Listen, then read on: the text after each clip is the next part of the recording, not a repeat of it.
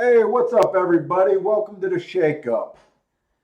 It's just probably going to be me again today. I haven't heard from Bill, but I'm pretty sure Bill's working today. But we handicapped Gulfstream and some of Churchill today. Hey, what's up, Grows It Well? Hey, Scott, what's up? Oh man, let me get ready. And I'm ready to play today. Hopefully we'll have good racing today because I have not played since Thursday of last week. So I'm actually ready to play today. Hey, grows it well. What's up, Rex? So I don't have a real good idea of what I've thought of the card. When I started handicapping last night, you guys know that I don't look for winners. I just mark up my form. Uh, I didn't get a real feeling of these cards. It was because when I came back from vacation, I just had so much shit to do. Grows It Well has been hitting huge. $2,000 days for the last couple days. Nice. What's up, Bender? So last week I went on vacation, and whenever I come back from vacation, I got a whole bunch. I think I got a whole bunch of ideas to do for videos.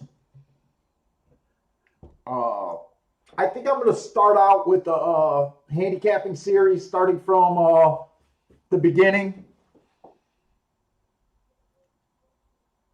I got some ideas for that, but it's taken me a long time to get caught up with my paperwork, so I'm going to be looking to put up some stuff, some more stuff. Hey, what's up, Marco? Michael's here. Spencer's here. And I know I can't ever say this name. Jamori?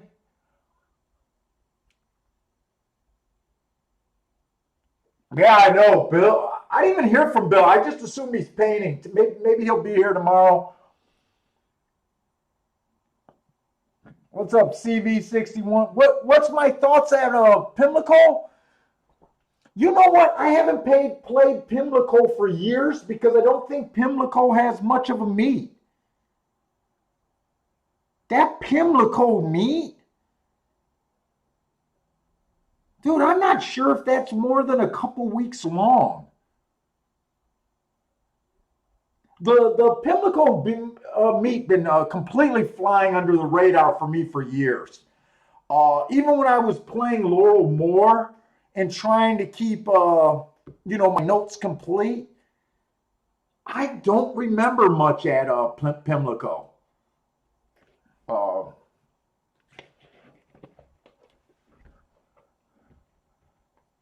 Should you include Pimlico? Marco, if you're really playing Laurel, it would be worth it. Just like I tracked Kentucky Downs, and it was only I think 6 or 8 days. You're gonna want to look up at the schedule for Pimlico just to make sure that they didn't throw in a longer meet. But I'm pretty sure it's a super short meet. It all depends on how much you like Laurel. If you should really track it, I think that's where all the horses will be going after they run at Pimlico. So my first thoughts is it depends on how much you're playing Laurel if you really need those Pimlico notes. Hey, what's up, Dim Sum? Yeah, it is, Scott. Yeah, so it is kind of hard to get a bias unless it just jumps out there. But what I like about it is when I do my daily comments on the bias report, some of those will be super useful. Like at Kentucky Downs, speed was not the place to be for the route races. So I'm hoping we see some Kentucky Downs horses shipped to other tracks that showed speed when they couldn't go wire to wire and maybe pop. It's a lot of times when you do a lot of tracking and a lot of database stuff, you're doing a lot of work for a few little nuggets of information. And that's how it is when you track a 2 week long meet or a week long meet. You're doing a lot of work. Sometimes it pays off. Sometimes there's nothing there. Overall, I like to have a big database.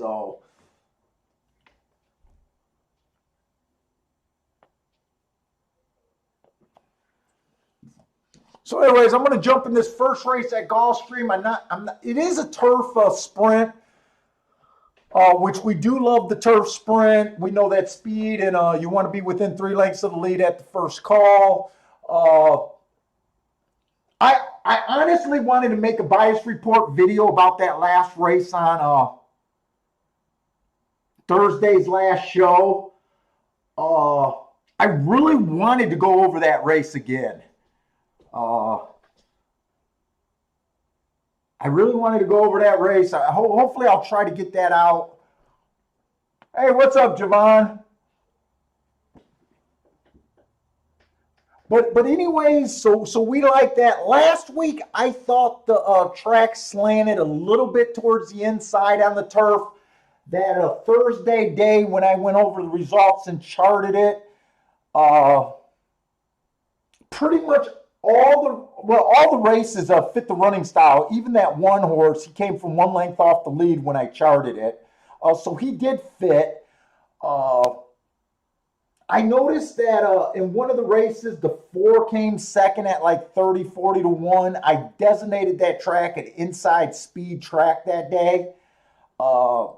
That's what my notes are going to have for it, that it was speed favoring and that it was an inside. The next day was kind of inside, but they only ran one turf race.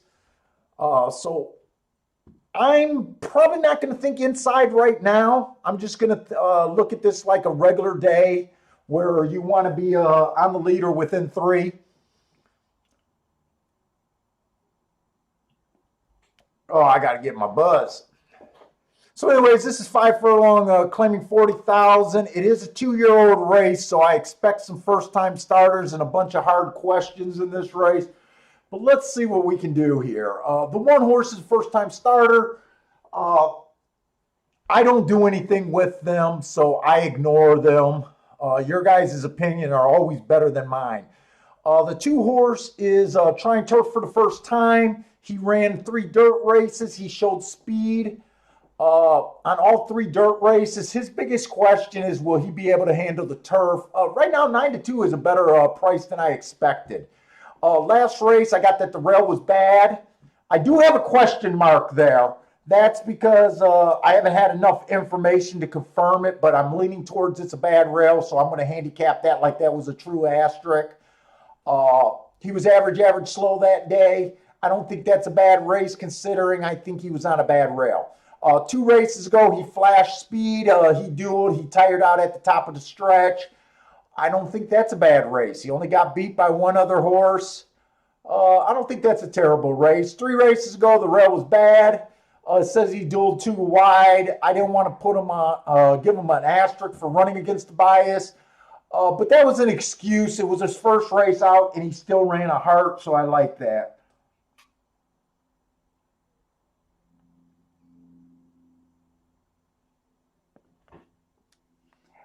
Hey, Boner, what are you asking? When am I going to do an addition to number 3 out? Is that for the bias report series that I'm doing? I was hoping to get that stuff out as soon as I got back. I just had to handle my data collection first. I am going to continue working with the bias report videos. I'm going to continue making videos like that.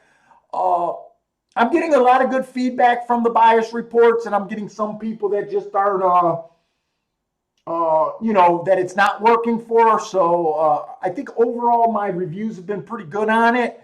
I want to make some videos to help, to really go over that some more.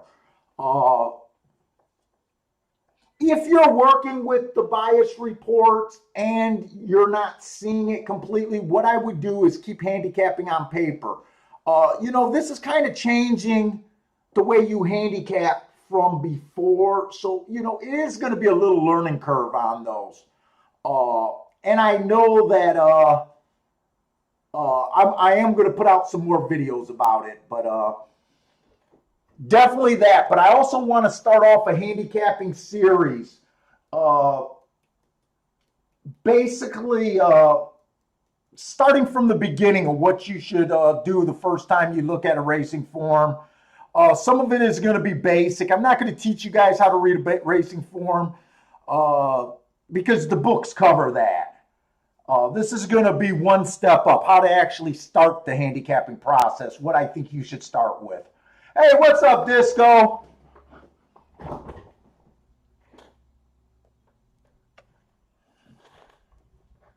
So anyways, I do think 2 is a fair price at about that range. The 3 horse, he did earn a heart at the second call in a triangle. He did that on the turf. These are lightly raced horses. I don't like route to sprint, but this horse ran a route and was within 3 lengths of the lead. I don't call him a throwout. I guess I don't like him at a super short price. He can win here. I'm just not going to do anything. His first time out, he did run against the bias, so I wouldn't be surprised if he won. And I'm not even sure what I'm going to do here. The 4 is a first-time starter. The 5, 1 race sample last race, so I can't rate that. 2 races back, inside speed was favorable. He was on the outside, plus he was a first-time starter. Give him an asterisk there, but is there anything to get behind him? I don't really think so. I just don't see enough there, but if he improves, I wouldn't be shocked. 6 is another first-time starter. Of the 7, 1 race sample last race. It was a dirt sprint. Speed has been good. 5 lengths back is way too far back. He's a tricky horse because when he finally tried the turf, he was steadied early and was too far back. If you can forgive that race and say that he wasn't behind, that he was behind because of the steady and not the surface, this horse fits on running style from his dirt races. 2 races ago, it was favoring Speed and Stalkers. He came out fast, pretty much just held all the way around. 3 races ago, bad rail stalking day. He was on the bad rail, so he got a bias there. So he would not surprise me. It's just 3 to 1. It's just not that appealing of a number to me. 8's another first timer. There's just a lot of danger in this race for me to jump in this race so far. The 9, bad rail stalking closing last race. He was on the outside, plus he was a stalker closer, so he ran with the track. I don't see a real excuse there other than that was being his first time out. The 10 had an early stalking day at a church or at Tampa Bay. I got him as slow. Look, first time out. I mean, horses, I don't expect them to run their best first time out. So,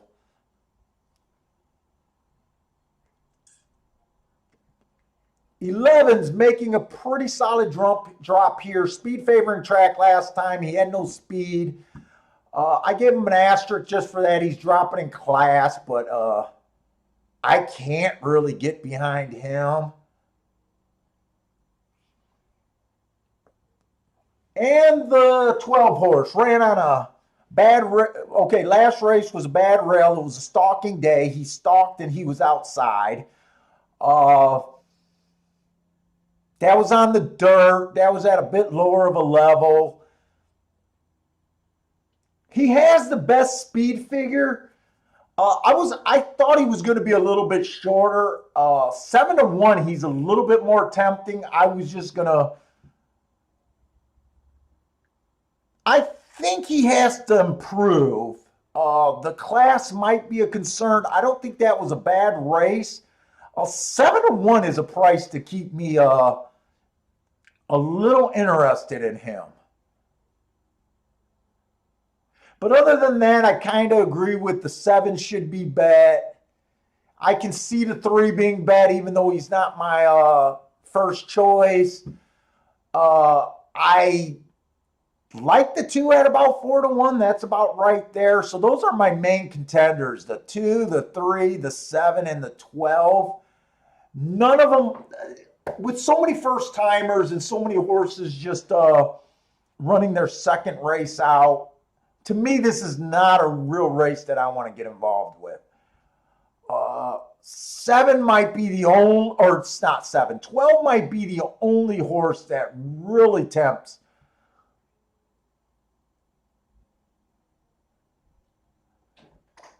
Let's see. What's up, Cole? What's up, Frankie?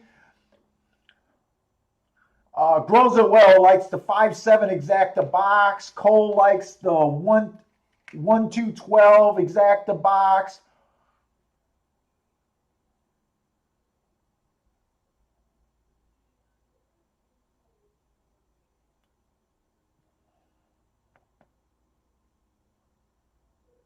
Oh, Discord had a couple of 10,000 plus hits.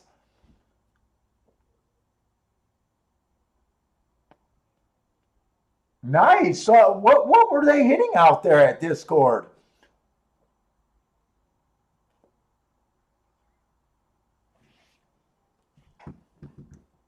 Hey, Disco, I actually tried. So I stalk Discord right now, and I'm not stalking just because I'm stalking. I have been jumping in the room a little bit.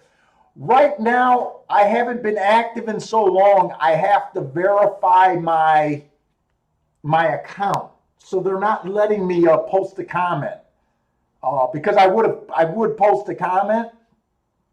But the problem is they're just, the only option that they let me verify my thing is by my phone number, and I've been without a phone for months now. I just ordered a phone today, by the way. I pick up my phone Saturday, so maybe after Saturday I'll jump back into Discord a little bit.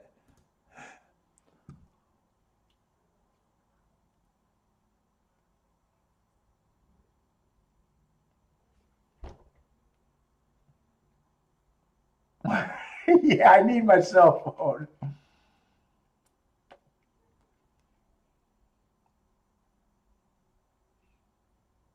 Yeah, that last Thursday race really chewed me up. I couldn't believe that I risked so much in the last 2 races.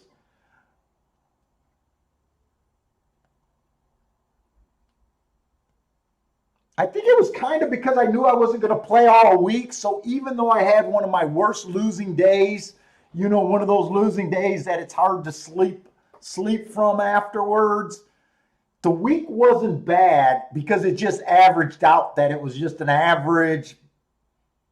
It wasn't even a bad week. It was a losing week because I only played one day, but because I didn't play the next 4 days,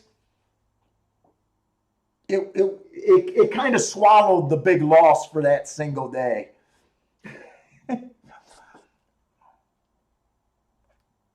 But I'm ready to play today.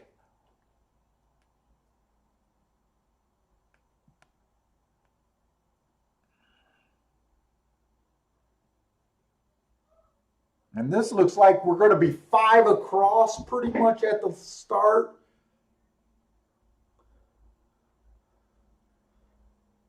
Seven gets the lead. That was one of the horses that I thought could get the lead. I just thought his price wasn't worth playing at about, I think he was about 3-1. And the Chicklet guy can't get his act together because he doesn't even have the 7 in the race so far.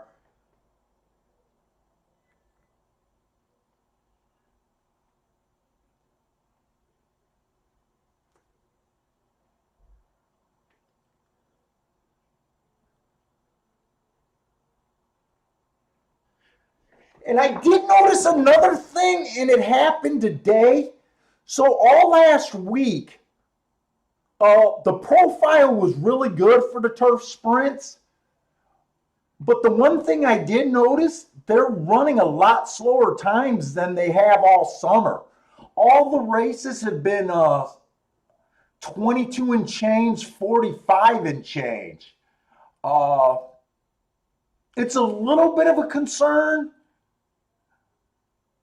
but not really because speed is still dominating and that's what we want. Actually, it might help speed a little bit more, but I have been watching that. So this race played out exactly, we're looking for speed and stalkers. The 7 wired, the 3 was second all the way around the track. So,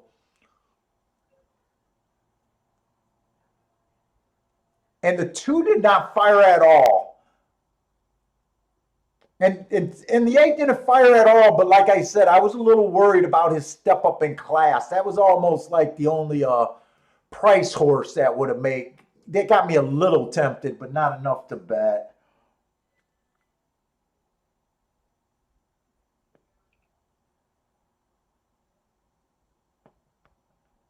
Uh, I'm just going to call you 369 because I think I'm killing your name over there. 369 started. Oh, that was a super. I thought that was a pick 4 or pick 5. A pick 5, I guess, makes more sense. Single. Oh, you missed the second leg. I didn't realize that was a super.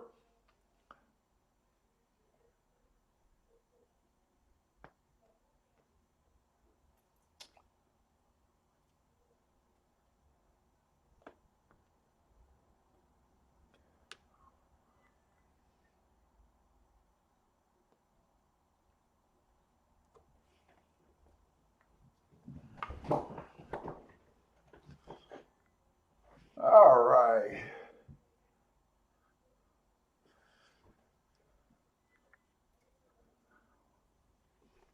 And I hope Gulfstream and Churchill is not on top of each other.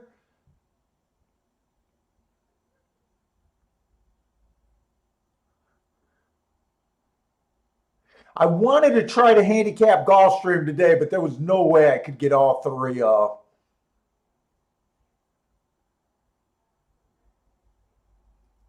tracks handicapped today. I'm not sure how much I'm going to like Churchill today.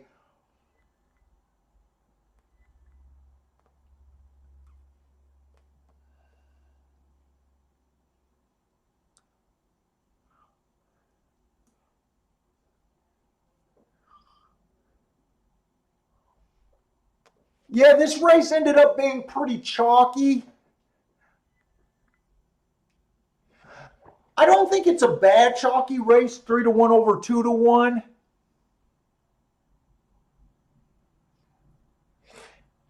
I think if I would have just not gave the 12 a chance,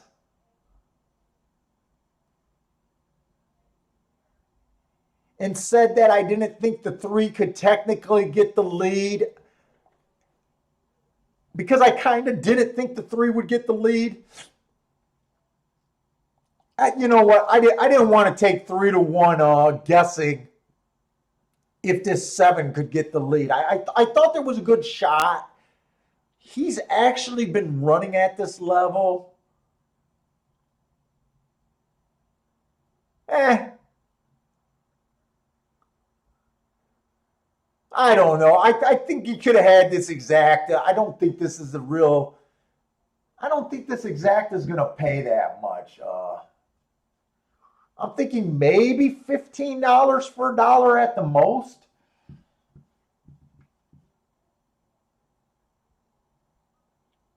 Yeah, these chalky exactas are bad when you got it down to 4 horses and they come in. But that's a little too wide.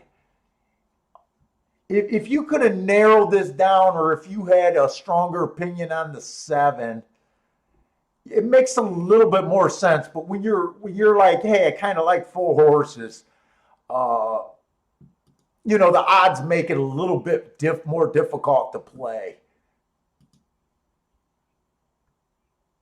The exacta paid 27 for $2, so it paid. I can see you making money here, but it was a little hard for the as far as I narrowed down this race.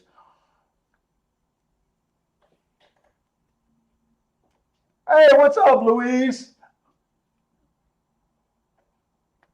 From the DR.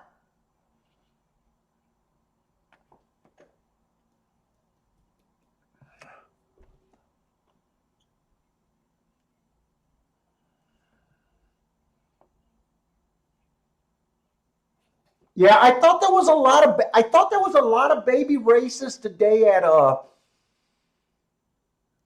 Gulfstream. I thought there was.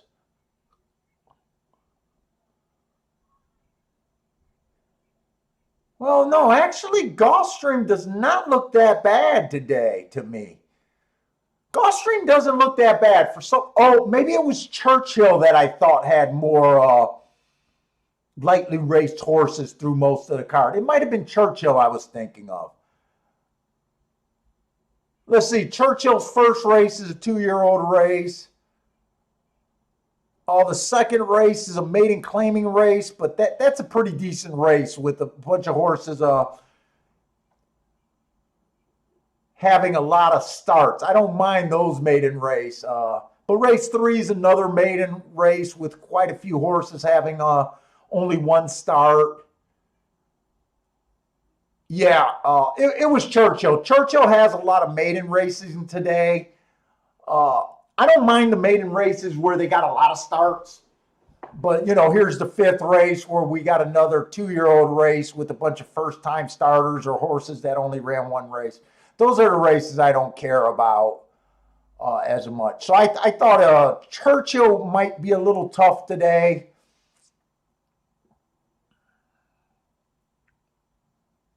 I didn't even realize that they were running yesterday. I was doing all my notes and I didn't even have Churchill on yesterday.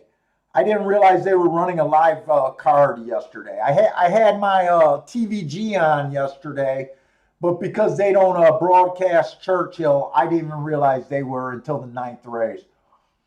Hey, what's up, Juan?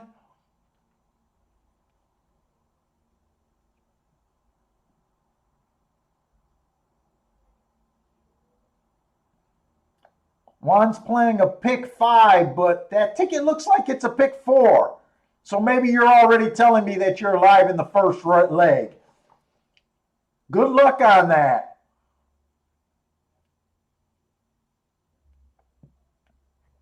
And you had a good day last week. You hit a well, you hit like $1,700 off of pick four last week.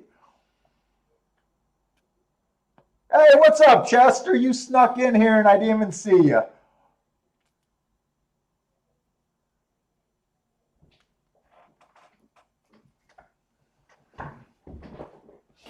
And I don't know if Premier Investigation's in here, but he told me he when I was on vacation, he hit a nice 49 to 1, or not a 49 to 1 shot.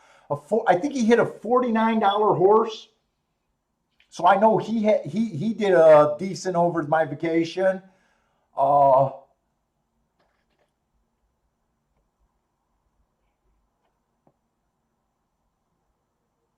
David said he's been doing good with the second time out LASIK angle. Uh, back when I first started, I used to consider the LASIK angles a big thing. Now I don't think too much of it. I barely ever look at the medications. Every once in a while, I'll notice it as I'm going over a horse, but that became a no factor to me. But David says he's been having a good. I know a lot of guys like that angle.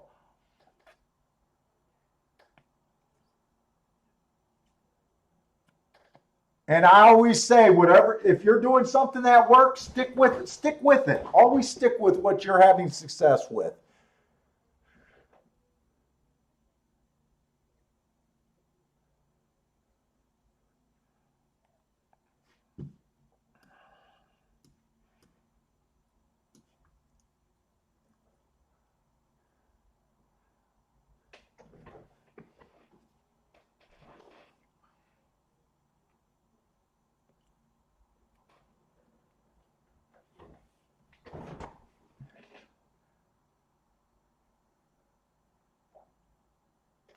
And we're kind of slow right now. If you guys got questions, or if you guys just want to say, if you guys got questions, or if you guys had good weekends and want to brag, throw them up there, man. Or if you guys got handicapping angles that you guys been having a little bit of luck with, or some shit you're thinking about using, throw it out there.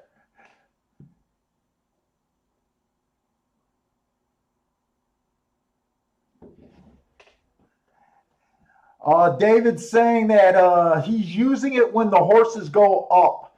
And I do like that you put that comment in there, because I think everybody's price or bet should be a lot of price sensitive.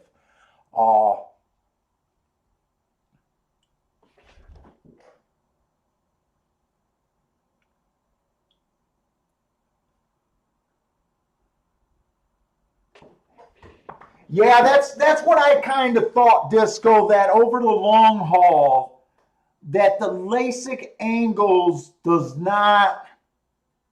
This is what I kind of thought the LASIK angle was. First and because some guys like first time LASIKs, some guys like second time LASIKs, and some people even like third time LASIKs out there. I'm okay. This is how I think of the LASIK's angle. If you already like the horse and there's something already there, and it's like just another arrow in your quiver, like it's just one more thing added on to what you like about them, I kind of that's what I kind of thought was useful. I don't run numbers over long periods of time about like LASIKs, blinkers, on, blinkers off, that kind of stuff. But just from my experience, it didn't seem like it was an automatic thing. Like it didn't seem like I was really getting over with just that single thing. So I kind of always used LASIKs when I looked at LASIKs. Like I already like the horse. It's just a little plus. It's almost how like I don't look at jockeys at all. But if someone told me, hey, I always start with the horse first, and then if there's a jockey I like or jockey change I like, it's just another plus on the horse, right? When guys just come up and tell me, hey, this jockey's on the horse and that's why I like the horse, to me, that's almost not telling me anything.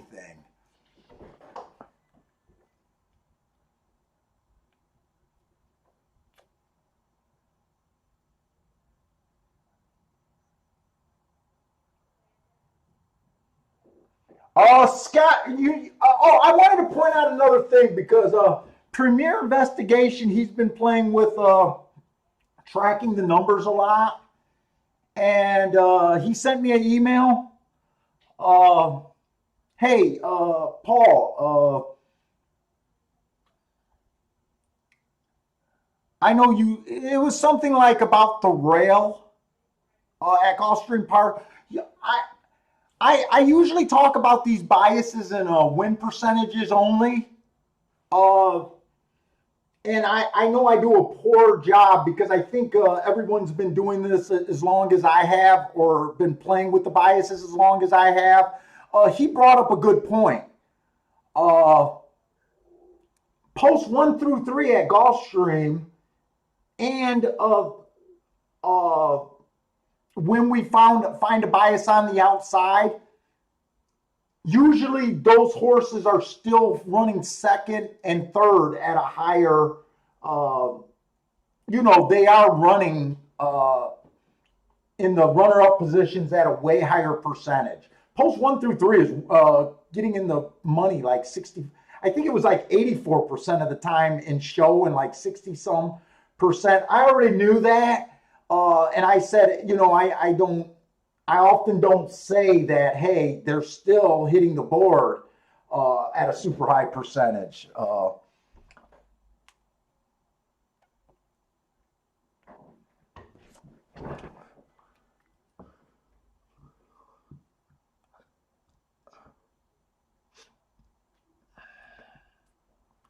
And often, and when you're looking at biases, you're just not looking at the winner's position. You're also looking at the runner-ups. When I'm making these judgments, especially on the bias reports and stuff like that, it's not just looking at the winners. I am taking big consideration on what type of horses are winning, what their odds. Second and third place winners. To me, when even a horse that runs second, but he's 40-1, plays in my mind about how we're rating these tracks. Yeah, this cigar was kind of dry at the tip, and it went to shit right away.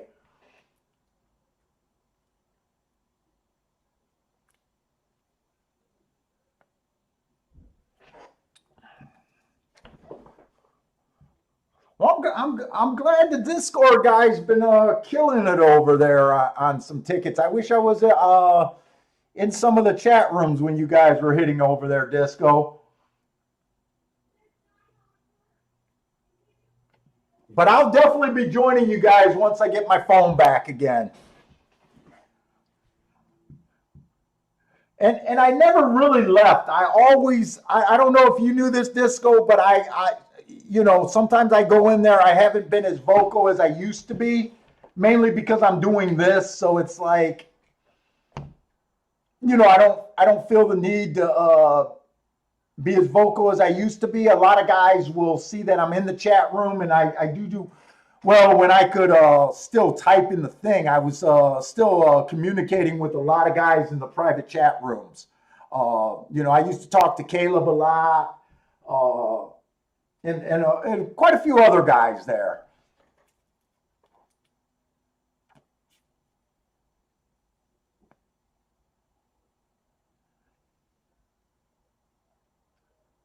Oh, 5 of you hit a double for $100 where you guys made. Oh, nice.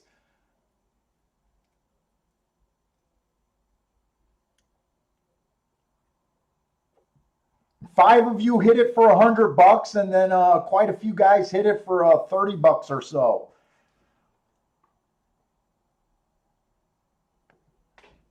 I think I was in Discord when I want to say I was in there playing Kentucky Downs, and I want to say we liked the 3-horse. It wasn't during the live stream, and I really liked the 3-horse. He was a deep closer. I think he won at like 25-1. He might have even been a little bit higher than that. And I think quite a few of the Discord guys had that horse. That same 3-horse. I don't know if you were there that day, but I think Pat Rat and it looked like from the comments that quite a few guys had him.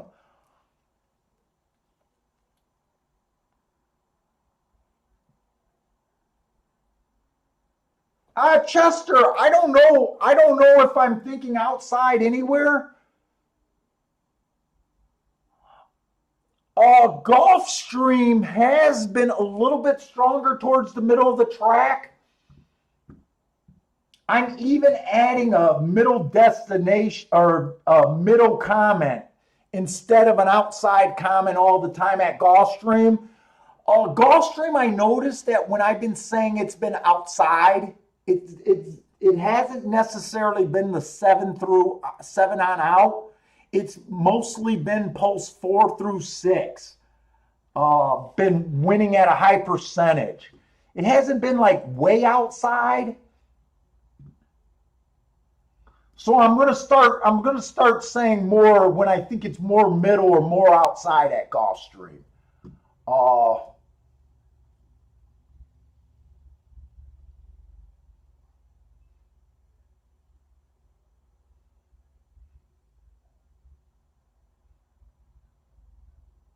But last week I didn't play. Gulfstream kind of played pretty much how I expected. Speed and Stalkers were dominant.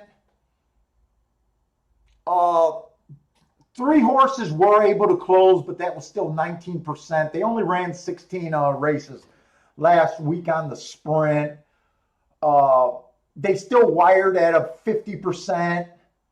So Speed and Stalkers were definitely where you wanted to start looking. The outside performed a little bit better, but they still only won 25% of the races. Most of the races were won from posts 1 through 3 or 4 through 6. Kind of how we expected. That was for the dirt last week.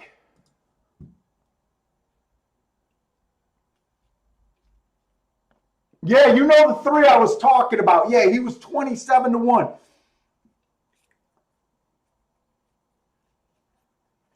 Usually when I go into Discord, I can tell how people are handicapping. Like sometimes, you see the comments, a lot of guys would be saying outside or closers, or, whatever they think. And I can kind of tell what the room's kind of trying to do. I don't recall if anyone was thinking, if you guys were saying that it was a closing bias, especially at the route races at Kentucky Downs. I didn't see it. But I definitely thought there was a bias there.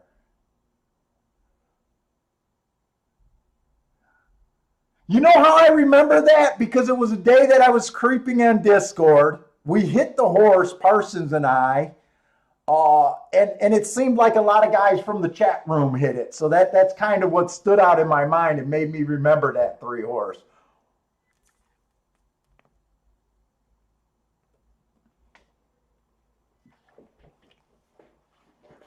So we got the 5.5 furlongs on the dirt, maiden claiming 12.5, non-winners of 2 lifetime. Speed and Stalkers is, I think, definitely where you want to be. I still think the track is I don't think it's super inside. The way I kind of think Gulfstream is right now is you want to pay special attention through posts 1 through 6. I know that's a really wide gap. But I do think you can close out, or you can throw out closers in post 1 through 6. So that is narrowing it down quite a bit. I think once you get to 7 posts and out, it gets really hard to win at Gulfstream. So I really am just kind of thinking Speed and Stalkers. But the inside's not automatic. Trust me, I want to get back to this inside automatic, but it's, if it's not there, we don't want to be looking for it. I'm a creeper. So anyways, this is a 5.5 furlong race. So the 1 horse I just don't like because I hate route to spread. I don't think he has any real speed. You guys seen me on the turf last week that blew up in my face. But I'm not a guy that likes that angle. So I don't like the 1 just because of that. The 2 horse, inside speed was favorable last race. He had the 3-hole. He was only 1 length off of the lead. It looks like that 22-2 was the slowest winner time of the day. He was a little bit faster. He was 1 tick slower than the fastest winner at the second call. He finished the race average. To me, that looks like a race where he just was not able to get the lead, but he ran his race. Just was not good enough to beat 1 other horse in that race. So I think he's still a contender. 2 races back, the track was favoring closers. I thought he ran a real good race, but just got beat there. 3 races ago, he was average on an early day.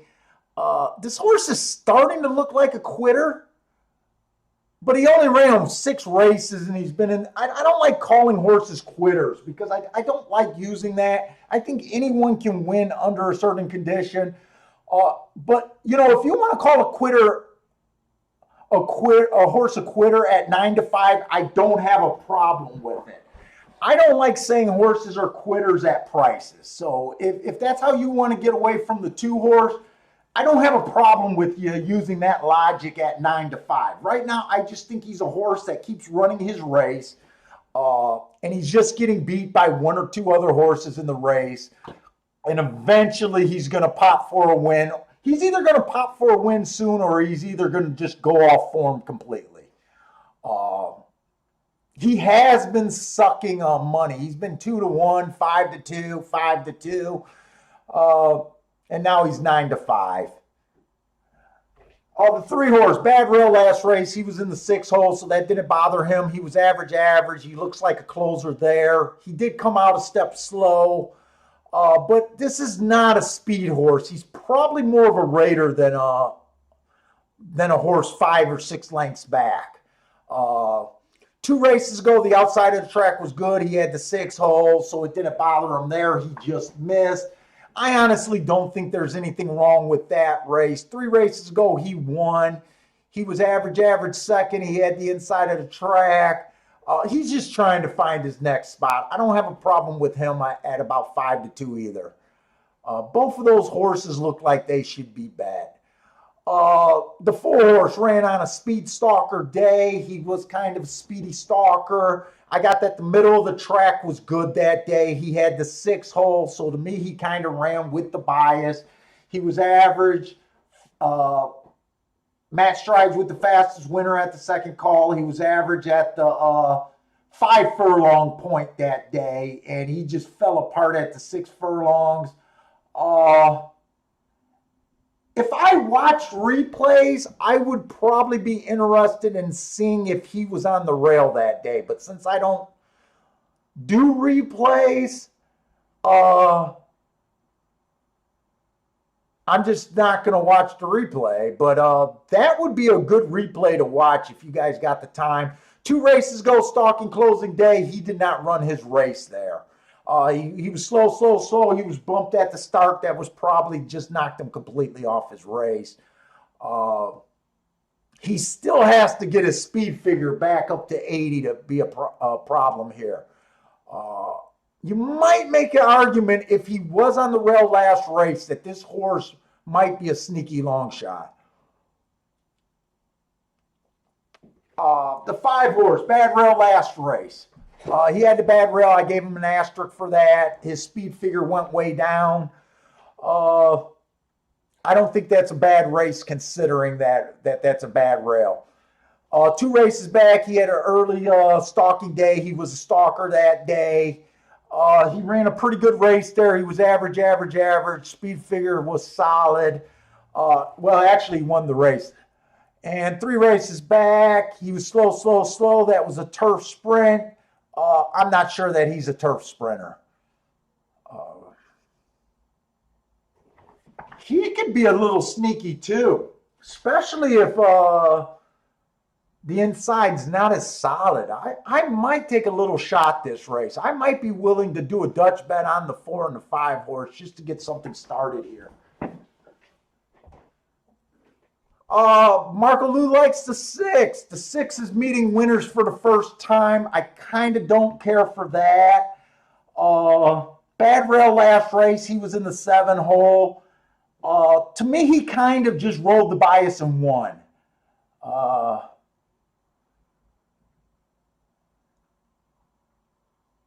don't know. I don't care for him.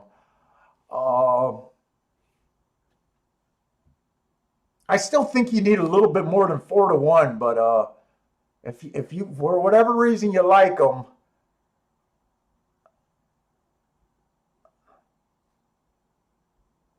I'll tell you another thing. Reason why I don't like him.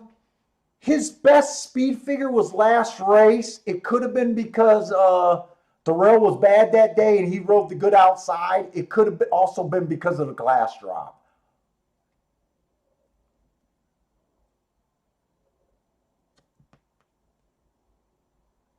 And I'm going to try to play this race.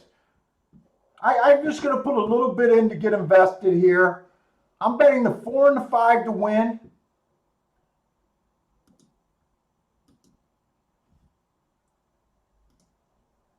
Four and 5 to win. And I'm going to take the 2 and the 3 on top of the 4 and the 5 in the exacta.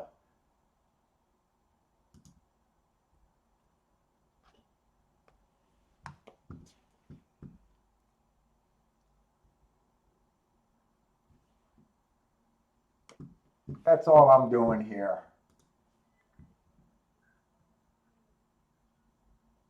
Chester saying the top pace horse in the race is number 3. Disco likes the 5.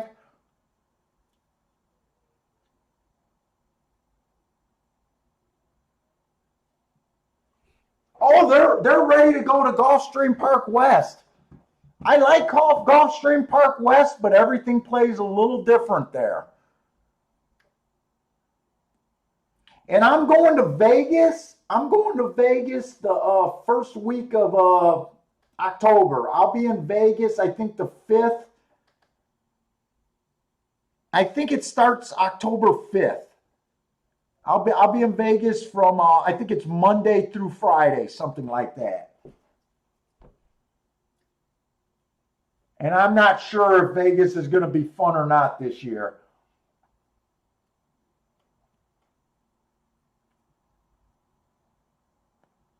Four got the lead. He was a sneaky horse that I thought, depending on.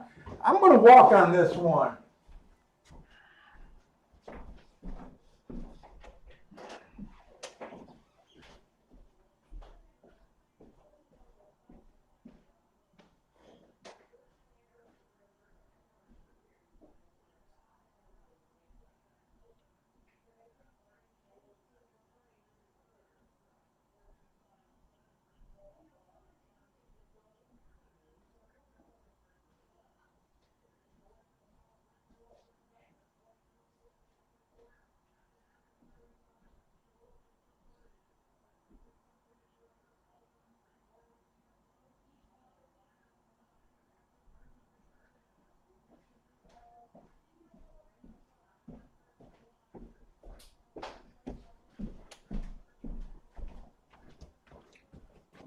Did we just win? Did we just hit that 5 horse to win? We'll start off with an 18-1.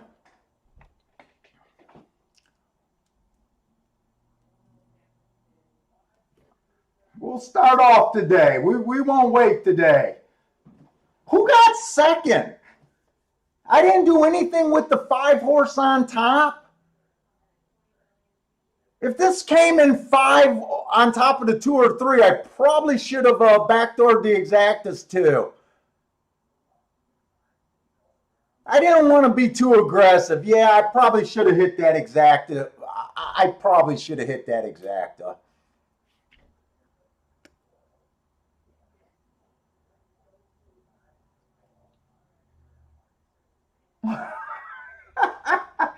Abby saying, why didn't we box the exactas?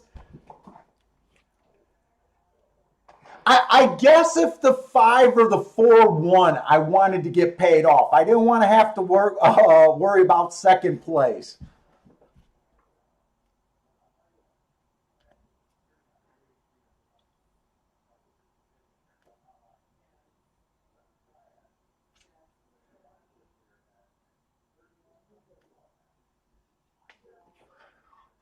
Well, nice hit, Abby. That you got value out of your last $2.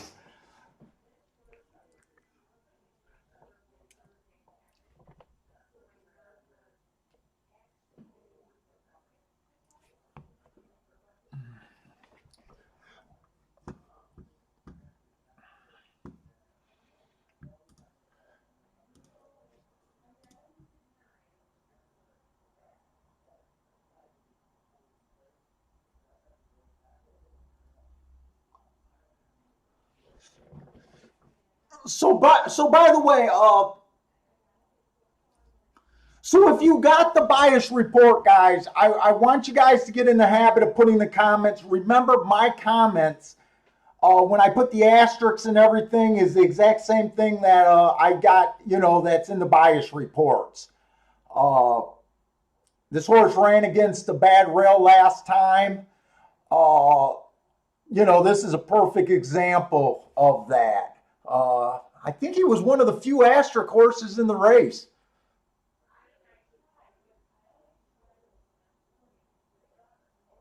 2 earned an asterisk 2 races ago.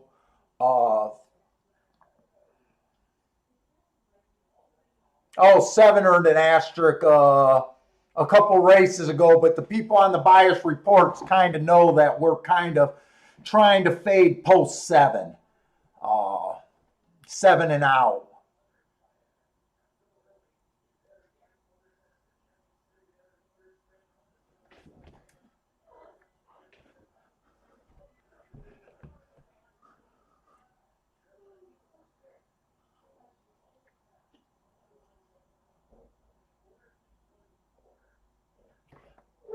And Abby, I haven't seen you in here for a while.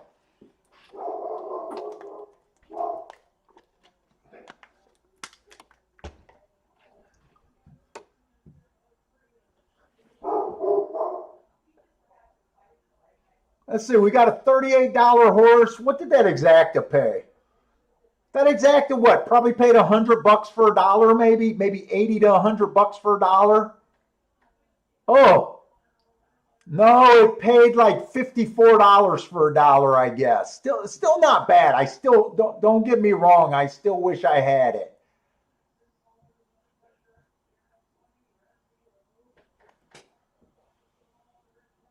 That try was catchable either, but I don't play tries. $69 for 50 cents sounds like a pretty good trifecta, though.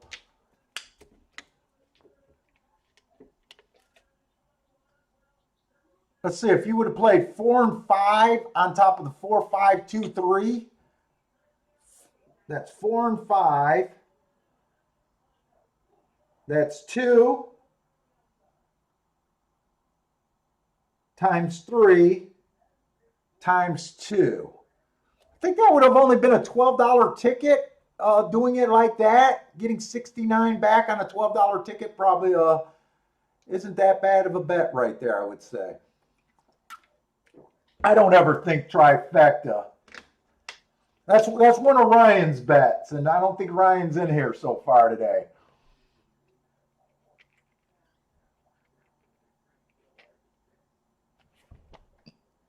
Yeah, no, I'm happy. Trust me, I'm happy with the $38 horse.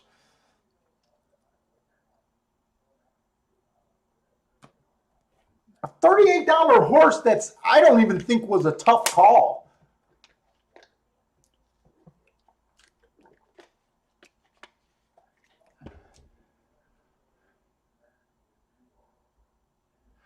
Or do we got Churchill Downs? I think I want to go to Churchill Downs. I see that Disco got a pick at Churchill Downs. I definitely want to. I definitely want to watch Churchill Downs. I don't know how the plays are going to be today at Churchill Downs. Uh,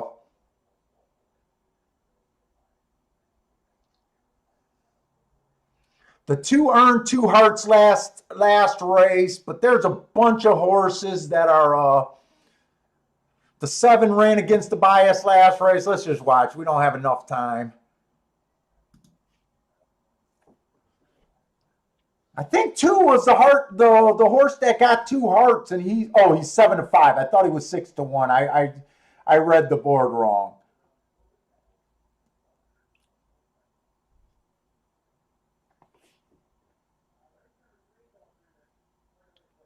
Disco's taking a shot with 6 to win place in show here.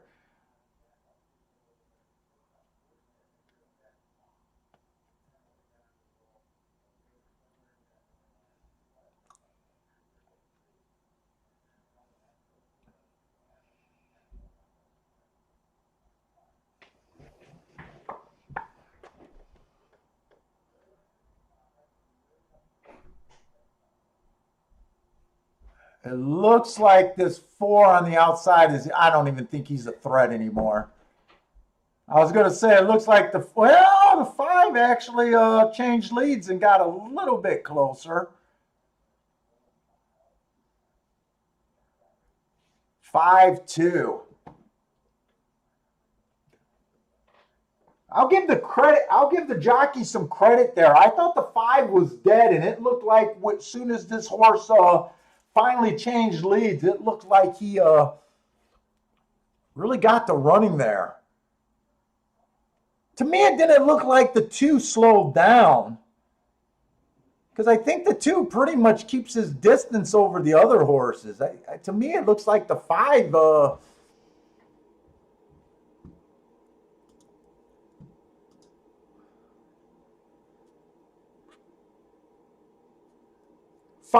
5 horse ran against the speed bias 2 races back. He didn't show anything. He improved his next time out, but I still got him as slow. For you guys on these EP days, that Speed and Stalkers were dominant that day. Technically, I don't like giving horses that were farther back an asterisk for running against the bias, but technically that would be an asterisk.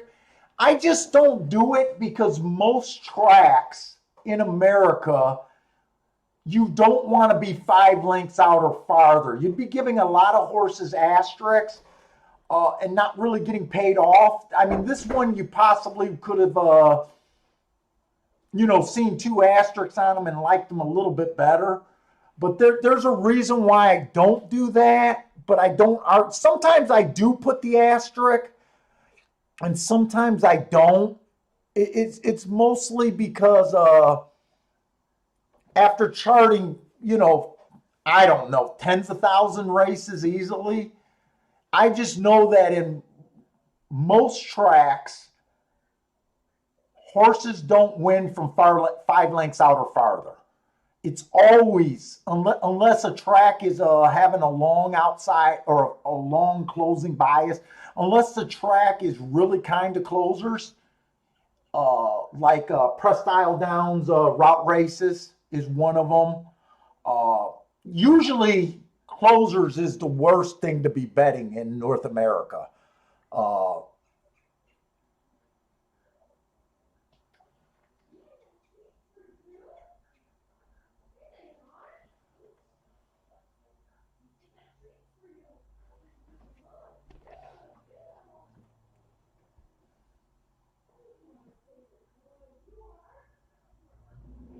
Hey, Disco, how do you do? How well do you do on win, place, and show bets?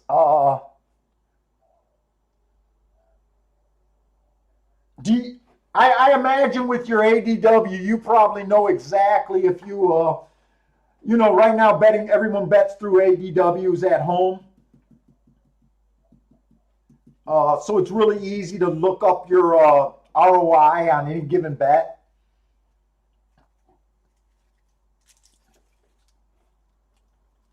I know for me,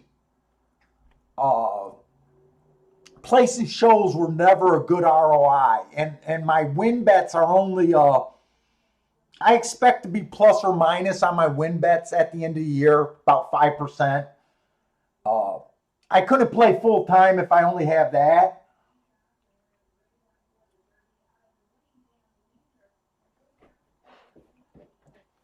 But I'm always interested in how some bets work for some people, but they don't work for other people. My exact and daily doubles is where my yearly profits come from. My win bets are like stopgap measures. They're good for plugging in holes in days. But at the end of the year, I expect my win bets for the entire year to be plus or minus roughly 5% is average.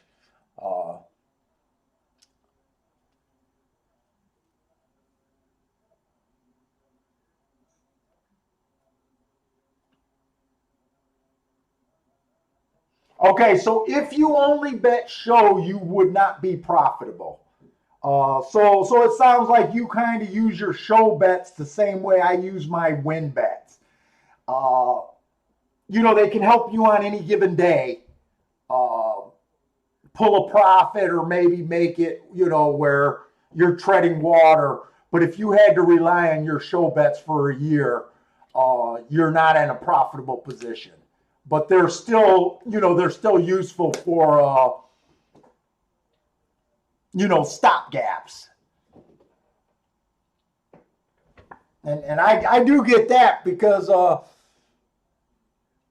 there's been times when I actually thought to abandon my win bets completely, but I haven't been able to do that long enough. I haven't been able to do that long enough in a season uh, to really tell if I would benefit just by throwing 100% of my money at doubles and exacta bets. I kind of say, I'm happy with the, like today they're putting me up right away. Uh, Even though I know for the year it's probably not going to be as good, but I do like that comfort of, they can still make you have a profitable day.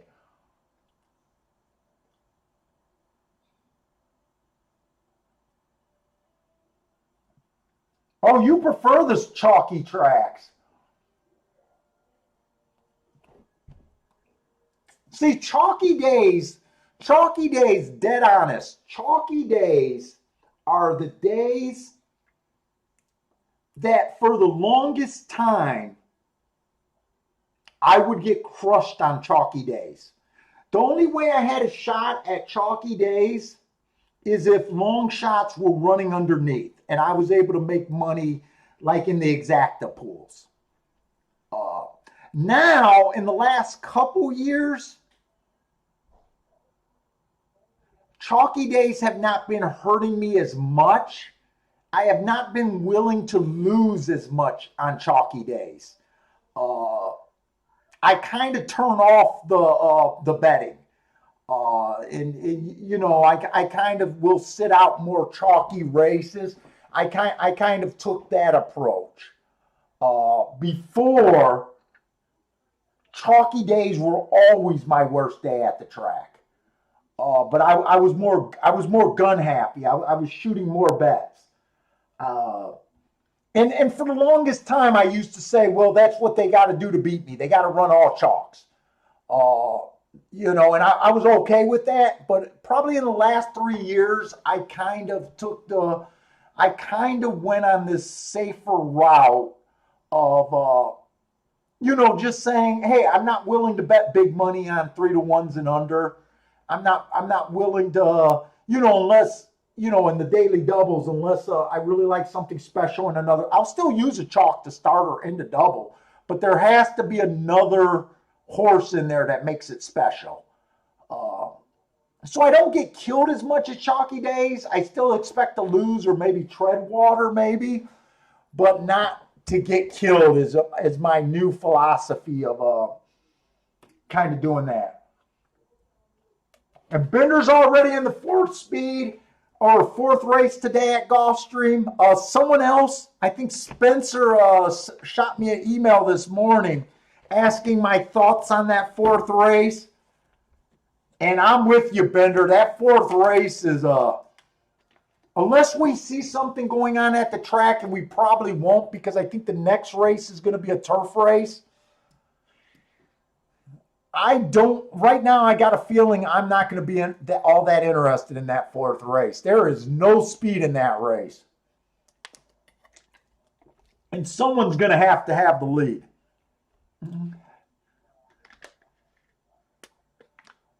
Oh my God, Disco, you'll bet win play show at 1-9?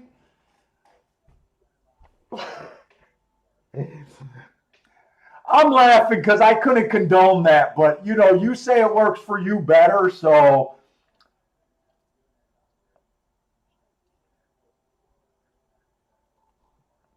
you got a bigger stomach for some abuse, in my opinion. If you could take a win play show at on a 1-9.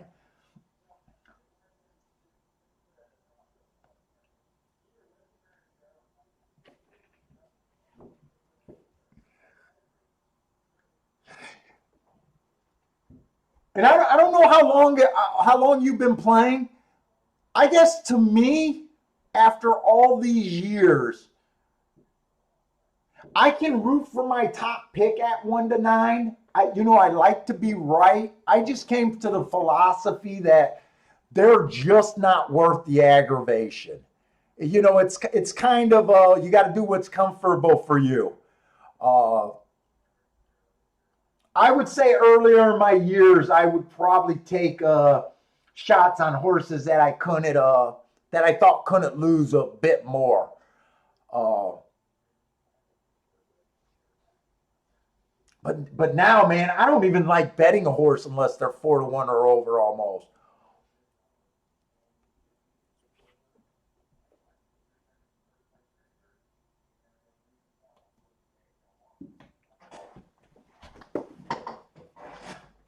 And the other comment I noticed that you said, Disco, you got one hell of a database over there.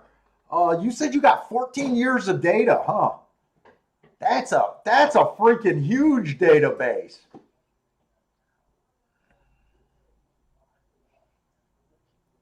To me, I get rid of all my data after a year. I don't keep data longer than a year. But I know some of these guys that got these really big database, they can quickly tell you. I've never worked with a database like that. I don't know if you set it up or is it a partnership or you bought it. But I know some guys that can go and look up the last 14 years on an angle. Is front bandage is good. And if that's a negative angles or if blinkers off in the last 14 years was just playing that angle useful or stuff like that. I don't know if you got the power to be able to do that, but I have seen guys that can look up and tell you exactly if you played all the Lasix horses over the last 14 years, if that was profitable or not. Hey, what's up, Premier? I know you didn't catch the first half of the show, I think, because it sounds like you just snuck in here. I was talking about your email that you sent me about horses running near the bias or even when they don't win, they're holding up well for second and third. Uh, I thought that was good to point out because, like I said in the email, that I only talk about the first play shot. But yes, I thought it was a good point that you brought up, and that I should mention that more.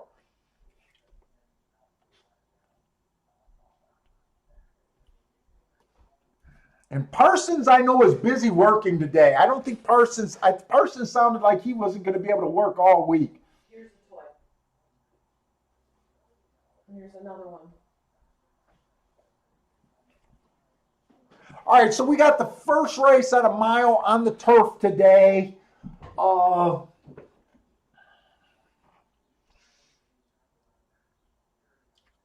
This looks like it is a 2-year-old race. So even though some of these horses ran, I'm going to expect that a lot of them are trying turf. They're trying stretch out. These are always tricky races for me.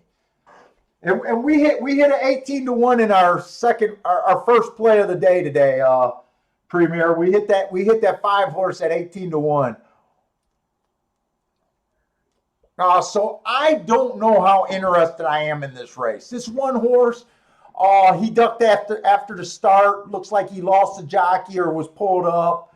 So basically, he's making a first start today. The 2's making his first start today. The 4's making his first start. The 7, the 9. So right away, we got about 4 or 5 horses that I'm not going to have an opinion on. That automatically makes it dangerous. The 3 horse is trying a stretch out and the new surface for the first time. He's going to be hard to interpret. Last race, I thought the middle of the track was good. He was in the 8 hole. Technically, you could give him an asterisk for that race, I think. But I didn't. It was a stalker day. He was kind of a stalker. Maybe he was a speed horse trying to get the lead. Kind of hard to tell with him. but he came out average, slow. 2 races ago, the inside of the track was good. He was in the 4-hole, kind of hard to judge there. He was average, slow. 3 races ago, he was slow. I just don't know what he's supposed to do on a mile on a turf. The 4-horse, first-time starter. The 5-horse hasn't been showing anything. He's stretching out. He's been on the turf, but he's stretching out for the first time. There's nothing there for me. 6-horse was slow. He was in the 8-hole. He broke a step slow. Usually you don't want to be in the 8-hole at Gulfstream. Other than that, I don't see any reason for me to get excited about him. The 8-horse stretching out, trying turf for the first time. Last race, speed was the good place to be. He flashed speed and died. If speed was good, I would have thought he would have ran a little bit better. I do spot that he showed front speed for the first time in his career on that speed favoring track. I don't know how to interpret that race. 2 races ago, the inside of the track was good. It was a stalker closer day. He was on the outside. He matched strides with the slowest winner. He did show, I would call that improvement in his next race out where he showed more speed, but man, I can't get a grasp of this horse. Tenza ran 1 race, stalking closing day. He was average, slow. I would have liked him a little bit better because it looked like he might be a closer if he would have made more of a middle move that race. Well, actually he did. He came out 9 lengths behind, then he was 14 lengths behind. He made it to 3 lengths behind, and then he kind of flattened out. You could say that was a bit of a move. But man, there's not enough there for me to get involved. The 11 had a stalking closing day, didn't run at all. 12's a chalk at 7-2 right now. He improved from his first race. First race out, I thought that the track was favoring early stalkers. He hesitated at the start. I gave him an asterisk because he tried to do like I said, sometimes I give him an asterisk, sometimes I don't. I was looking for more angles this race, so I guess I gave him an asterisk for that. I gave him an asterisk also because he hesitated at the start, and I seen that he improved. Let's face it, he probably is not a 5-furlong horse. He improved greatly his next race out, speed figure-wise. He was involved that race. I don't have a problem with this horse being bet, but I have a problem overall with the race. If you can take 7-2 in this race on him, I don't think it's the worst bet. But for me, with so much danger and so many unknowns, there's got to be better plays than this race. Is how I'm looking at this race. Hey, thanks for joining us, Disco. Take it easy.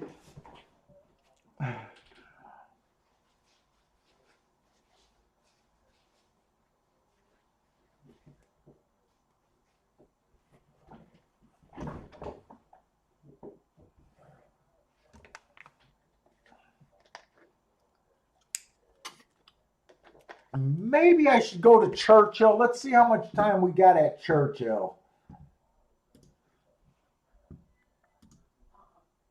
We got 7 minutes to Churchill, so I don't have a play at Gulfstream. So let's give Churchill a good look. Let's see. We got the second race at Churchill. We got a mile and a 16, maiden claiming 10,000 on the dirt.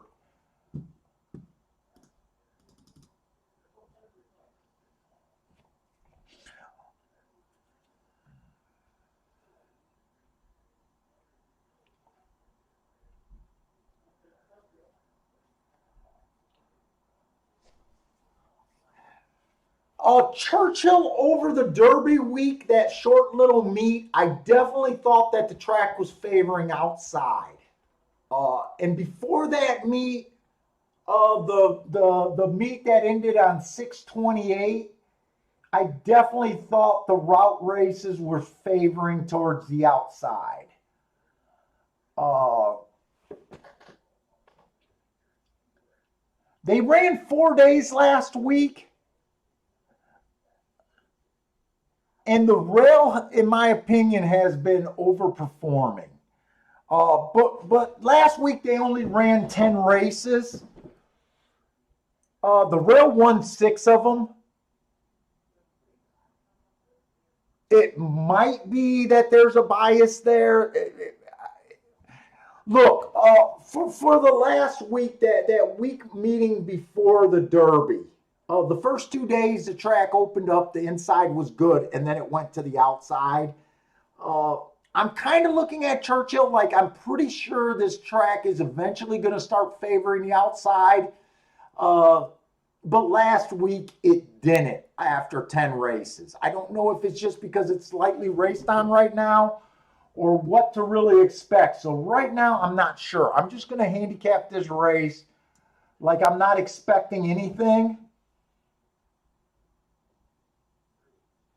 Hey, Michael, just hit a $15 winner, $15.40, and he's given the bias report a bit of credit. Hey, Michael, if you get time, let me know how you're liking that bias report. I am going to do some more videos with the bias reports. I think it's something that a lot of people are going to have to, use for a little bit of time to really see. Right now, I would take that first month and handicap as many races as I could. I'm hoping it's explaining and making you feel like you understand the track. Races that ran, I hope you guys are using it to look at it, see if these results make sense. You love it. Thank you, man. But I really hope it gets you kind of in tuned in making these adjustments and stuff. But I am going to put more stuff. I don't know if you've seen this morning, I sent you an updated bias report for Gulfstream. It's not that big of an error. I just noticed that when I did last week's total, not the season's totals, but last week totals, I don't know how I regenerated the wrong numbers. That was what was wrong. The winning percentages are right for last week, but the totals. So that was the only update I sent you. And to me, the bias report is basically starting your database for 3 circuits all at once. So, but I'm glad you're liking it right now.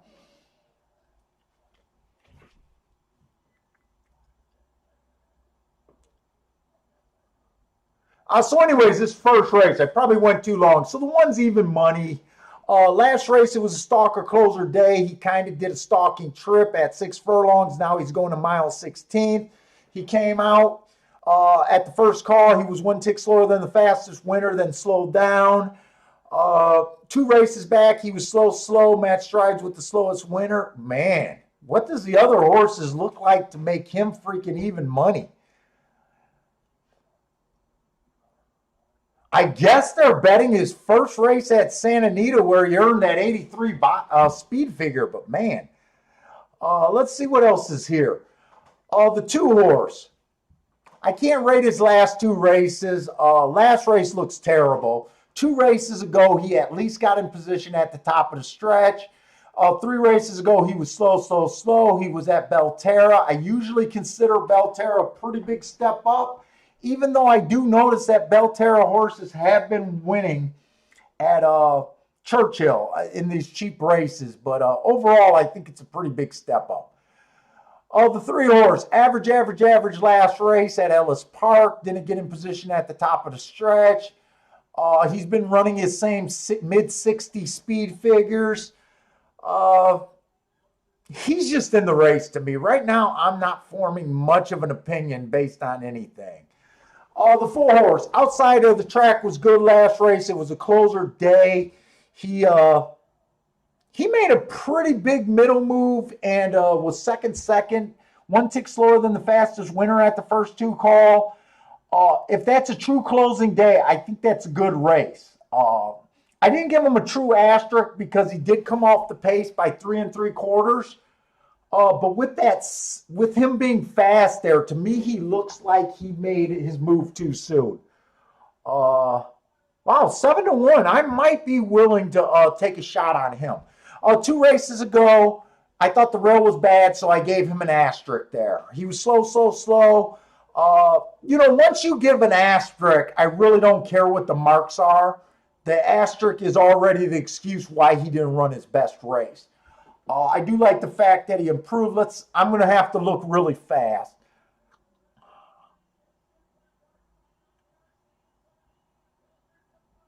What class was this? This is just a $10,000 raise.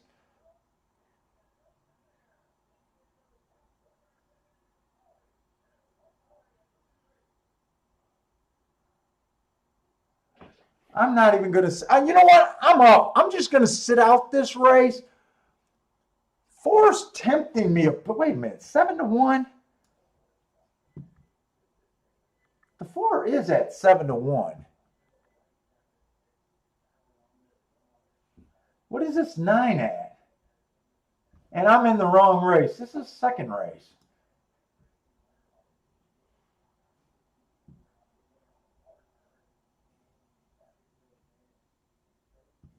Was there a bunch of scratch? Wait a minute. What is my freaking confusion here?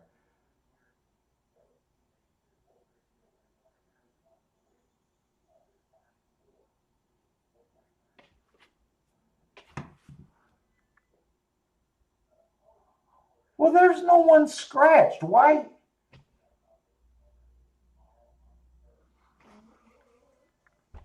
What do I have? Oh, wait.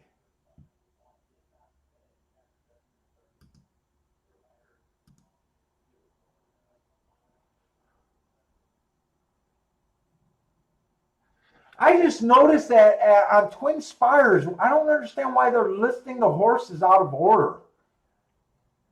I don't know if I just hit something that caused that or I don't know. I'm confused. It doesn't take much to confuse me.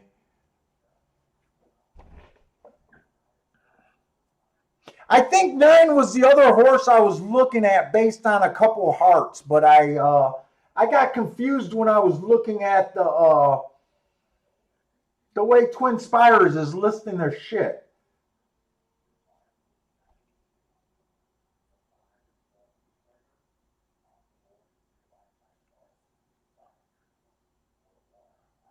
I'm rooting for the 4 to do well here, but I think he's hooked already. I don't think the 4 is going to survive this.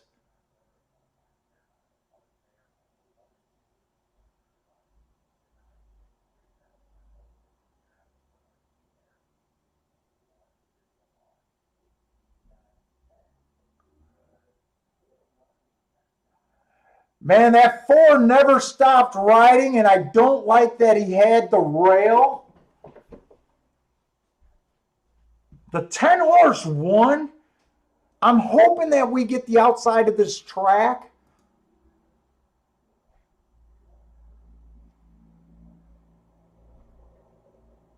Ten had to be a good number too.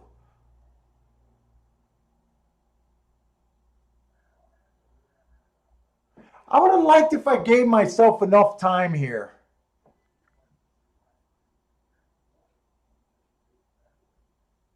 And I honestly did not understand why this one horse was being bad.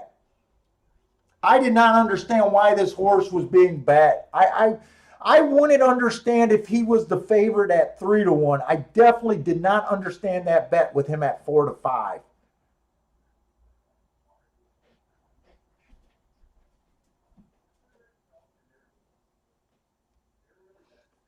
10 was 15-1.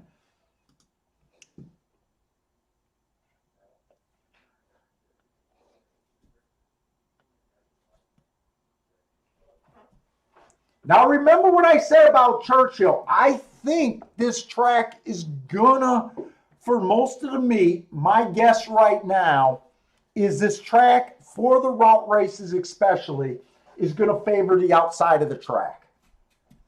Like I said, last week the inside overperformed after 10 races.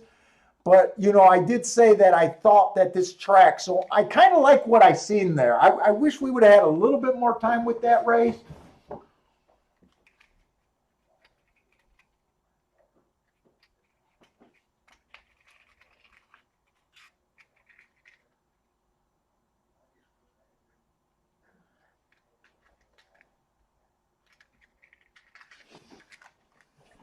And we're going to go back to Gulfstream. Hopefully, I can see that race. Okay, Gulfstream. This is a 2-year-old race that I just wasn't that excited about. I think I thought that the 12 deserved to be the favorite at 7-2, 3-1. If he stayed that price, I wouldn't have a problem betting him. But I thought this was too dangerous of a race to for me to jump into here.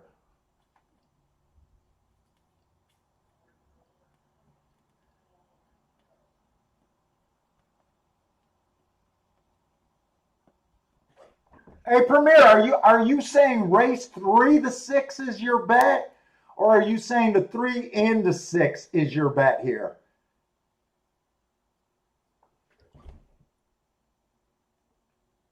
Either way, good luck.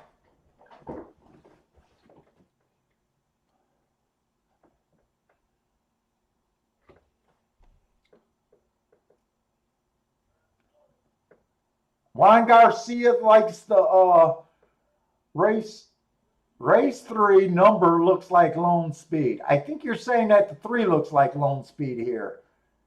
I'm not sure because you just put the hashtag number up there, but not a number. Okay, so you like the 3 and the 6 this race. Good luck.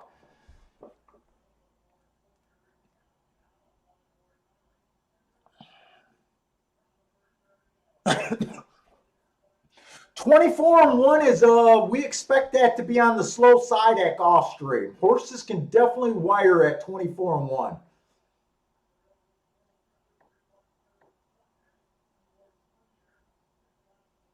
Who's that on the far outside? He looks freaking loaded, doesn't he? The 11 horse.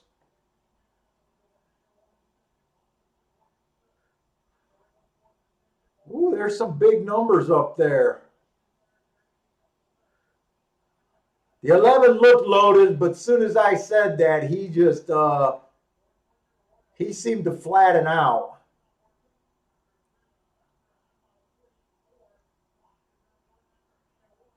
10 ended up being, was it? No, it was the 12 horse. It was the most outside horse.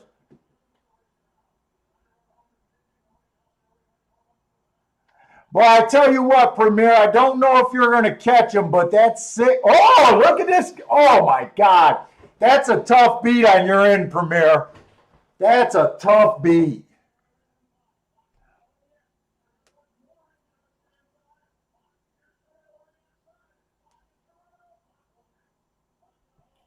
Who the hell was the 10 at 2-1?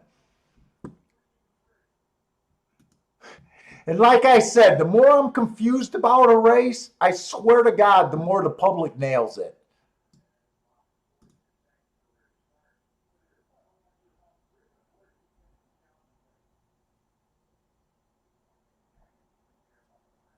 Oh, I don't got a problem with this 10 horse winning.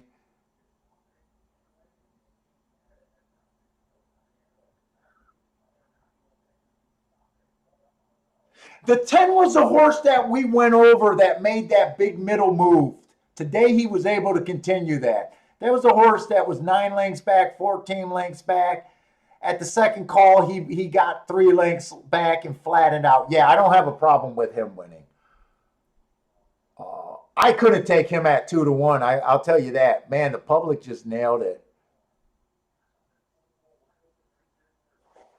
Who was the 6 horse? The 6 was Premier's horse. He would have been tougher for me to get to, for sure. He did break a step slow in his first race out, so this is almost like his first race out.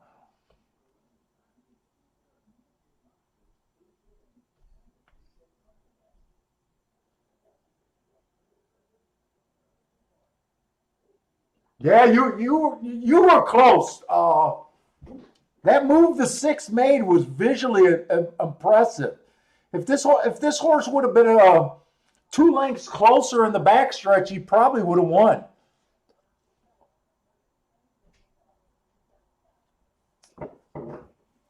Frankie had the 4 in his doubles. Who was the 4? 4 was a first time starter.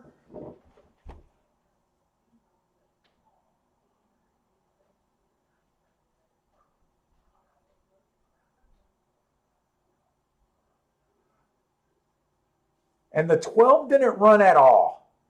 12 was the horse that I thought deserved to be the favorite based on what he did. He didn't run a lick.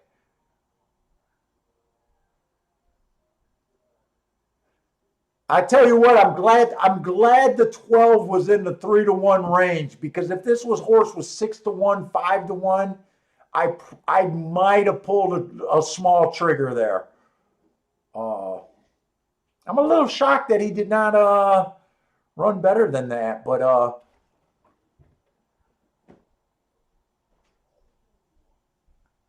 the rule of being odds sensitive definitely kept me off of that.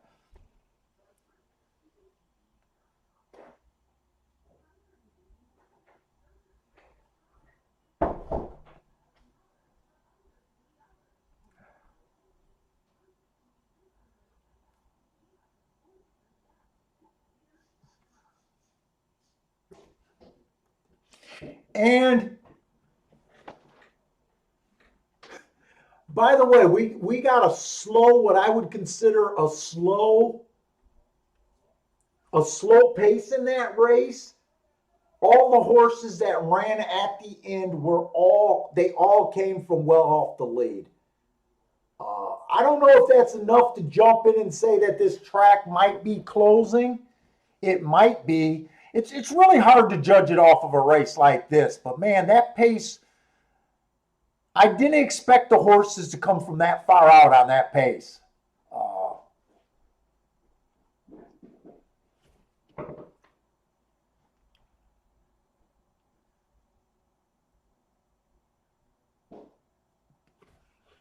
here,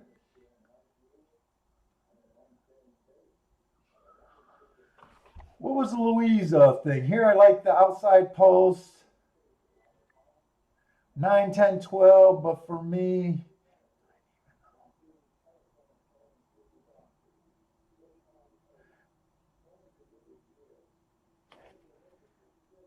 is Louise talking about? Oh, he is talking about Gulfstream.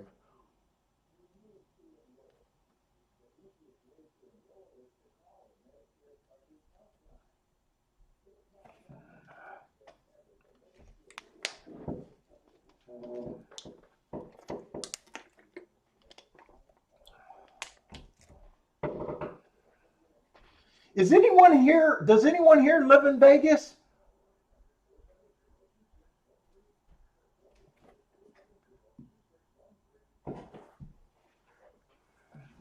If someone lives in Vegas and wants to hang out, first week in October, I'll be there. I think we're staying in the Links.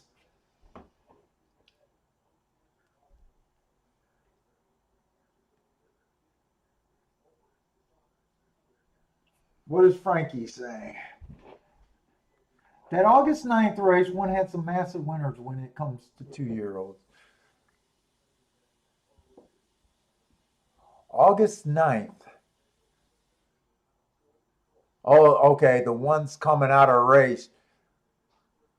10's coming out of that same race. You probably already spotted that, huh?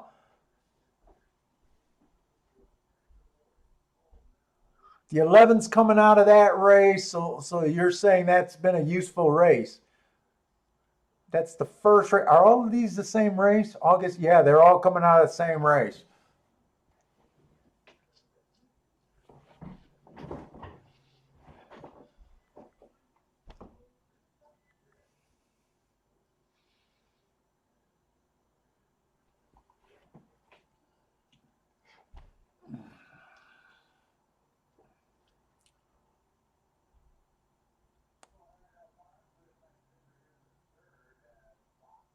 Now, back in the day, there was a time when I used to try to keep track of key races. And I gave it up. I gave it up because it just added way too much work.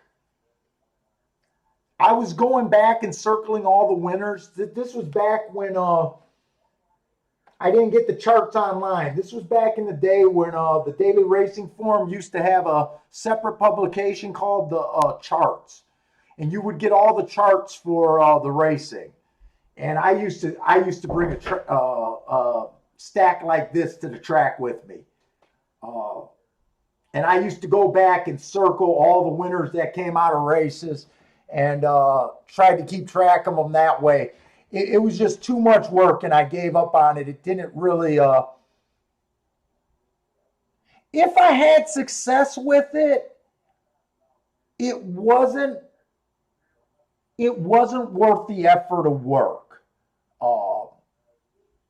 But key races is a real angle. It's definitely a real angle. Just trying to do the paperwork to keep what I thought would be a sophisticated, decent database was just really tough to do. Now I kind of notice when biases are super strong. So on certain days, like certain days play stronger than other days, I noticed. But I kind of gave up the key race angle, record keeping it with just who comes out. And it was a lot of paperwork to do that, because you also had to keep track of just not horses that came out of a race to win. You wanted to keep track of if they were dropping down in class, if they were stepping up in class. That was one of the problems that made it really a lot of work to keep track of. The other thing that was a lot of work that you gotta really watch on the key race angles is some of these, especially when you get 6-horse fields. Let's just say you had a August 10th, right? You'll have winners coming out of August 10th. But when you look at the next race, it might have been a 5-horse race, and 5 horses were it was a rematch, but only 5 horses were in that race. Was August 10th really a key race pertaining to that race? And the answer would be no, because all 5 horses were coming out of that race. It gets tricky. It does get tricky, but there are races that are tougher than other races.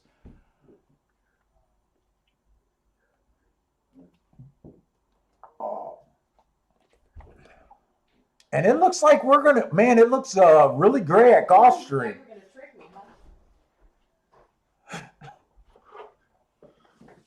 It looks like there's going to be a storm at Gulfstream probably today.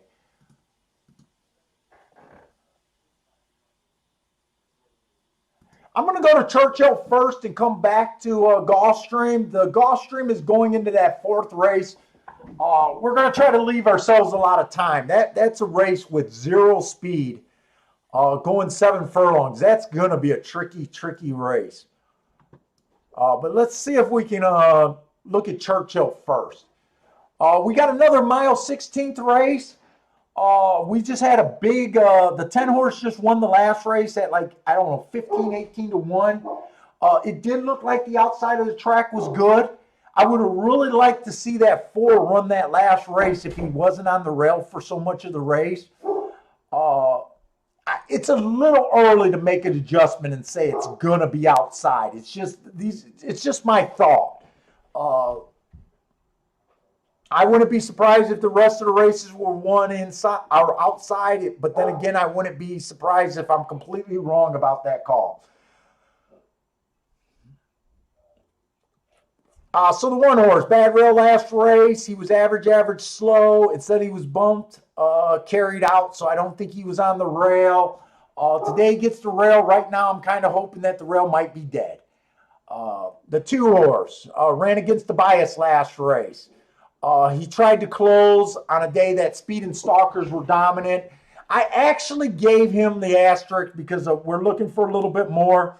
Sometimes I'll do that, sometimes I won't. I thought it might make a difference in a race where we got really, just a single running line on most horses. I thought it might play a little bit stronger here.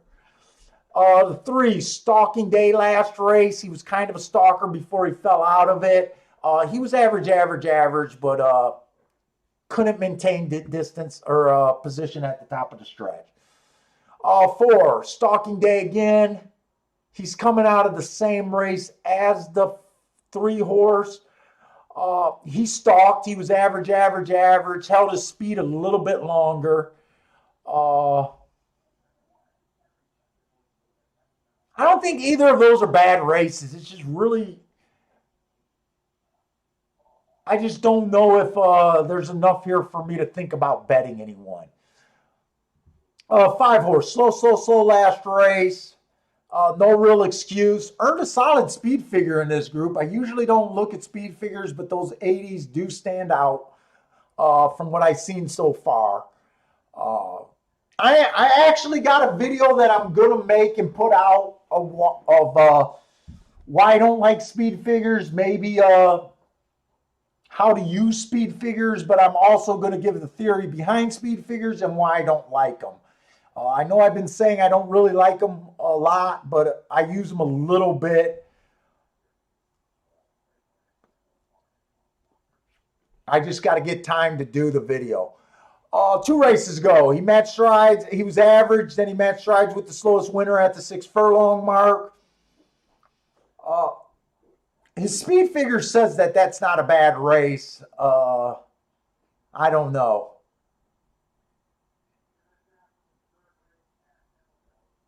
Three to one, I'm not interested in finding out, but it makes sense that they're betting him, I guess. His slowest speed figure was also earned on the turf, so he's back to dirt. He kind of falls under my category right now after 4 races, 3 on the dirt. He looks like a deep closer. I don't like deep closers at a short price. That's enough to get me off of him at 7-2, though. 6, Bad Rail last race. He had the 2-hole. He also got a slow start. Give him an asterisk for that. He came out fast, but he is stretching out. Wow, 33 to 1. That's about the right price to kind of get me a little bit where I would say he's worth something. I don't know if he's a winner here, but I don't think he's a 33 to 1 shot. The 7 I didn't look up because he ran his last race at Fairgrounds. Fairgrounds has not ran since December, or he has not ran since December. I'm going to look that race up, but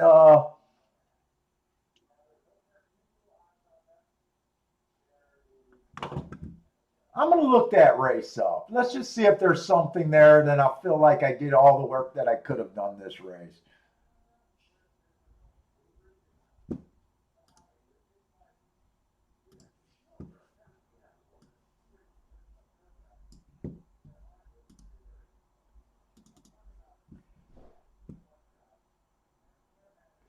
He's the favorite, and he's on the outside, which might help him.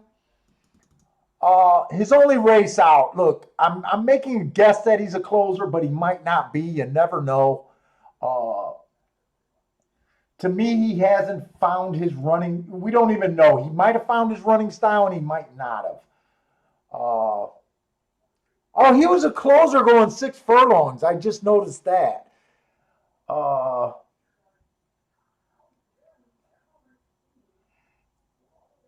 I got him being average that day. But like I said, it's a long layoff.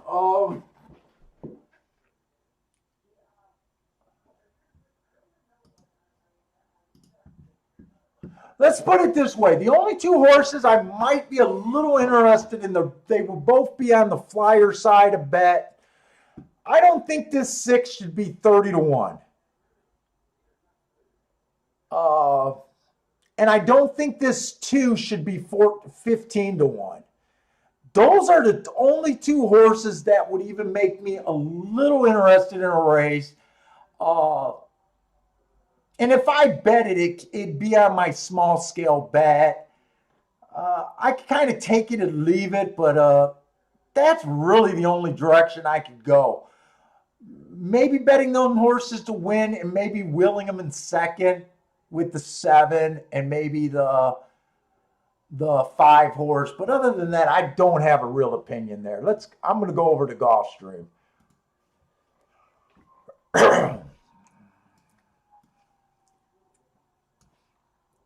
Gulfstream, we got the 4th race. We got 7 furlongs on the dirt. We did see a 5 horse kind of win by being circling the field, coming off the pace a little bit.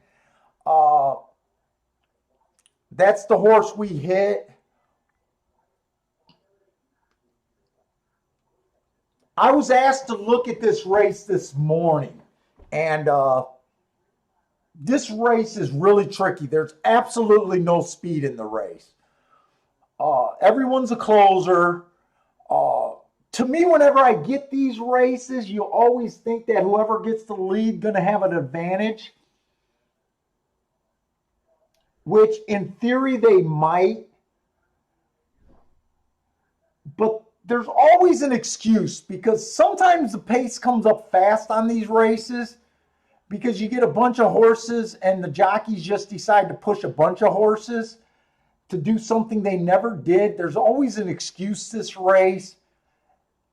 They're just tricky races to play. The 1 horse, middle of the track was good. It was an early stalking kind of day. He was a deep closer. He was in the 7 hole. He was slow average. I just don't know how I even view this race. 2 races ago, stalking day. He was a stalker. He was average, slow. 3 races ago, it was an early stalking day. He was kind of a stalker there. He ran pretty good. He was still slow, average, slow.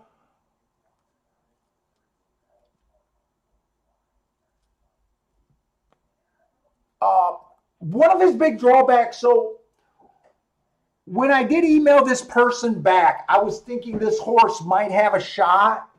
But right before I sent the email back, I kind of looked at him. He has a big class problem here. His last 6 races, he's been at like 6,000, 8,000 non-winners of 3, 12-5. He's stepping up.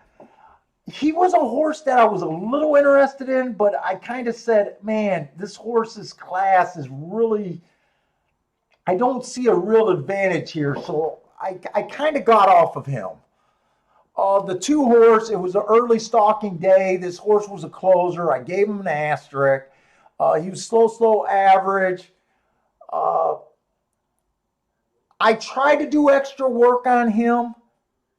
I noticed that in June and May, this horse had a little bit of front speed. He was at the basement of maiden claiming.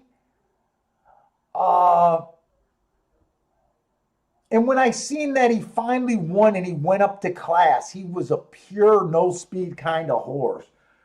I guess if this horse gets the lead, he could be a tricky. But I just don't trust it enough. And you know what? I kind of need more than 7 to 1 to get to make that play.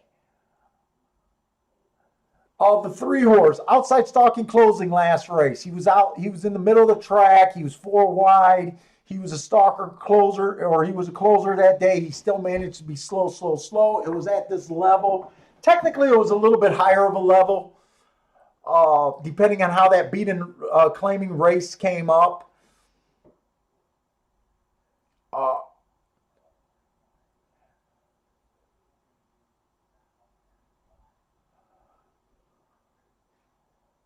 I was a little interested in him when I seen this August 30th race where he had a little bit more speed. He actually went wire to wire at Finger Lakes. But man, I could have looked that up because that was last year, August of last year. When I noticed that, I just can't get around him. Or and when I seen the morning line of 2-1, it was like, he is 5-1. He is giving more value than his morning line. He might be a horse that could get the lead. This is a tough race. The 4-horse been running at optional claiming 16,000. No speed. To me, he's kind of hard to get to. Wow, it's 7-2. Man.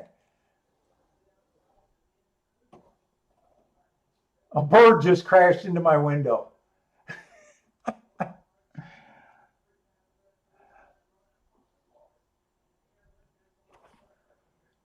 The 5-horse, bad rail last race. So at least he ran on a bad rail and not just a closing day.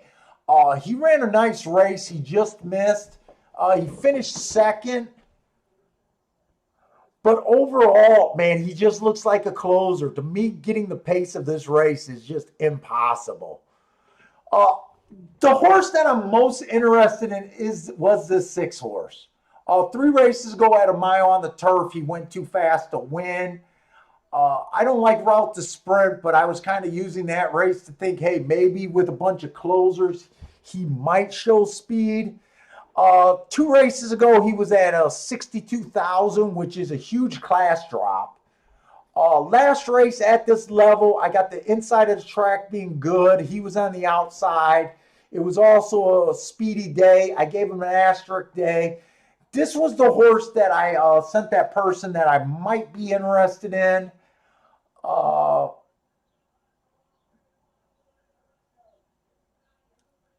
And then the 7-horse. Speed favoring day last race. He was slow.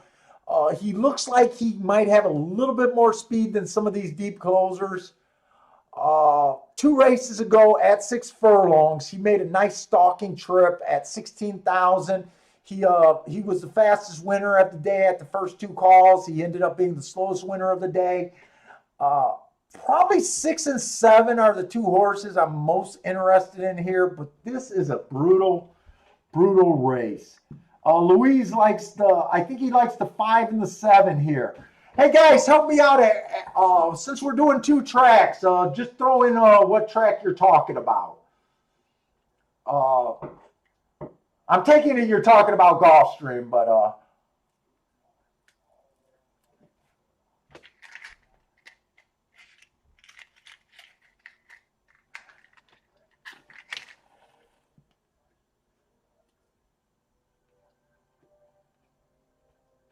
anyone in this race going for it and think they have a grasp on how this race might play out pace-wise? I'd be really interested to see what people are thinking this race.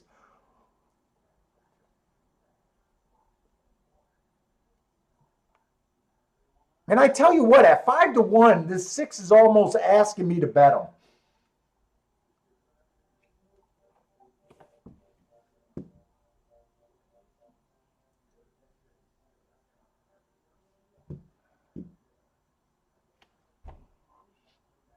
Steve B starting a double with the 5-8 or with the 5 here, going to the 5-8 next race.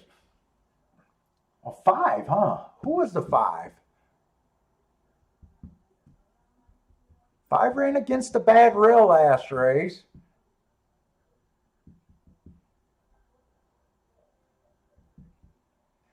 Dude, it's weird. Sometimes when you get these super paceless looking races, sometimes the pace ends up being so fast you can't even believe it.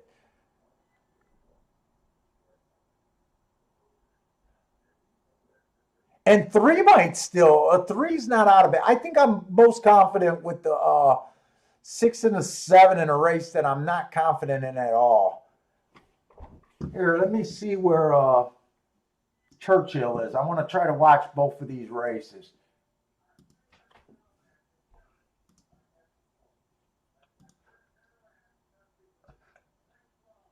Oh, Churchill ran. Sorry about that. I didn't get. I wanted to watch this Churchill race.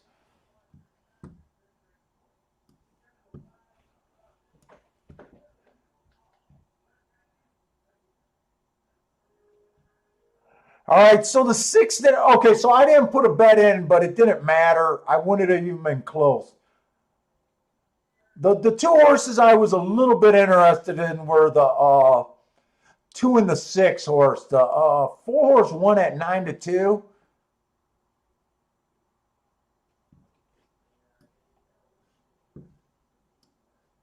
It looks like he might have went wire to wire.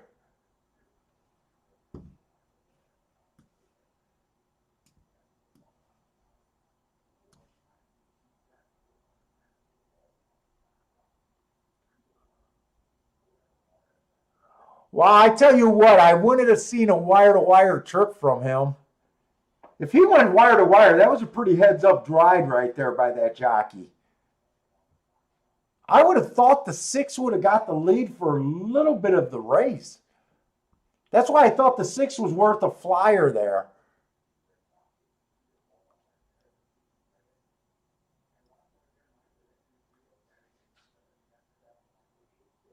And the 5 horse, like I said, taking these short price. Now the 5 wasn't as short of a price as I thought he was going to be. The 5 ended up being 4-1, which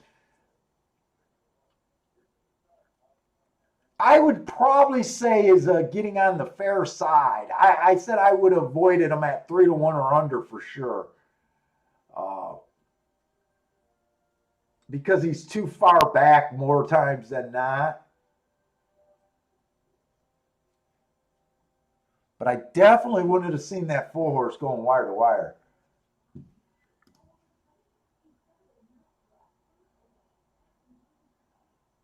Who for second at Gulfstream Park?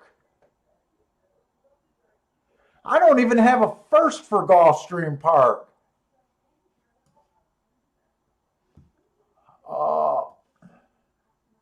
I feel so uncomfortable at this Gulfstream Park race. I'd probably be looking at, if you're looking for exacta, I'd probably be looking for the 6-7-3 in exacta box.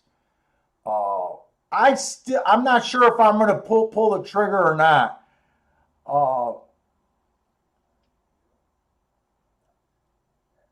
If I didn't get such a nice start, I'd be more apt to pull the trigger on the 6 horse. This is probably what I would have done if I didn't get such a nice start on that second race. I probably would have bet the 6 and the 7 to win, and I might have did a 3, 6, 7 in an exacta box. But this is a race that I don't love. I might still do that, but I might do it on a low bet here.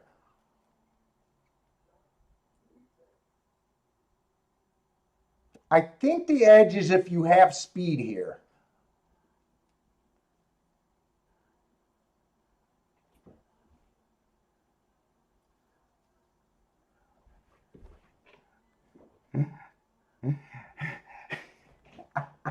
Abby's doing a high five. Is that a straight high five? 7, 6, 5, 4, 3. Good luck. It'll be fun to watch someone if they hit that high five. Oh, I just got smoke in my eyes. Let's see.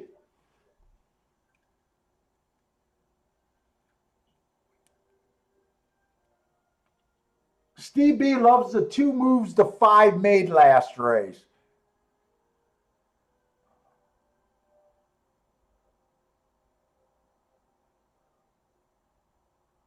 I like the 5. I don't mind the 5. I just don't know where he gets a pace here. 5 ran against the bad rail last race.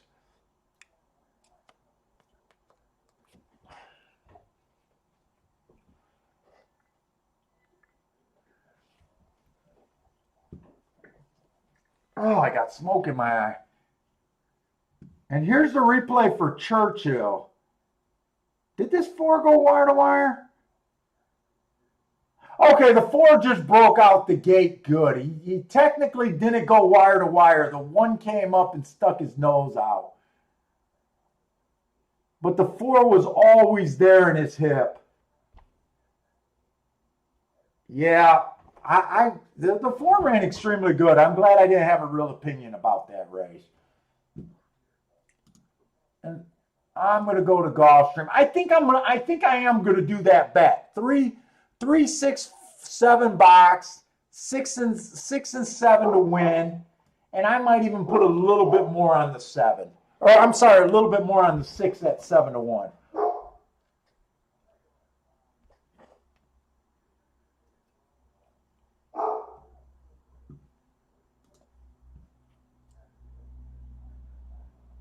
Yeah, Steve, the 5 ran against the bias last race. He ran on a bad rail.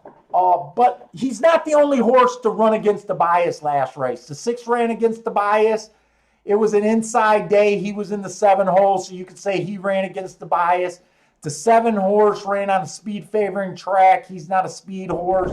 He ran against the bias. Uh,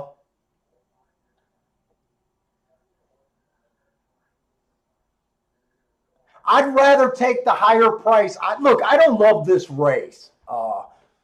So I wouldn't argue anyone. Look, you don't want to argue anyone when you don't have a real strong opinion.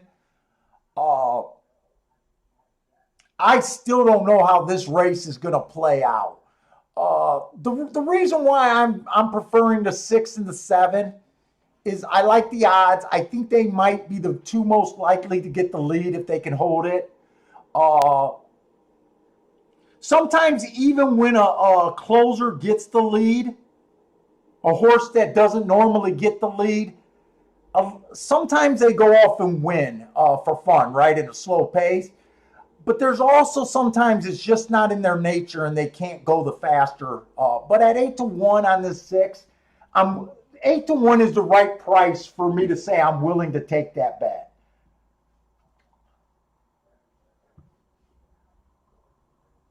But is this a race where I'd leave to make my day or something, or go crazy? And no, I couldn't do that in this race.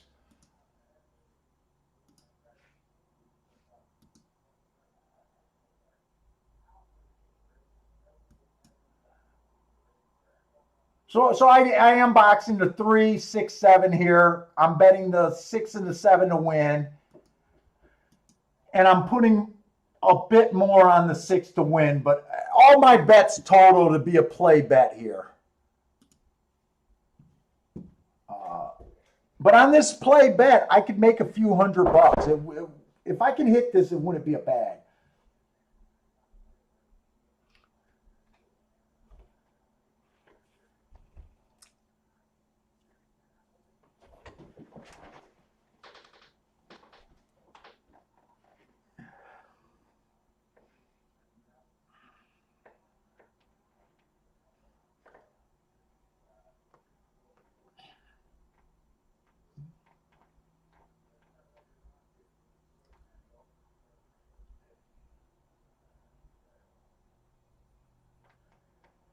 Seven gets the lead here. Okay.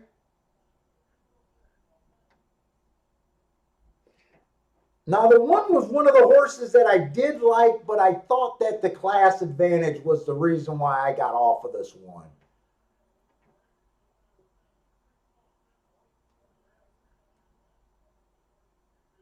And here's a paceless race, and we got 3 horses across the track.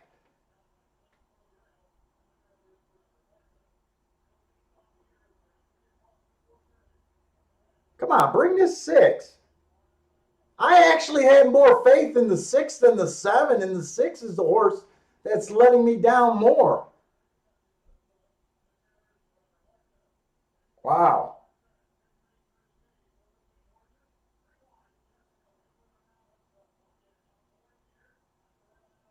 Come on, 7. 7 can win from here, can he?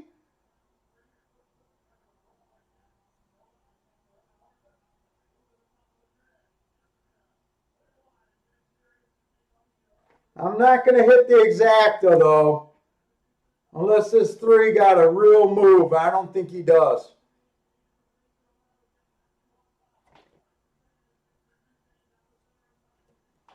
I wish I didn't put more money on the 6 now. But I thought the 6 was a better play. I honestly like the 6 better than the 7, but it's a hit.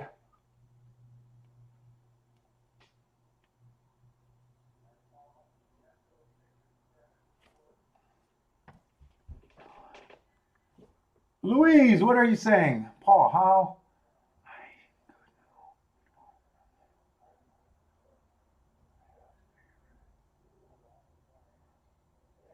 Louise, I think you're asking how do you know if a horse ran against the bias? It's from my bias reports. When I show you guys my markings, it's whenever you see an asterisk.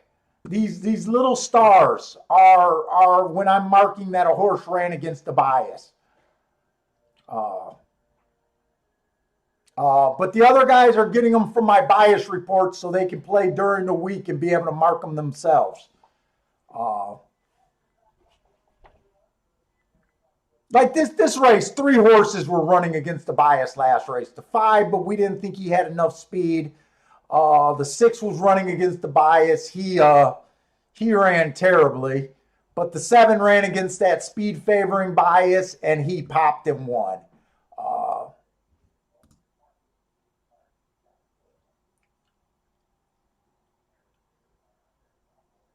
oh, I didn't realize that 2 ran against the bias too, but 2 was actually on the lead for a little while. Oh, 2 was that horse that I said he ran on the lead in the maiden. He might be worth a play, but I needed a higher odds than 7-1. I would have needed like 15-1 or higher to be interested in that too. Uh, and he didn't get second, so first and third wouldn't have helped me there. 4 was the horse that I kind of didn't really see.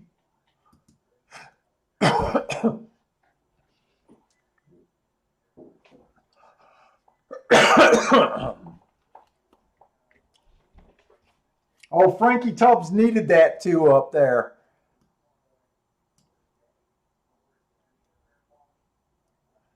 Yeah, 2 was the horse that I pointed out when he ran at maiden claiming 10,000. He looked like a speed horse, but when he went up in class, all of a sudden he was not showing any speed. Uh, like I said, I would have been interested in him at 15-1 or higher, probably. I'm glad he wasn't. Because if he was that high, I probably would have dutched the 2 and the 6 instead of the 6 and the 7. Uh, I thought I got I thought I got fair value on the 7 horse. I wanted the 6 to run better than him, but I thought 4-1 was the right price on him.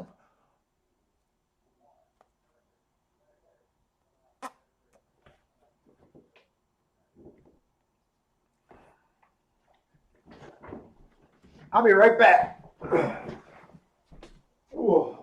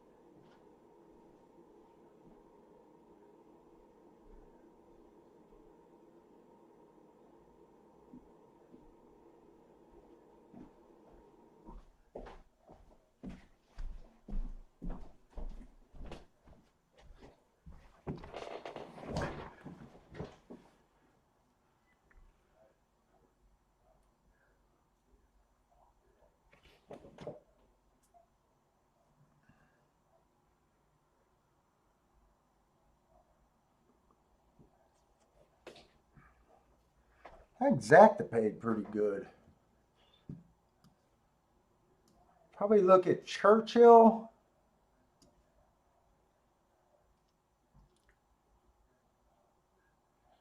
Churchill, I think, is going into the fourth race. That's oh man.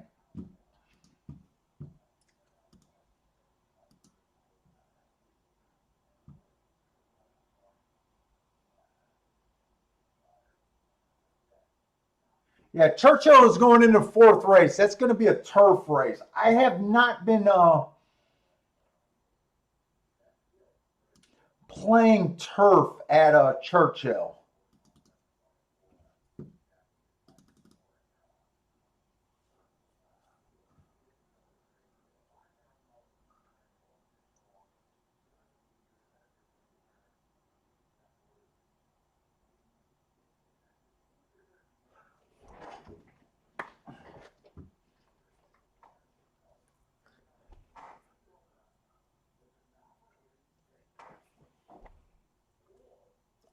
Have we seen a turf race at Churchill today, or is this? I think this is our first race at Churchill on the turf today.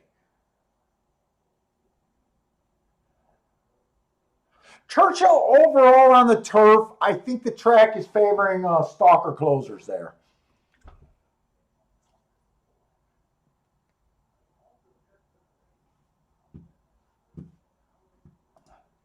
Other than that, I don't. I did not play over Derby weekend on the turf there. I did not play all the last meet on the Churchill turf. I'll go over this race probably quickly. It's kind of been a surface that I've been kind of avoiding.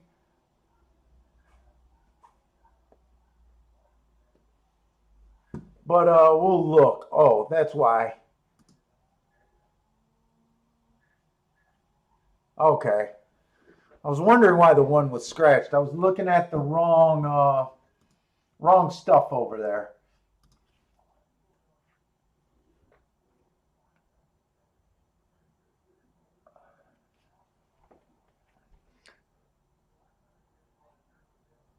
All right, so we got a mile 16 maiden claiming 40,000 on the turf. Uh, right now, I just think it's stalker closers there.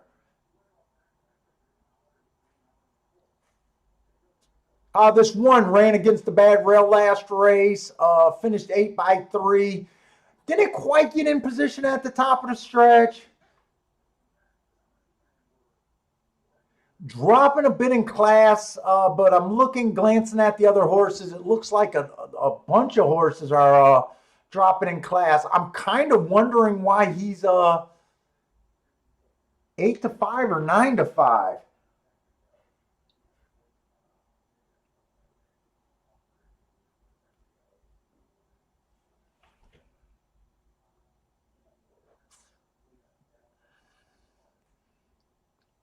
I don't love or hate this one. And I think I'm going to be surprised that he's such a heavy favorite here, is what I'm thinking in my head. The 2 horse ran against the bias last race. Outside the track was good that time he ran at Arlington Park. He was average, showed a bit of stalking ability. He was close. I don't mind that run at all against the bias. Actually, that looks pretty good to me.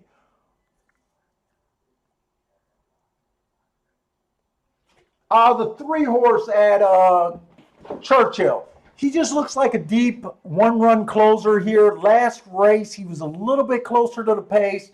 It might have been because I thought it was a super slow pace that he ran into. I don't care for him. Last race, he did get in position at the top of the stretch. But I don't really care for him. The 5 been running a sprints. Last race was 1 race sample. I can't really rate that.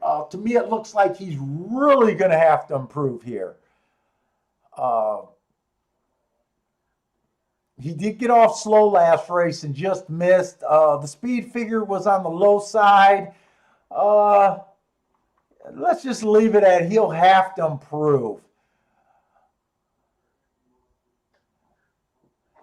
The 6, outside closing day last race. He was on the inside. He made a nice middle move at the second call. He came out 5x4, 5x5, 6x2. He did make an aggressive move. Running against the bias. 8-1. The 7 horse, 1 race sample last race, not a bad race. He closed, he just missed. Position at the top of the stretch. That looks like a really good race. He improved from his first race out. First race out, I got him slow. He just missed by a head. 3-1 looks like about the right price on a closer. I do think the track's favoring stalker closers. It's hard for me to want to take a closer at 3-1. 9, I didn't look up. He last ran at Turfway. Those races didn't look good. I would have went all the way to February and December. I just decided to ignore him at that time. The 10. 10 is trying to turf for the first time. Last race, it was an early stalking day. He was a stalker. He came out average. Match strides with fastest winner average. I don't think that's a bad race. 2 races back. I can't. He tried 7 furlongs. I don't think he's a 7 furlong horse.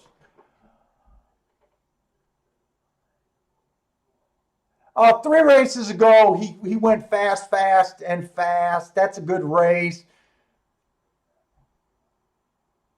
He's the horse that I would think should be the favorite, in my opinion.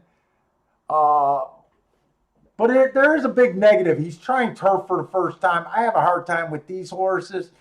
The 11 is in the race. 11's last race was terrible.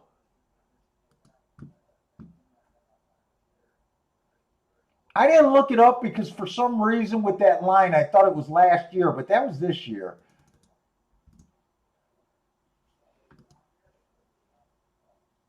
I'm trying to look him up quickly.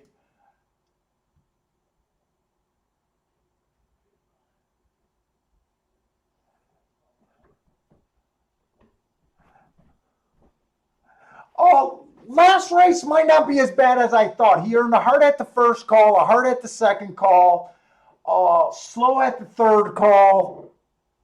He's trying turf for the first time.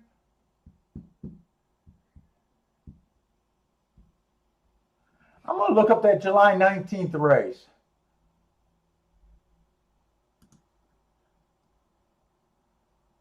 That was a 1 race sample. I can't even tell what kind of race that was. Dude, this race might be worth a flyer here.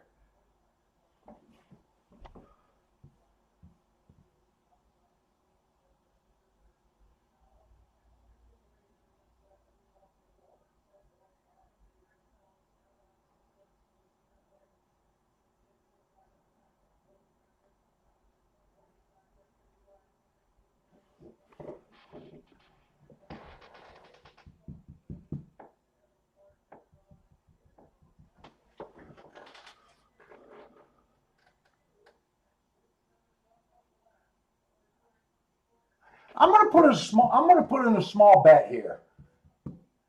I only played 2 bets, and technically I won them both.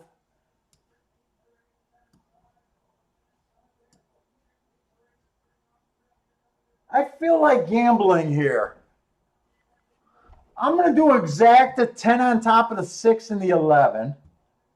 Small exacta 10 on top of the 6 and 11.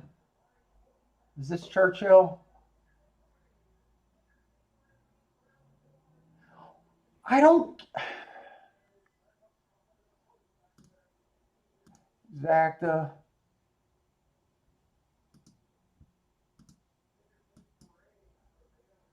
Ten on top of the 6 and 11.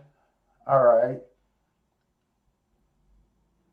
And then I don't do 3-horse win Dutches that often, but I'm going to bet the 6, 10, and 11 all to win here.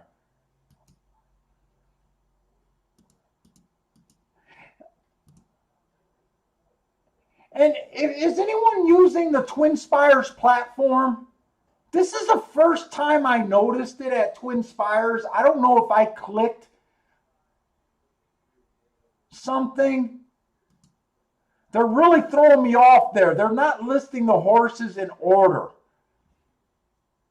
Does anyone have this going on? They got the 1 horse, the 10 horse, the 9 horse, the 2 horse. Did I click something? Or have they been doing that all along? It doesn't even look like they're doing them in order of bets. I have no idea why they're doing that. But that's throwing me off big time. And I want to look at Gulfstream. I hope I'm going to have enough time to look at Gulfstream. But I do want to watch this bet that I got. I'm going to put Gulfstream on the other one and look at the bet. Ah, shit. What did I just do?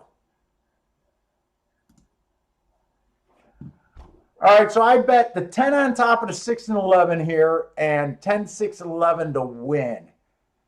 Really, for the 10 to make any kind of a profit, I need to hit the exacta. If the 10 just wins and I miss the exacta, it's almost it'll probably end up being a push bet almost, because I did a 3 horse Dutch. Let's grab this over to Gulfstream. Oh, Gulfstream, we still looks like we're going to have a lot of time.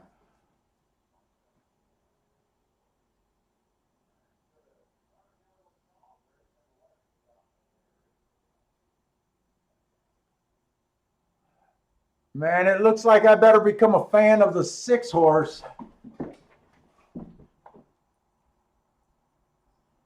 Or the 11. The 11 isn't going away yet.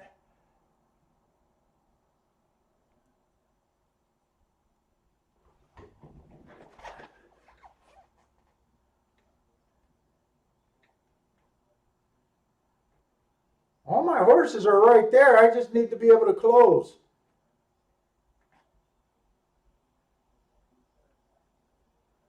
Seven looks loaded, though. 7's scaring the hell out of me.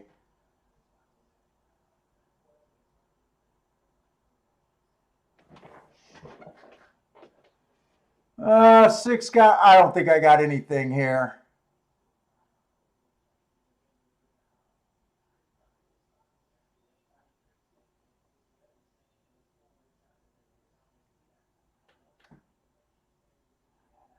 The one was the chalk, right? One was the chalk that I didn't like. I think one was the chalk that I didn't like. And public nails it again. Every time I think a race is wide open, the public just nails it. Public just nailed it. Yeah, the one was 7-5.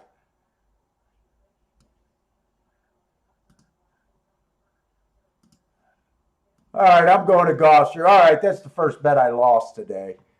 Jeez.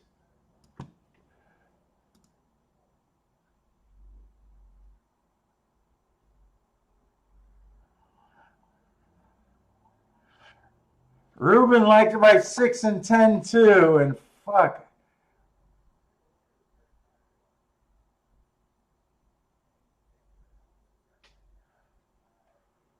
Oh.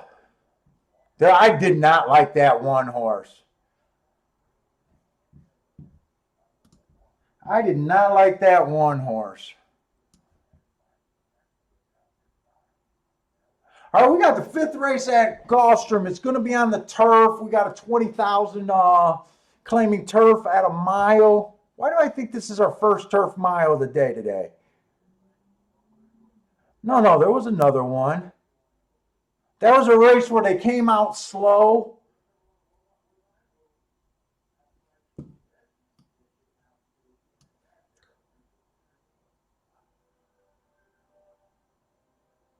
Dude, right now, I wish I would have just, I don't know why. Wow. All right, we got a mile on the turf, 20,000 claimers.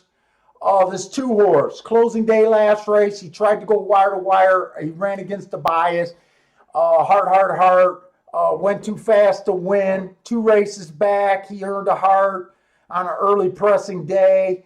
3 races ago. This horse has been fast. So right now in the back of my head, I'm kind of thinking that Speed did not do well in that 2-year-old race. I don't really know how to take that.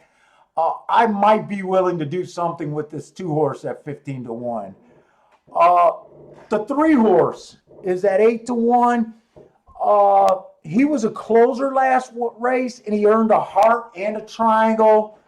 When that happens on a closer, that's usually sign of really good form. This might just be a real competitive race. 4 is a closer that earned 2 triangles. Stepping up in class, though, so's the 3. The 2's been at this level or higher. Wow, everyone is marked good this race. 5 came out slow. He was a deep closer. He made a super fast middle move. So right now I see 3 closers that I love the marks on. The 3, the 4, and the 5. I probably got too many horses and I can't throw out anyone yet. Son of a bitch, this looks like a good race.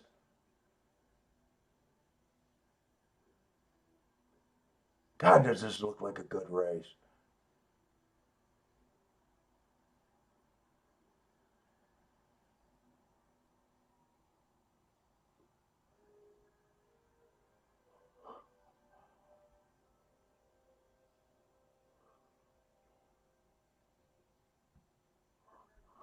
Eight earned 2 heart. Eight earned 3 hearts last race on a day that the timer malfunctioned on other races.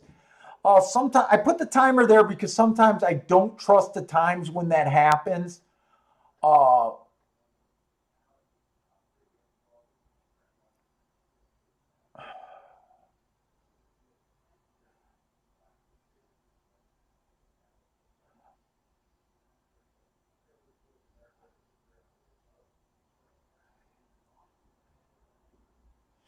this honestly looks like a race. This is a really good betting race. Uh,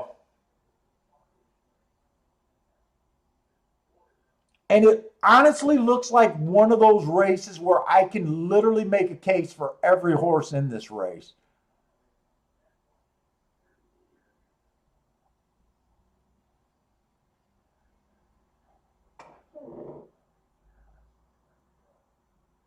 And there's some real long shots that I don't know if I can play this race.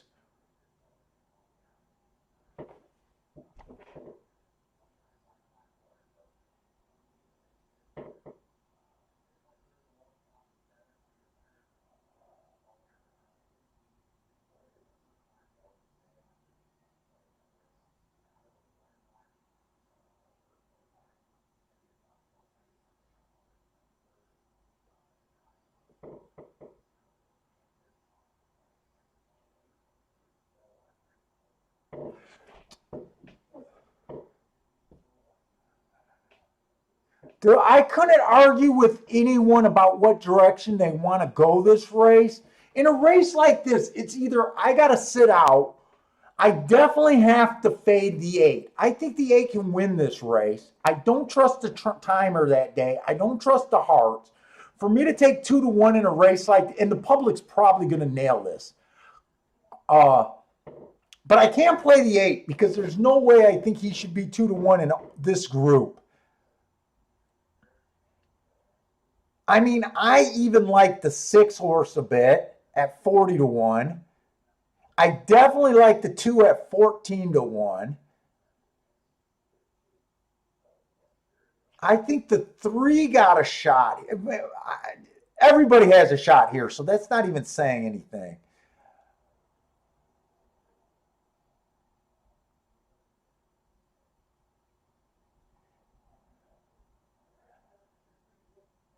This is almost like so I told you guys for years I didn't even play turf because I didn't track turf.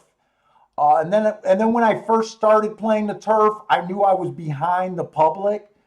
So I would only play my turf picks when I liked horses over 10 to 1.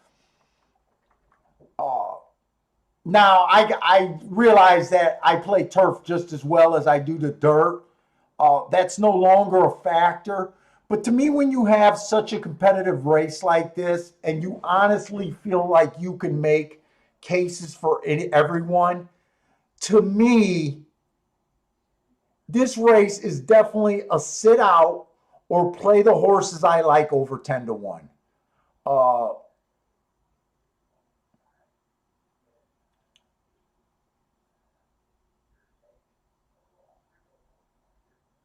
and right now, I think I'm sitting out. I really wanted to do something with this two horse, and I even wanted to put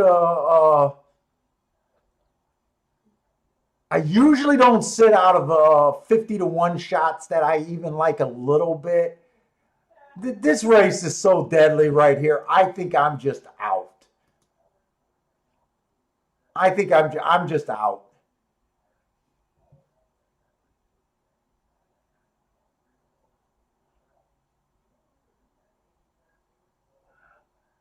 Abby likes the 11 here. I'm taking it because he does. Abby likes the 10. Oh, he likes the 11. Okay, I see. Cole is taking a shot with the 6 also. Frankie Tubbs looks like he likes the 6.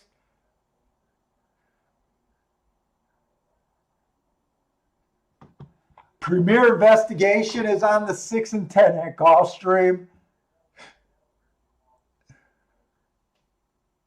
Yeah, this is a race that, to me, to bet, and I like the direction everyone's going.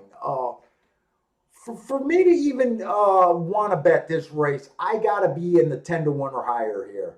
I think this race is that competitive.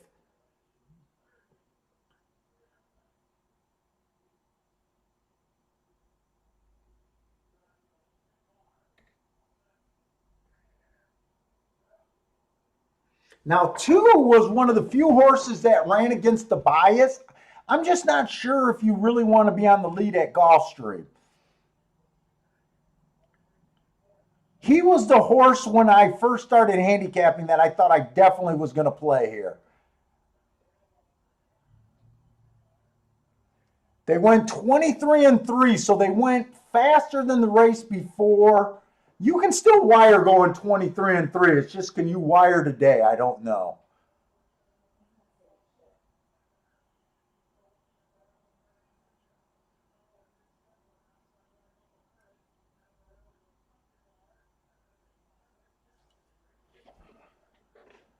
I think it's going to be tough for the 2 because this 3's been in his flank the entire race.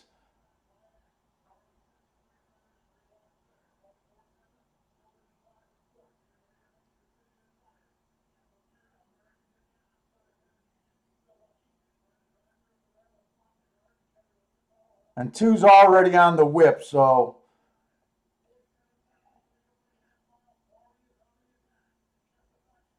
come on, two. Piss me off. Oh, I was hoping the 2 would still hold on just to. 4 got the perfect trip. See what I mean about anything you do there was right, but to me, my strongest opinion was you had to fade the 8.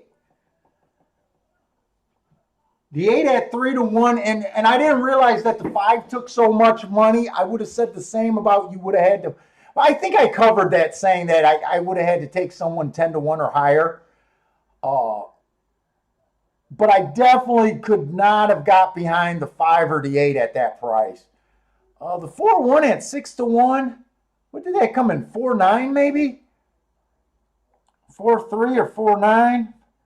4-3. The 2 and the 3 ran extremely well. Who was the 4 there? I mean, 4 is another closer that earned 2 hearts, or not 2 hearts, but 2 triangles.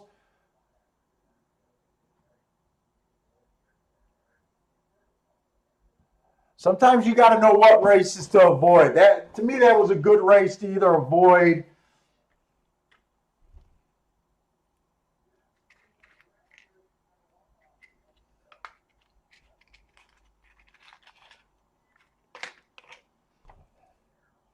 Yeah, and the other thing about the race was as soon as I seen that the eighth timer, that was the day that the timer malfunctioned, I really couldn't trust those hearts.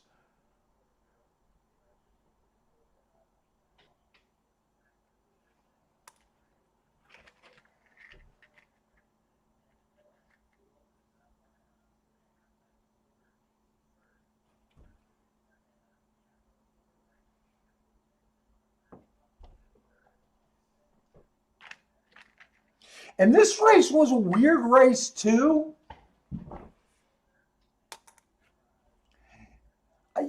Sometimes I use class, sometimes I don't use class. The horses that ran the best, first of all, the two horses that ran the best, the Perfecta, they were both stepping up out of the same race, which is nice. Uh, but I do notice they both just come out of a 12-5 claiming race. I use class a little bit, but I don't like class. Because if you use class, you wouldn't have been on the 4 and the 3 here. Not with the 2 being competitive at 25, 35,000. Not with the 7 coming off of some $60,000 races. The 8 was coming off a $25,000 race. This was just a hard race.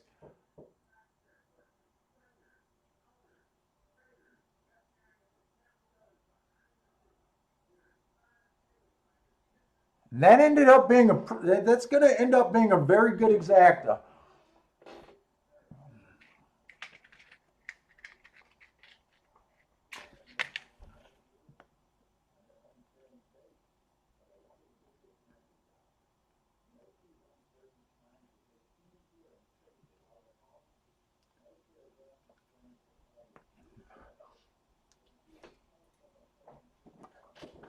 And that's a race where more time wouldn't have helped.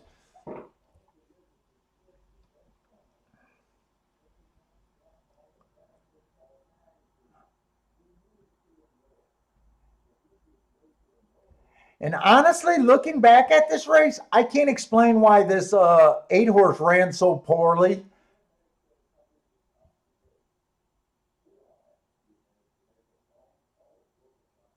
The 5 horse, I'm kind of shocked that he got down to 3-1. He was coming off of 12-5 claimers too. I'm a little shocked at the bet on the 5 horse. The 5 horse ran on the same day that the 4 and the 3. He actually ran with those horses and was right there. I'm a little shocked that they made him 3-1, to be honest. Huh. That was just a tough race.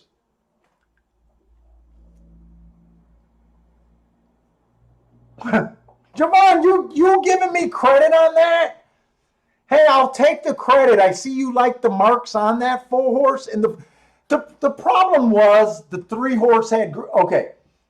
I can't take full credit. I'm glad you hit it, and I'm glad the notes helped you. You know, but looking at the marks, like I said, I think when we first started, I think I stopped at the 5 horse and was like, all of these horses earned great marks, which they did. There wasn't a bad mark other than the 9 horse on a day that the timer malfunctioned. Everyone earned solid marks. If they didn't earn solid marks last race, they earned it, within the last 3, even this 10. Slowest winner, but 3 races ago, he earned really good marks. I'm glad whatever you've seen on my paper helped you out.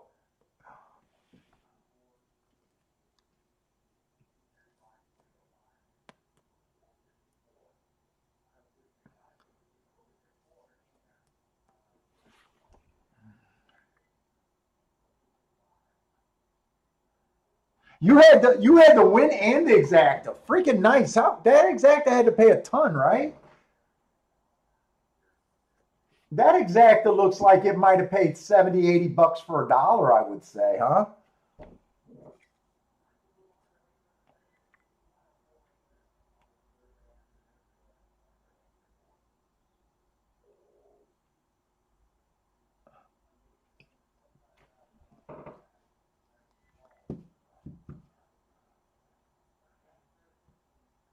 I thought the 2 horse ran extremely well, but the 2 was never the best because the three and the 2 ran the same race. You know what? Actually, the 2 did not run a bad race. I didn't realize that the 2 got fourth and literally was right there. He pretty much the 2 and the 3 ran basically the same race. The 3 finished a little bit better, but not by much.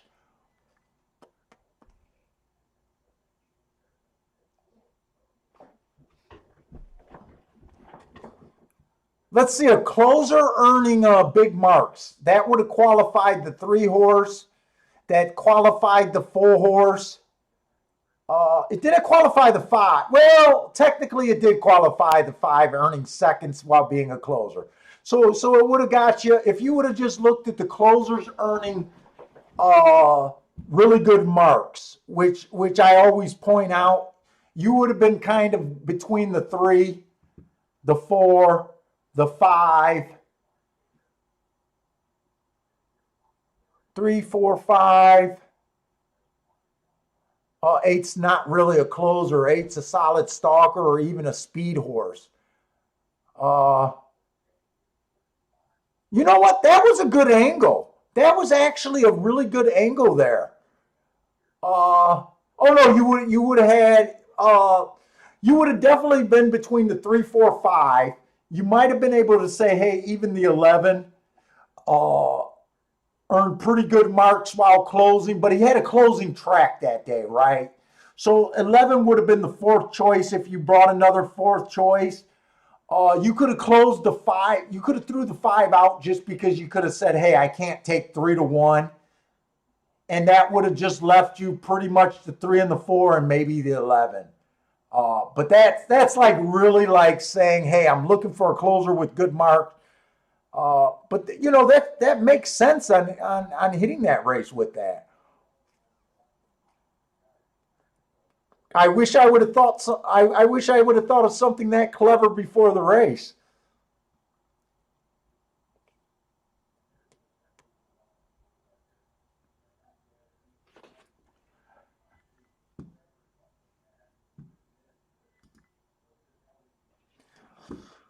Let's see. Do we got time for Churchill? I want to bring Churchill in on my second track, but I really want Churchill to give me something. Make me feel like there's a bias. It's really hard. I'm pulling for Churchill over Baltimore, or not Baltimore. I'm pulling for Churchill to be my second track over Belmont. Uh, Mainly because I think that outside bias at Churchill tends to heat up. I'm hoping that it happens again. In my personal play, I just prefer Churchill over Belmont. But when I went to download the forms last night for tonight, I was between Belmont and Churchill. But since I just had a really, really good Derby day and a good Derby week, that's why I chose Churchill over Belmont. Hopefully we'll get off to a good start at Churchill this meet. Right now I just made a token play. I don't know if this is a great race. Everyone's a first-time starter or only one race. I want to spend a little bit of time on it, but probably not that much because it's probably not going to be a real good betting race because of all the unknowns. The 1 and 2 are both first-timers. This is going to be 7 furlongs on the dirt. The 1, bad rail last race. He was on the outside. He was slow. I didn't give him an asterisk for anything because he didn't deserve one. You could argue and say the slow start might be you giving him an asterisk. Let's face it, after one race he can improve, but there's nothing for me to get behind him. The 4 horse I thought ran on a speed favoring track last race. That's not enough. He did earn a legit asterisk. It's just she didn't do any running that race.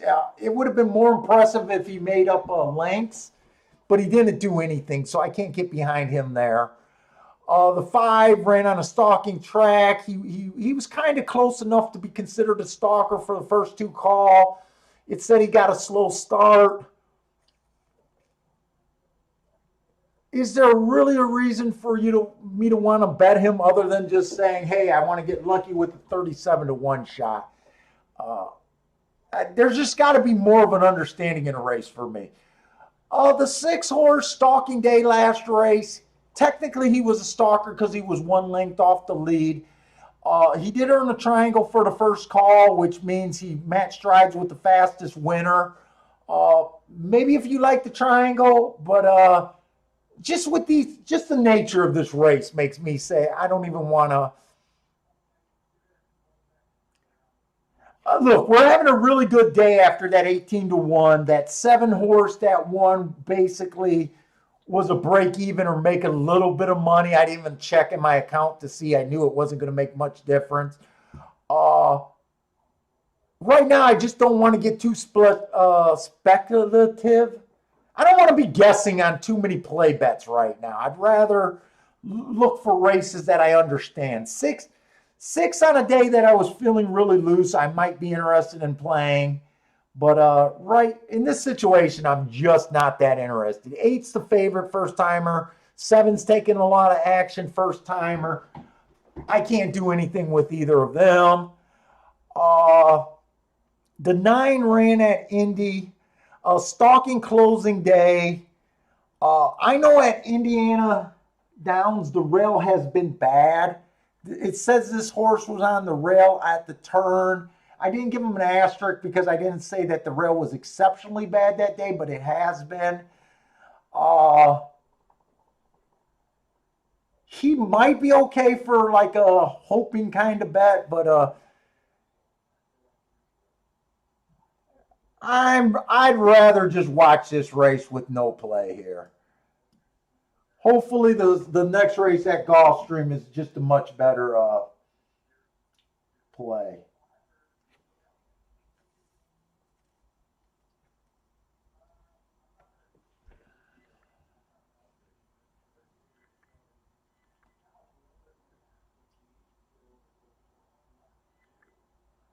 And what do we got here? So we got a maiden claiming 6.5 furlongs, 25,000 on the dirt. What's been going on at the dirt today? I know we hit that one big horse. He was off the rail, middle of the track. I want to say I don't know if there was very many dirt sprints today. Let's see if there's anything sticking out. I'm just going to Equine Base and checking out the charts. Hey, what's up, Garth?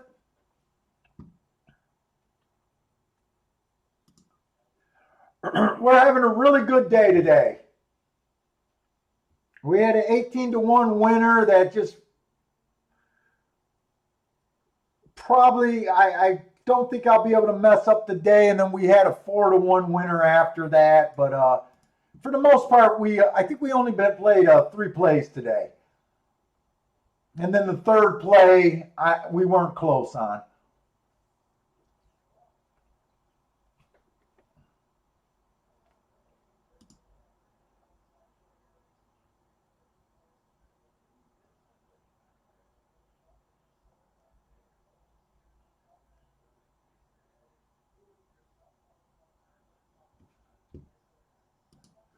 Right now, going to Equine Base didn't help a bit.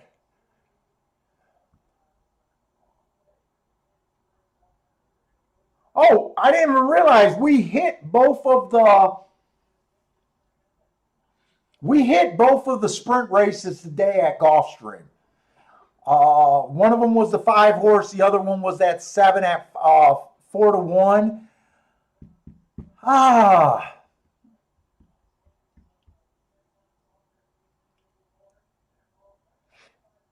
I don't know if that's enough evidence to say that the rail is bad.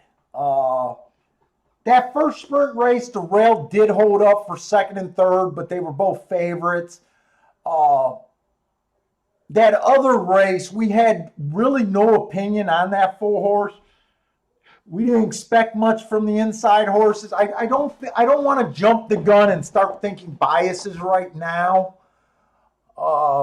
We kind of like the two horses. We cashed the bet on the two horses that won. So let's just say right now at Gulfstream, it's kind of running how we expect it.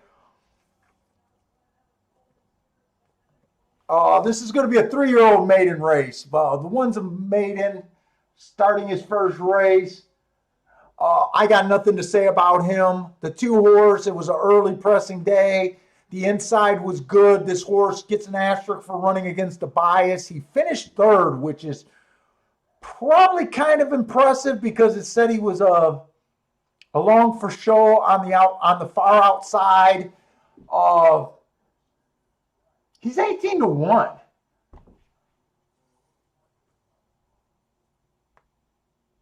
But he did start his racing at the basement. I can understand why he's 18-1, and it'd be kind of a loose play to jump on him, but it is kind of a tempting play. The 3 horse. It was an early stalker day. Inside of the track was good. No, that wasn't the same race. So to me, when I get this marked, right, to me, the 3 was helped by the track, and the 2 was hindered by the track. If those are the 2 horses I'm between, I would prefer the 2, because to me, the 2 did not run his best race. It doesn't mean that the 3 can't win, but that's how I look at this. The 4, bad rail last race. He had the 6 hole, didn't bother him. It was a stalking closing day. I kind of wondered if I should have gave him an asterisk because he tried to go wire to wire. That's kind of up to you. This horse, you could probably make the case that he deserved the asterisk there. 2 races ago, I got him earning an asterisk. Outside of the track was good, and it was a stalking day. So I gave him an asterisk 2 races ago. So right now, I got no strong opinions. The 5 horse, bad rail last race. He was on the rail. This horse deserved an asterisk. I don't know why I didn't give him an asterisk. 2 races ago, he went match strides with the fastest winner of the day for the first 6 furlongs. This horse been showing some speed. 6 has not got a shot to run a race. Wow, this race might be kind of appealing. Let's watch Churchill. See if there's something I might want to do at Gulfstream. So Churchill 6 was one of the horses that I liked at I think he was 4-1, 5-1. So right now, that's who I'm pulling for. I think 9 was the other horse that I thought maybe. But I didn't put a bet here. And this 3 looks locked and loaded. I don't know if the 6 has anything else. If the 6 got more horse, I would have thought he would have went by now.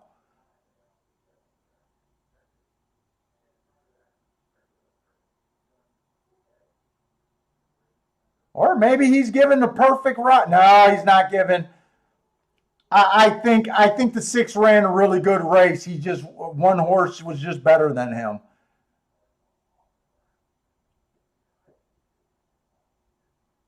And I'm not sure. Visually to me,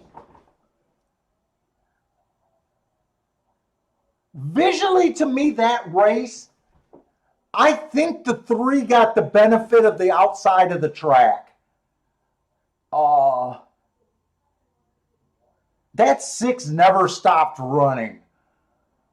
I'll be interested in how I chart today at Churchill. I think this 6 fought, and I almost wish I would have seen this race if he would have drifted wide instead of staying towards the inside. Visually, I don't know. Visually, I feel that way after that race. And I want to glance at the 3. Was 3 a first-time starter or something?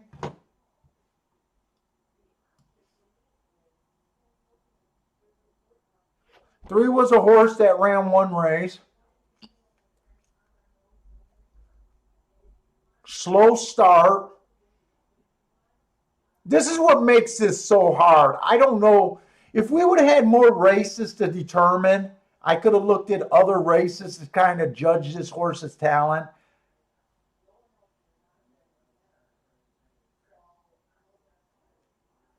But it really makes it hard with both of those horses just winning 1 race.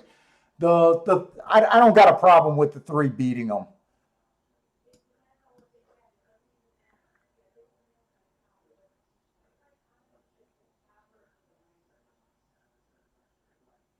Abby bet the 30. Another winner by a miscommunication. Yeah, I like the 6 there. Three I didn't like. And the 3 at Gulfstream, I think the 3 can win this race. I wouldn't take him at 4 to 5. I would prefer the 2. And I also see some things that I like about the 5. The 6 is another horse that ran against the bias, but he'll have to really improve.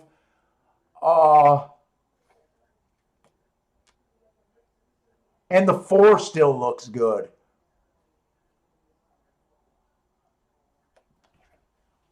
I don't know if I'm going to do anything here or not.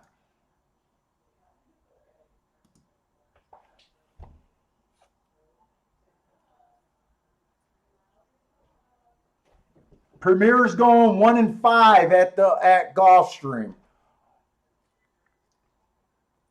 The 1 I can't get to just because he's a first timer. And that's just me. I can't get to the 1 or the 8. The 5 I actually do like.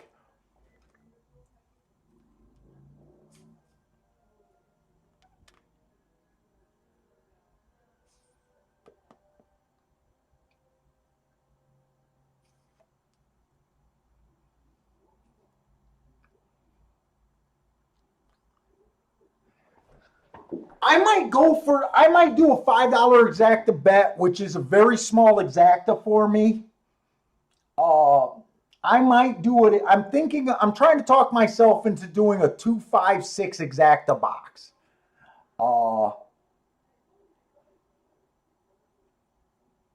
I think the two and the 6 both ran against the bias. I'm really hoping that they can improve. If the odds weren't what they were, I wouldn't touch this race. But I think for a small bet, if I'm right, it's almost like I might do that bet.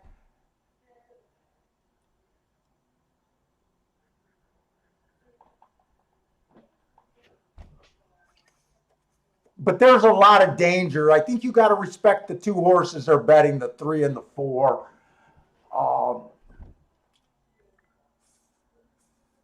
Or I can just let this race go.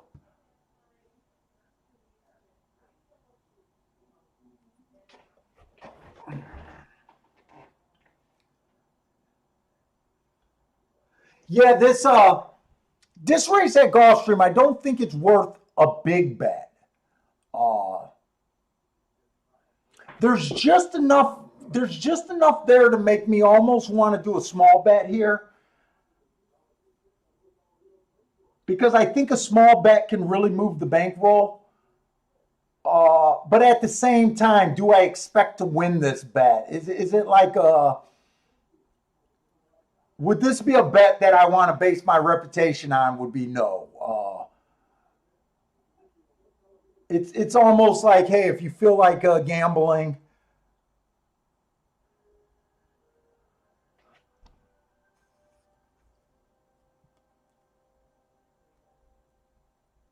I don't have a problem with the 3 and the 4 being kind of the lowest 2 horses on the track, odds wise. I do got a problem with the 3 at 4 to 5. To me, both of those should be around 2 to 1, 5 to 2.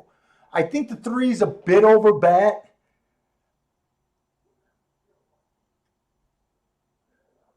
If he wins, I don't have a problem with it. The two is like being very, hoping that something could happen. The two got danger because he's stepping up in class. He tried the basement, now he's going to mid level.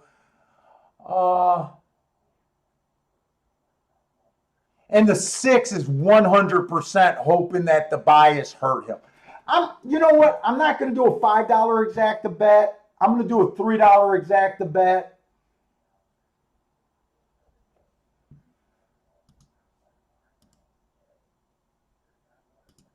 I'm going to do a $3 exacta bet.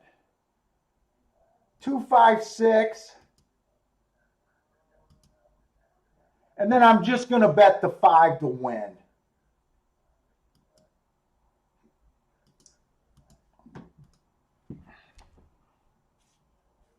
And this is extreme dangerous race.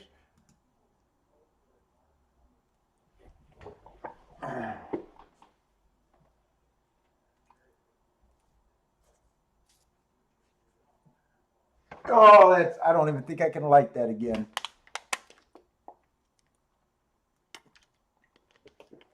Frankie Tubbs is going 5 on top of the 4 and 8.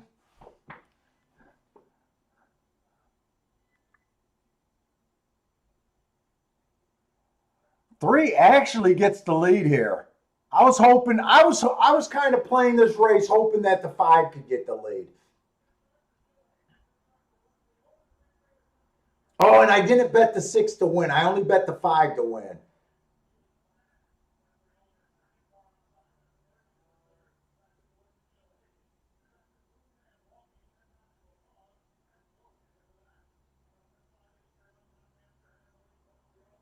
Five's trying. He just looks like he's working way too hard to keep up here.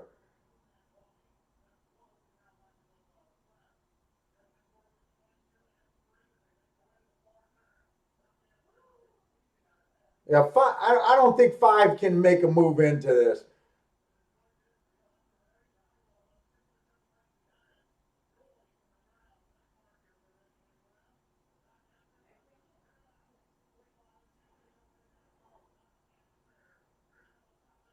I needed to be right about the 2 chalks not running. I think this 2 might get second.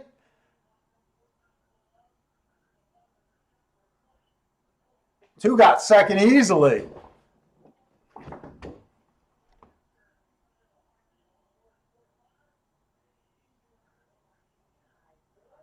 I bet this race because of the 2 horse. What the hell? What was that exacta pang?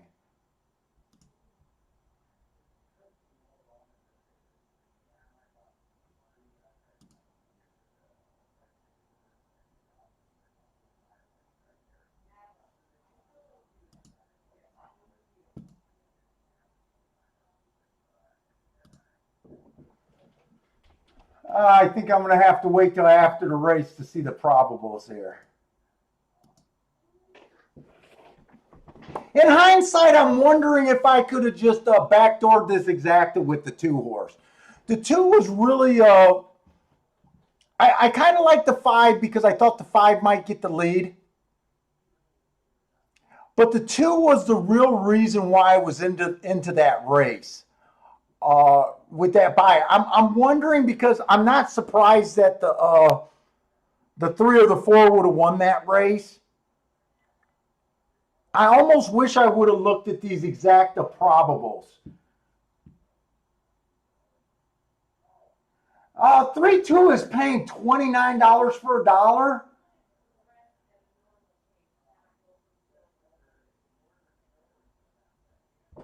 On some days I could have hit that. On some days I would have sat out of that, and other days I would have lost that.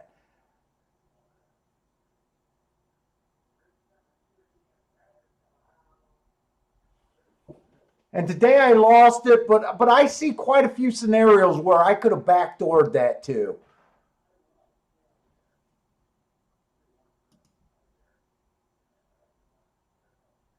Yeah, I would have. Trust me, if I would have looked at the payoffs and been thinking that route, I might have backdoored that exacta. I wouldn't have thrown out a $29 exacta for a dollar. Uh, I was kind of hoping that maybe the six could.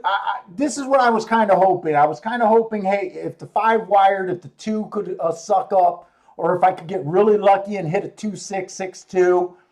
I kept saying that, yeah, I don't have a problem with the three of the four winning. I just didn't like the price on the three. In hindsight, I think we could have backdoored that. I wouldn't be surprised if someone in the room actually did. Doesn't look like anyone hit it, but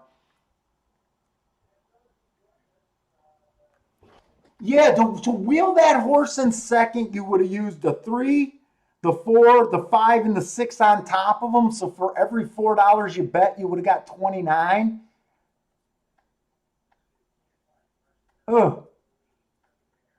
It's a little missed opportunity.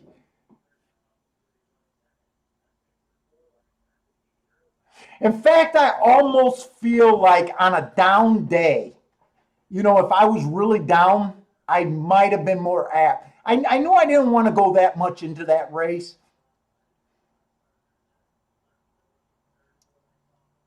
but on a down day, you might have been a little bit more aggressive.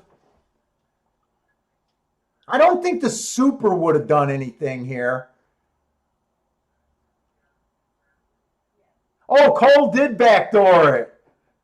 Oh no, Cole didn't. Oh, Cole did hit it. Nice job, Cole.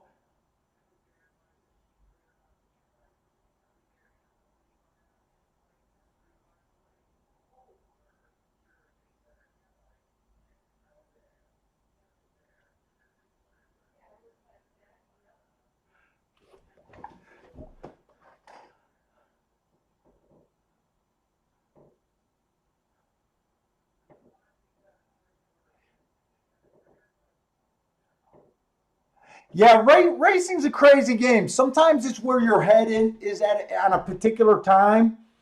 Sometimes it's just the order of the races uh, can make a big difference on a monster hit.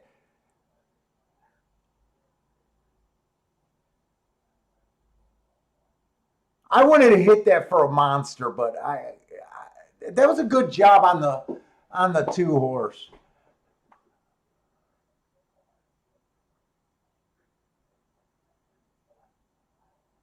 Three was a Wesley Ward 2-year old too.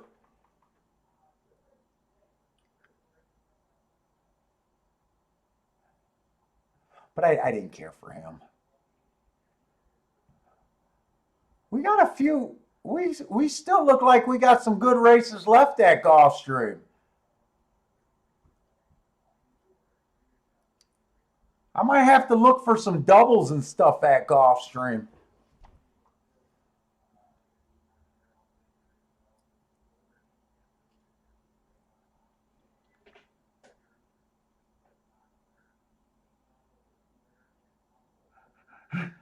Did it win for you, Cole? That's the real question. And if he won for you, that's a real solid bet and a real big speaking of backdoor. Hey, what's up, Rex? So far I haven't heard from Bill. It just depends on if Bill's still painting or not, I would think. You need him for the drinking influence.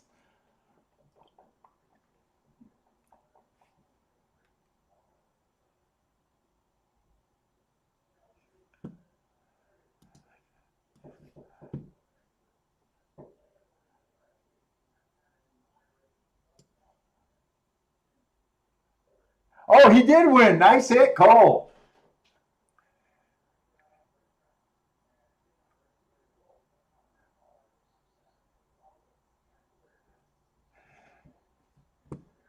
On $150 bet. Nice. That's a real nice hit. Oh, you hit that 7-4 double at Gulfstream? That double had to be pretty solid. 4-1 and I think 6-1.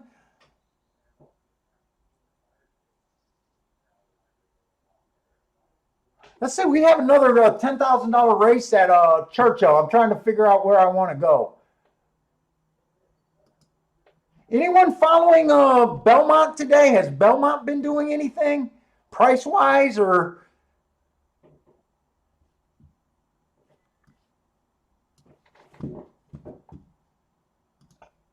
I haven't even checked in at Belmont today.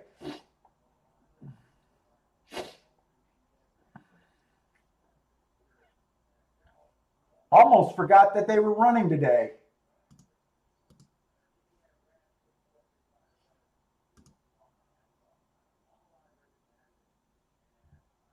Let's see, they had a $15 horse in the first race.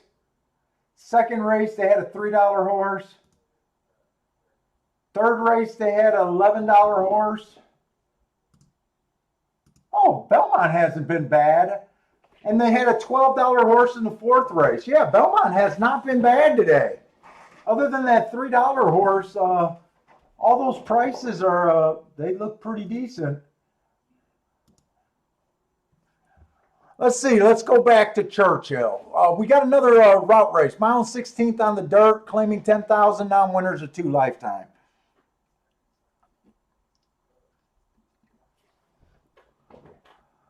The 1 is out. Wait, no.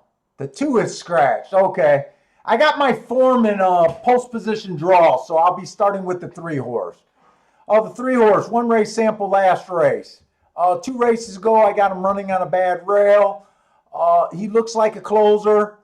Right now, I'm thinking that I'm kind of hoping that the outside of the track is good at Belmont, or at Churchill, I'm sorry.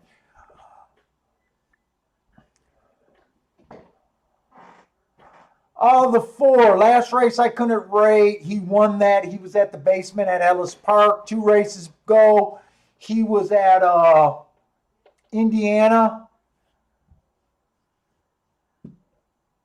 My guess is that was a rail bias day where the rail was bad. I want to look it up real quick.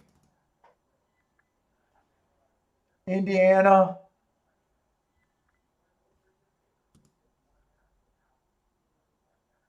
Yeah, bad rail 2 races ago at Indiana. He comes back and wins at Ellis Park, but he was 50 cents on the dollar. 3 races ago, he flashed a little bit of speed, came out fast, average. He's going to be in the 2 hole. The 5 horse, early pressing day. He ran with the track, average, slow. 2 races ago, he had earned an average, heart average, so he went too fast to win that race. I don't have a real problem with him. This is a mile 16th.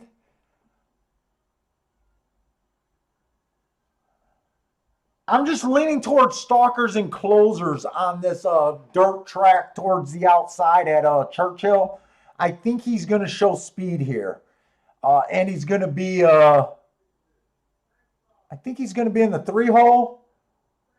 Yeah, he's going to be in the 3 hole, so I got a feeling he's going to be inside, and I might not want that trip. 7 horse, looks like he's going to be in about the 4 hole.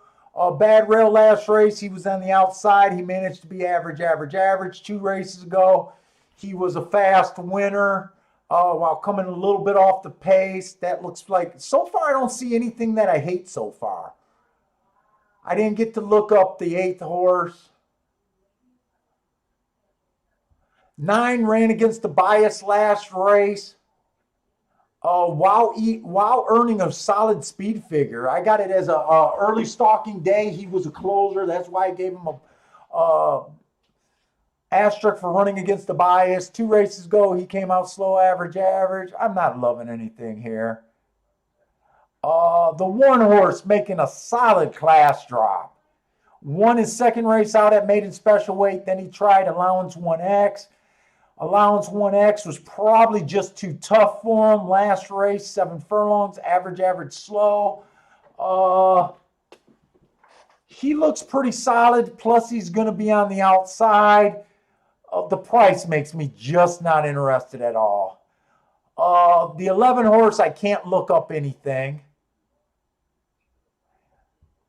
And the 1A is coming from Indiana. The entry looks like it's going to be on the solid side. August 11th, I can look that up real quick. Timer was malfunctioning that day. It was a stalker closer day. He looks like he was trying to get the lead there. He was just average, average, average. I think the entry looks pretty tough here. And I don't know how bad I want to go against that. Gulfstream I'm hoping is a better race.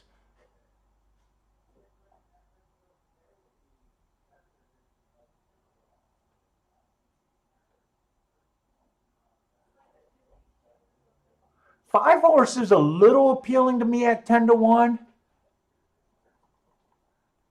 And the 7 at 7-2. I don't know. I might come back to this race. I want to go look at Gulfstream. Let's see if there's something better at Gulfstream. I'd rather feel like I can understand a race a little bit better.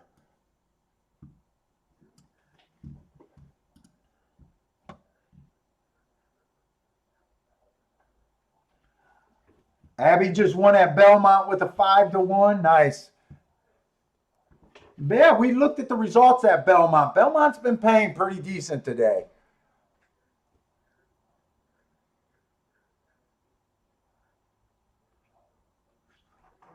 This one horse at Gulfstream, this is a mile claiming 12.5. Right now, I'm not playing this race like there's any bias right now. One horse making a drop back to this level. Last race he tried 20,000. It was a stalker day last race. He was a stalker. He kind of just looks like he ran an even race there. 2 races back, stalking day. He was a closer. He managed to win that day. So that day he was probably the only closer that won, and the rest of the races were won by stalkers. That was his best race. I'm almost wondering if I think he ran with the bias, right? I don't know. He's ran at this level twice and won both of them. And he's won both of them pretty even. I guess that's why he's being the chalk right here.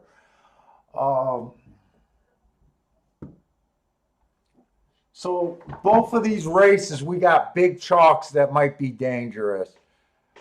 The 2 horse, stalking day last race, slow, didn't make a move. 2 races back, average match strides with the slowest winner. He's not doing anything for me. The 3 horse, stalking closing day last race. He was a closer. He looks like he ran with the bias. He was the slowest winner of the day. That was his best speed figure. He also dropped. This horse has speed. And he won by closing. This horse is kind of interesting. 2 races back, he was average. 3 races ago, inside of the track was good. It was a stalking closing day. He tried to go wire to wire. I gave him an asterisk there. He looks like the lone speed so far from what I see. 4 horse, stalking day. He was a stalker. He is a stalker for the most part.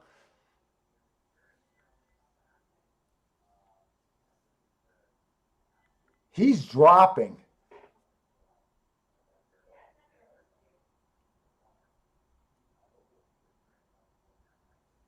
Man, I'm kind of getting lost in this race.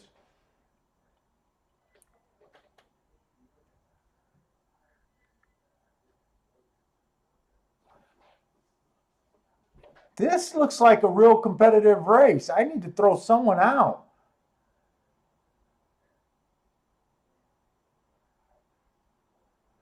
The 5, average. 2 races back, stalking closing day. He came on. He was average, and then he was fast. I'm not seeing any horse that I'm hating here. This is almost like the other race. 6 might be the first horse that I'm throwing out.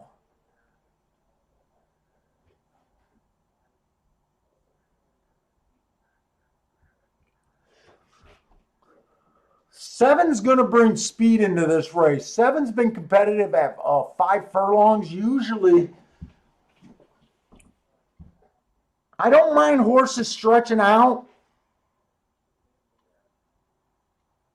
I think he's going to add pace. Oh, I don't know how to go this race.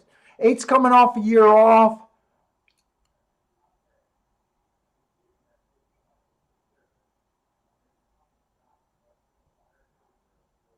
Boy, I'm like lost in this Gulfstream race.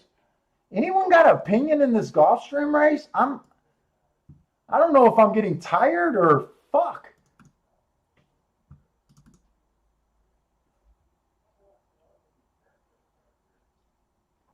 So for the most part at Gulfstream on the turf, you can win from anywhere on the track. The track, there's almost no difference between wiring the race and coming from 5 lengths off. It's what I call almost a pure even track, this Gulfstream route race. It kind of makes it hard for me to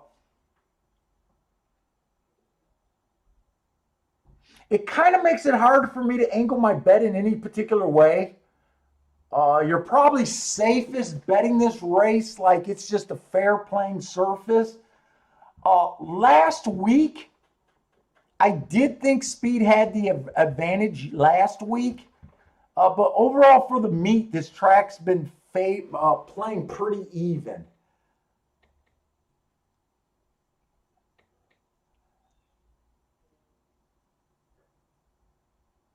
And I just don't know.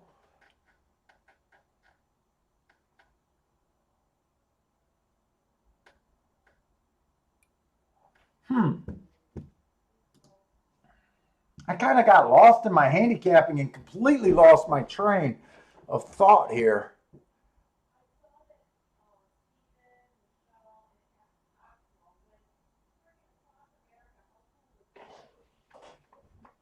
Okay, so one's a favorite. He's a short price closer. I generally think that short price closers are the worst bet in racing.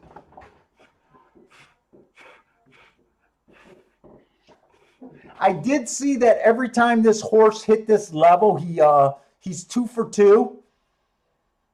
I don't think, when I was handicapping, I don't think this race comes up as a pure $12,000 claimer. I thought there was enough closers in this race to still think, even if he's a dominant horse at 12.5, that he's having enough competition dropping to keep him honest here.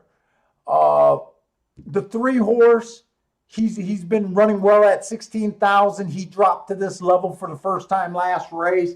He was able to win, so I think the 3 might have enough class to keep him honest. The 4 horse is dropping from 20 and 30,000. So as long as the 4 horse is healthy, I don't think this one's a walkthrough. The 5 horse was competitive, winning at 16,000. He tried 12,000. He just missed by he ran 3rd last race. 2 races back, he went fast. So I think he had a legit excuse. So I even think this horse can keep him honest. 6, I think, is a throwout.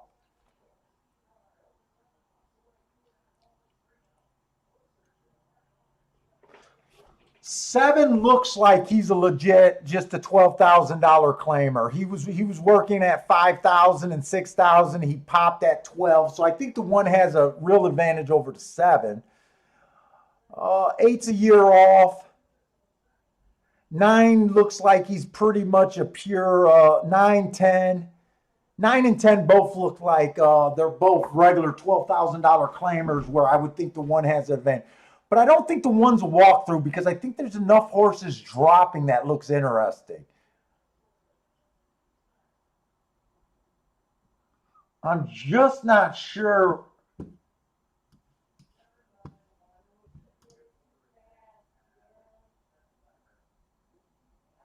Let's see, and Churchill is getting close to running.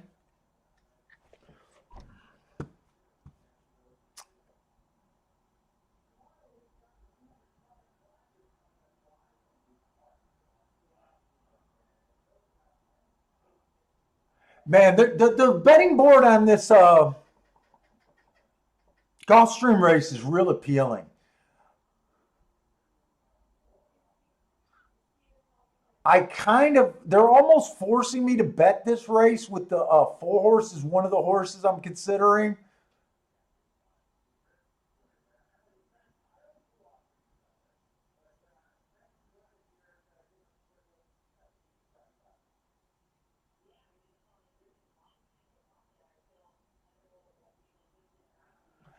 And I still like the 9 a bit. I honestly don't know.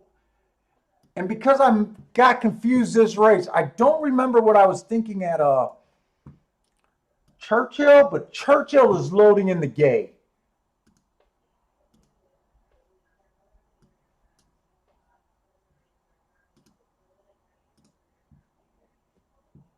Let me put Churchill up. I definitely was thinking outside of the track, but the 1 and the 1A both had the outside. Kind of trying to figure out where I was at there. And I grabbed the wrong form to scroll through.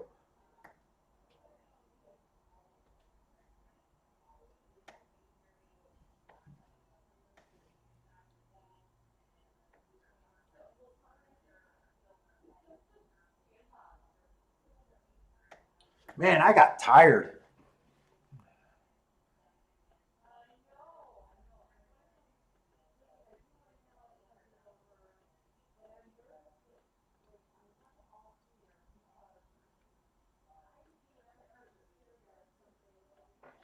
Does anyone have any bets in this Churchill race?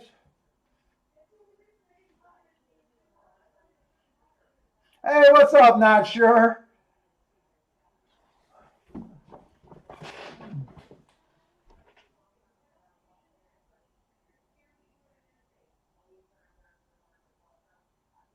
Hey Scott, where are you asking about early speed? Is that at a Gulfstream?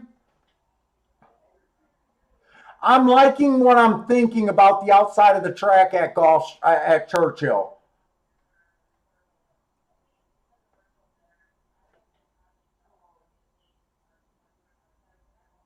I don't know if this nine's gonna win.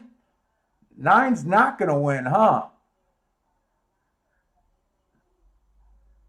759. I don't remember. I know I was going to try to beat the 1 if I played. I don't remember who I was considering.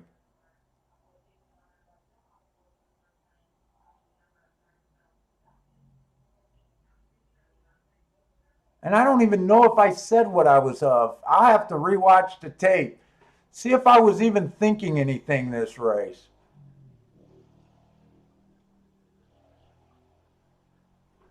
I don't even know what I was thinking, but it came in 759, all outside of the track. 5 actually I thought ran extremely good. 1, 2, 5 was in the 3 hole. 7 was in the 4 hole. And I think 9 was in the 6 hole. I honestly don't remember what I was thinking there. I kind of think I was thinking the 9. I don't know if I was thinking the 7 at all. I honestly don't remember.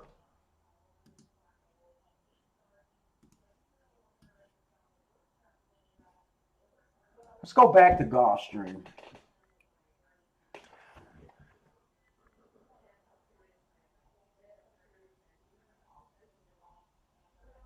All right, let's go back over this.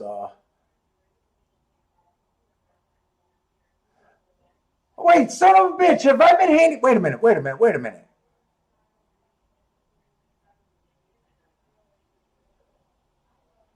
Hey, Gulfstream! No one caught me that I was handicapping. I think the wrong race.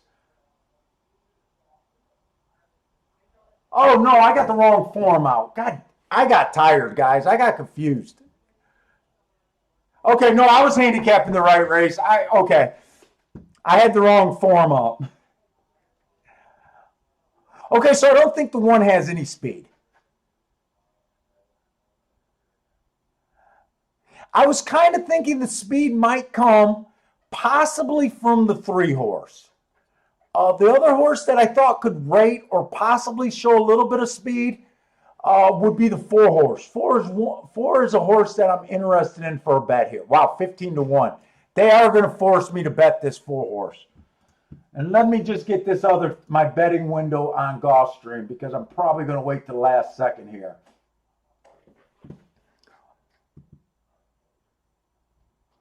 I also think the 5 might show a little bit of speed here. The horse that I really think is going to press the pace is the 7 horse, because he's a sprinter. I thought the 7 might mess up this race. The 8, I don't know, just because of the year off.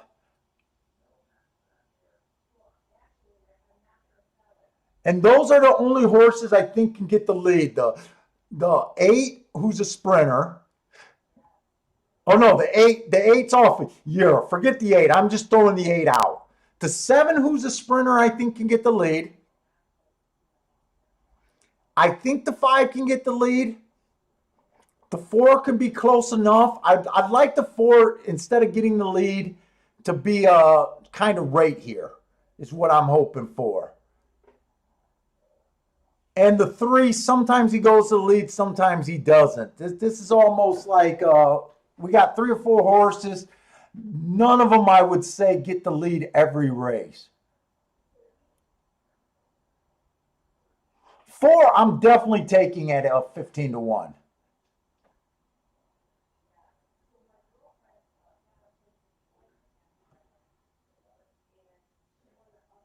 I keep being intrigued by this 9 horse too. I don't know why I can't get this 9 out of my head.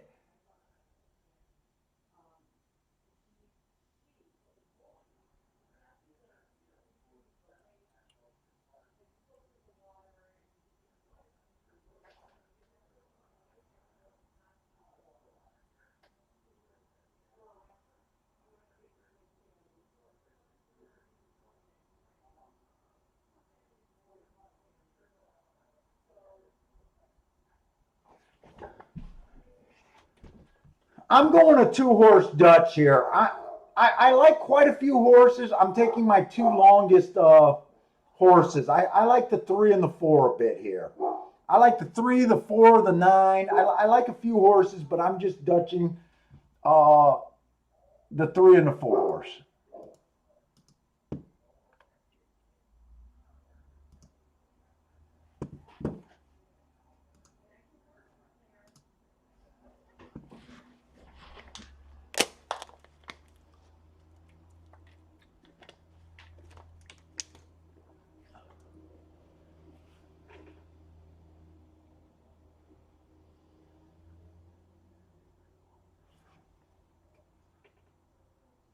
And I really think the 1's is a bad favorite here. I could be completely wrong, but the only reason why I'm even tiptoeing into this race is I really think the 1's a bad favorite.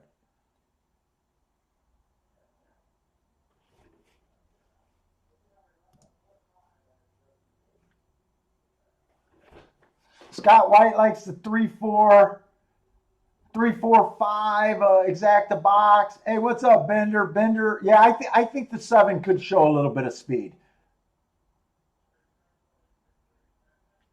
Yeah, I was looking at Churchill. I lost my train of thought. I'm not even sure.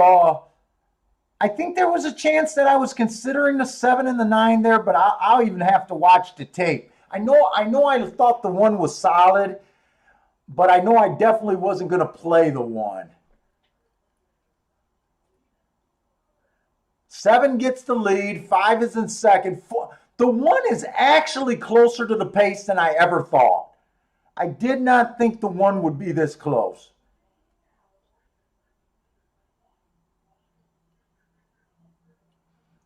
And this is scary because the 7 got the lead and he got a really slow pace.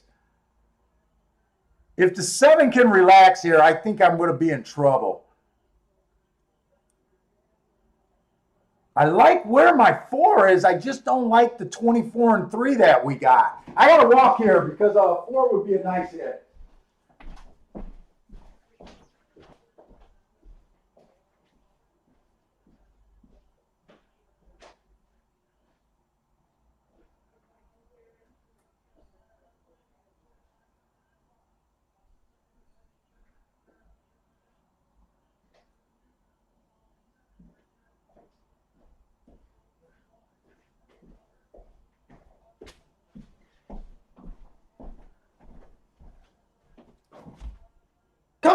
don't give it up now.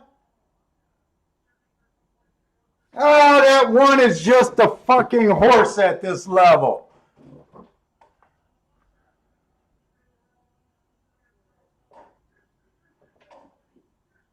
One's just a horse at that level, man. Jockey did a good ride. Jockey did a good ride there by not being as far back as I thought he was going to be.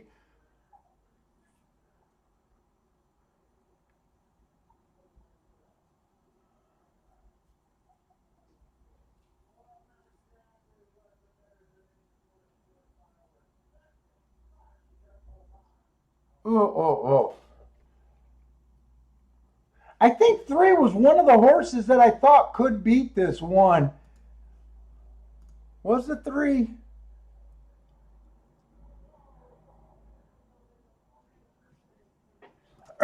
one's just I guess a solid horse at 12.5.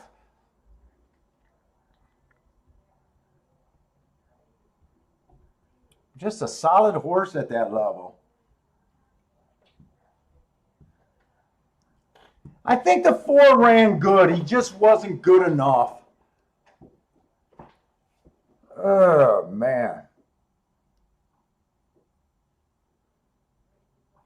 I really thought he was going to win, too. When I thought I was getting the right trip, too. I'm honestly not sure speed is what you want to be today at Gulfstream on the turf. That's like the second or third race where the pace was slow and they still came off the back end.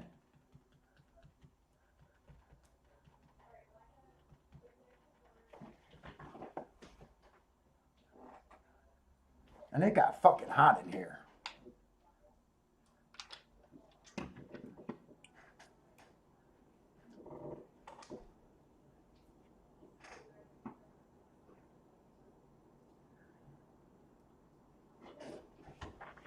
I think 4 was definitely worth a play for me. I think he was worth a play.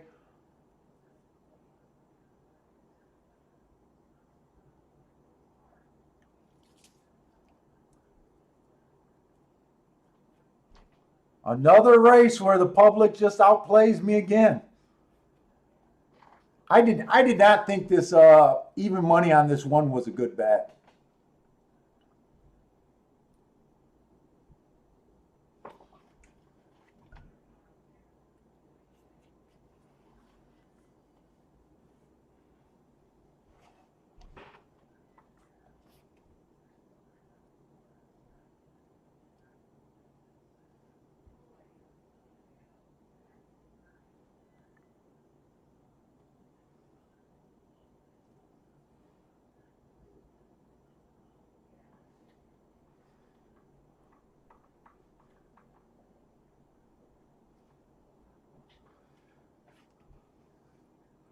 Well, this one showed more speed last race, but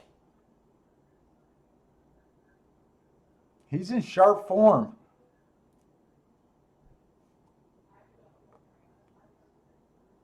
I hate it when the whole reason why I bet a race is not the right reason. I thought we could have beat this one. I thought he would have been farther back. That's the only reason I jumped into that damn race.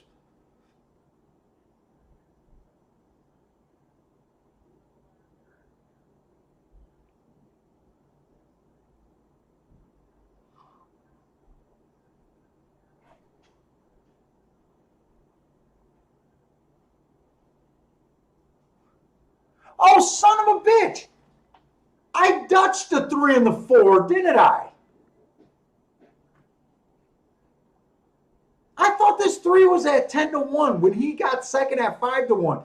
I dutched the 3 and the 4 there, didn't I?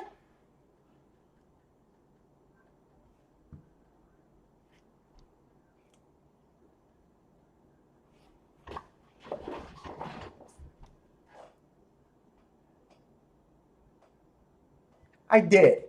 Son, I didn't even realize that I dutched the 3 and the 4. Okay, I don't feel as bad right now.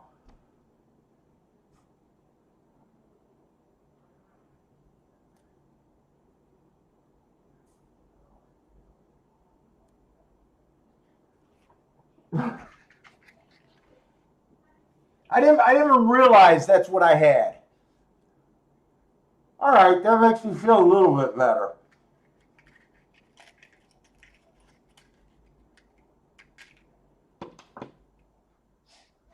I was thrown off when I seen the 3 at 5-1. I thought both of the horses I bet were both over 10-1.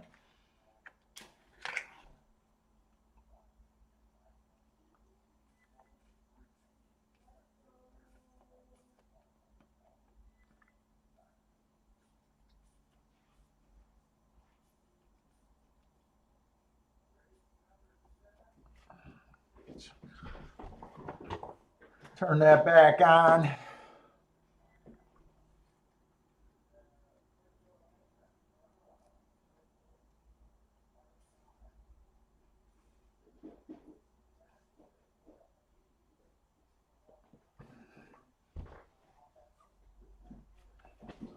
Man, I told you guys, all of a sudden I got super tired. I forgot I even Dutched that.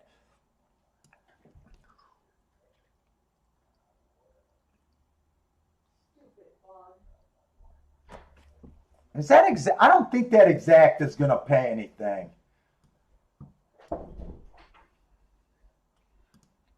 Could I have backdoored on a saver?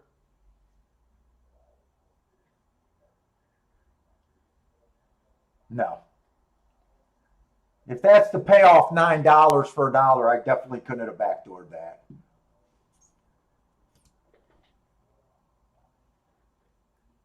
Or am I looking at the new exactas? Wait a minute, I might be looking at the new exactas. Go back that race. That's the 7th race. Holy shit, Kiki, I got fucking tired fast. The old man needs a nap.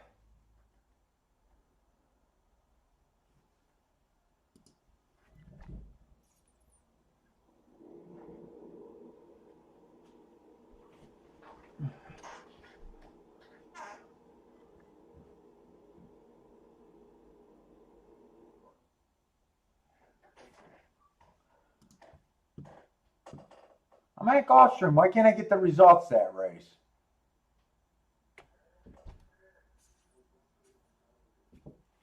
Let me see this race again. We got 24-3 at the first call. I think the second call was 47 and change.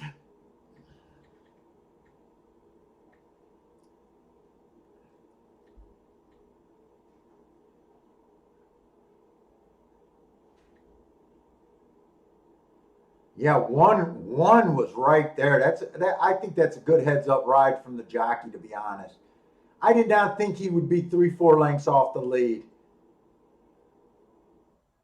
I thought he was going to be like 5-6 lengths off the lead.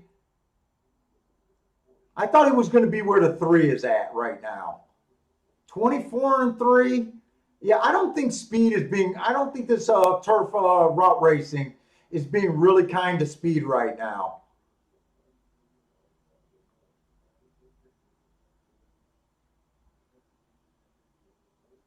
To me, if it was kind of speed, oh shit, they went 49 at the half. Dude, if I would have seen this fraction, I would have thought the 4 was gone. One's in perfect position. 3 is the horse that got a rough trip there.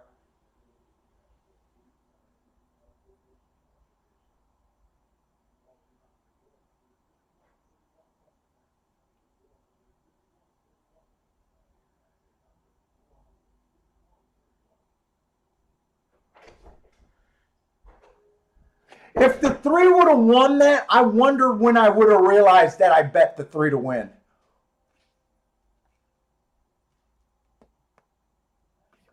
I would have wondered when I would have figured that out.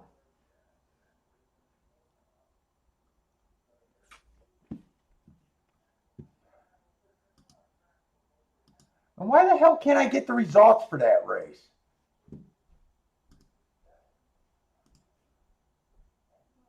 Results.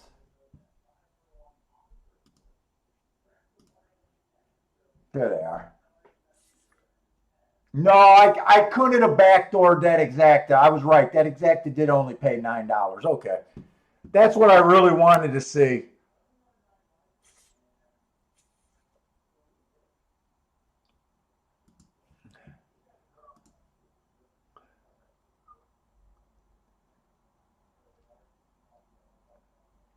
All right, I got to wake up.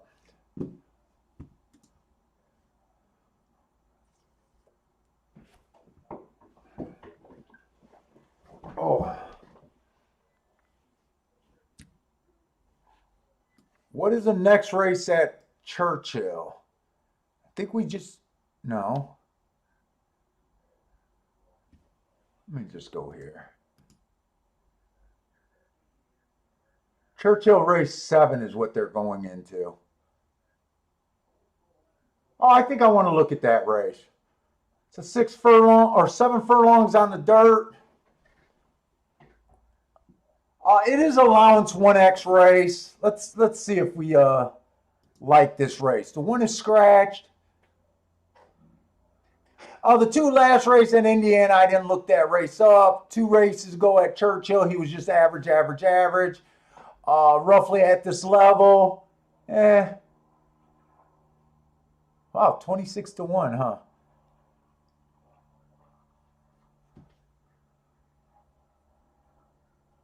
This is when I don't have as much work. I got tired when I was trying to do this. The 3 horse. 2 races ago, he was matching strides, fastest winner of the day for the first 2 calls. He finished the race being the slowest winner. That's a good race. Let me look up that Saratoga race real quick.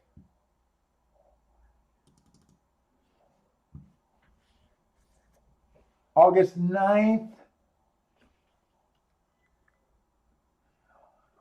He got a second triangle. So his first 2 races are really good. I can definitely see why he's a chalk here.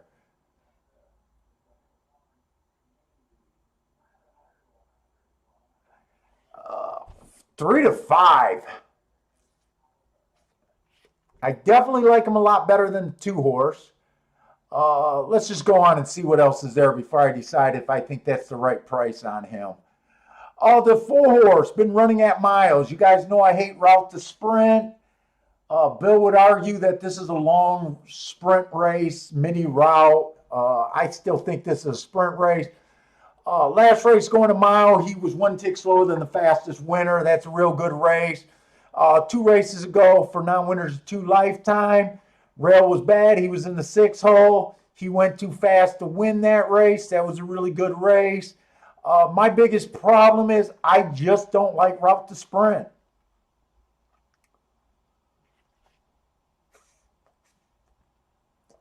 The 5 horse. Inside the track was good last race, and it was a stalking day. He stalked. He was on the inside right there.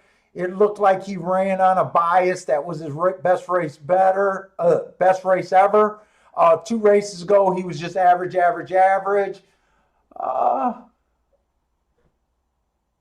These are lightly good or lightly raced horses that shows a little bit of talent here. 6, stalking day last race. He stalked and won. He kind of rode the track. He basically did the same thing as the chalk. He was match strides with the fastest winner and was basically average at the finish. 7 horses coming from Tampa, going back to January. 8 months is just a long time to go back. He won his first race out. He tried one of those mini stakes. Looks like he has some talent. And the 8 horse. Last race was a route race, so I hate route sprint. That was at Kentucky Downs.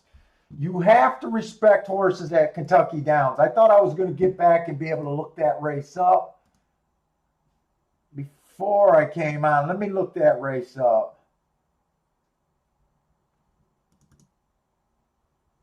Kentucky Downs, he ran on September 9th.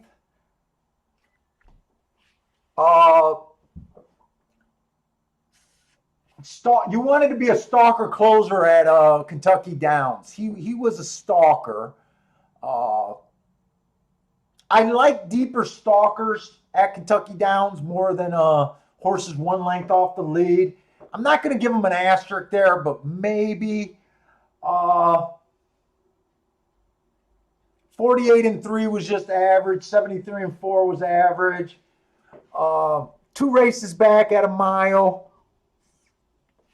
This horse is overall a route horse, and I just don't like route to sprint. What's up, Bentley? Come here. Come here.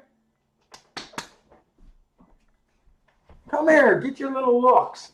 Are you coming on? Oh, boy. Look, you don't look too happy to be with me right now.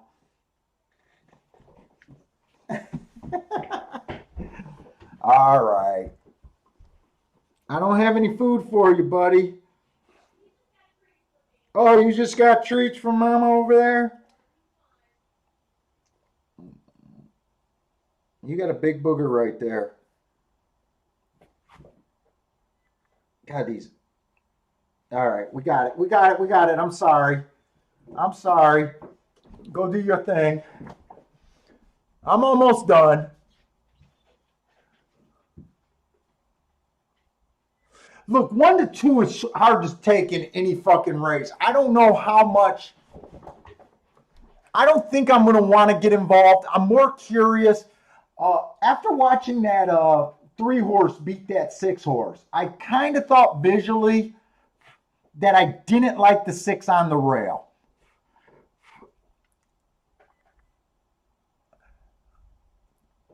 I think the 3 deserves to be favorite.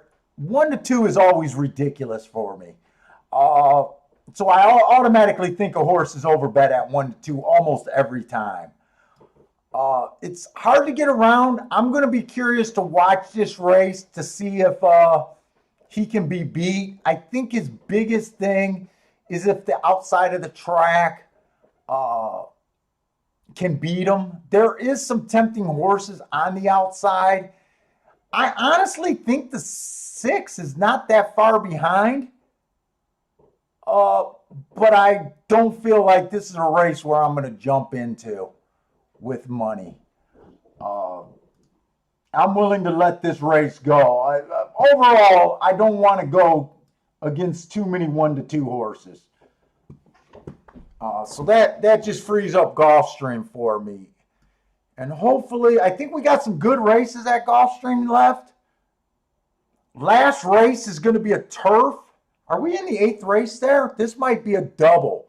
I haven't been able to look at doubles at Gulfstream today, mainly because Churchill, I just haven't felt like I had a time. I'm going to focus on this Gulfstream double.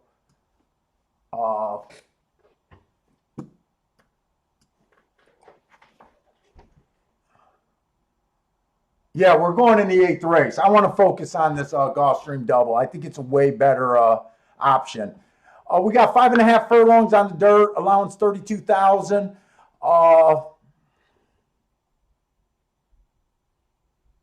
What did that last dirt run? Right now, I don't have a feeling about how the track's playing. It just seems like it's playing all right to me.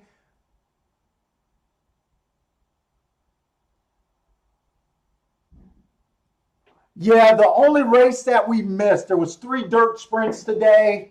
The only race we missed was that 3-2 race, but the 2-horse, I felt like I was dialed in. We seen the 3 could win. I'm really happy with the way the 2 performed.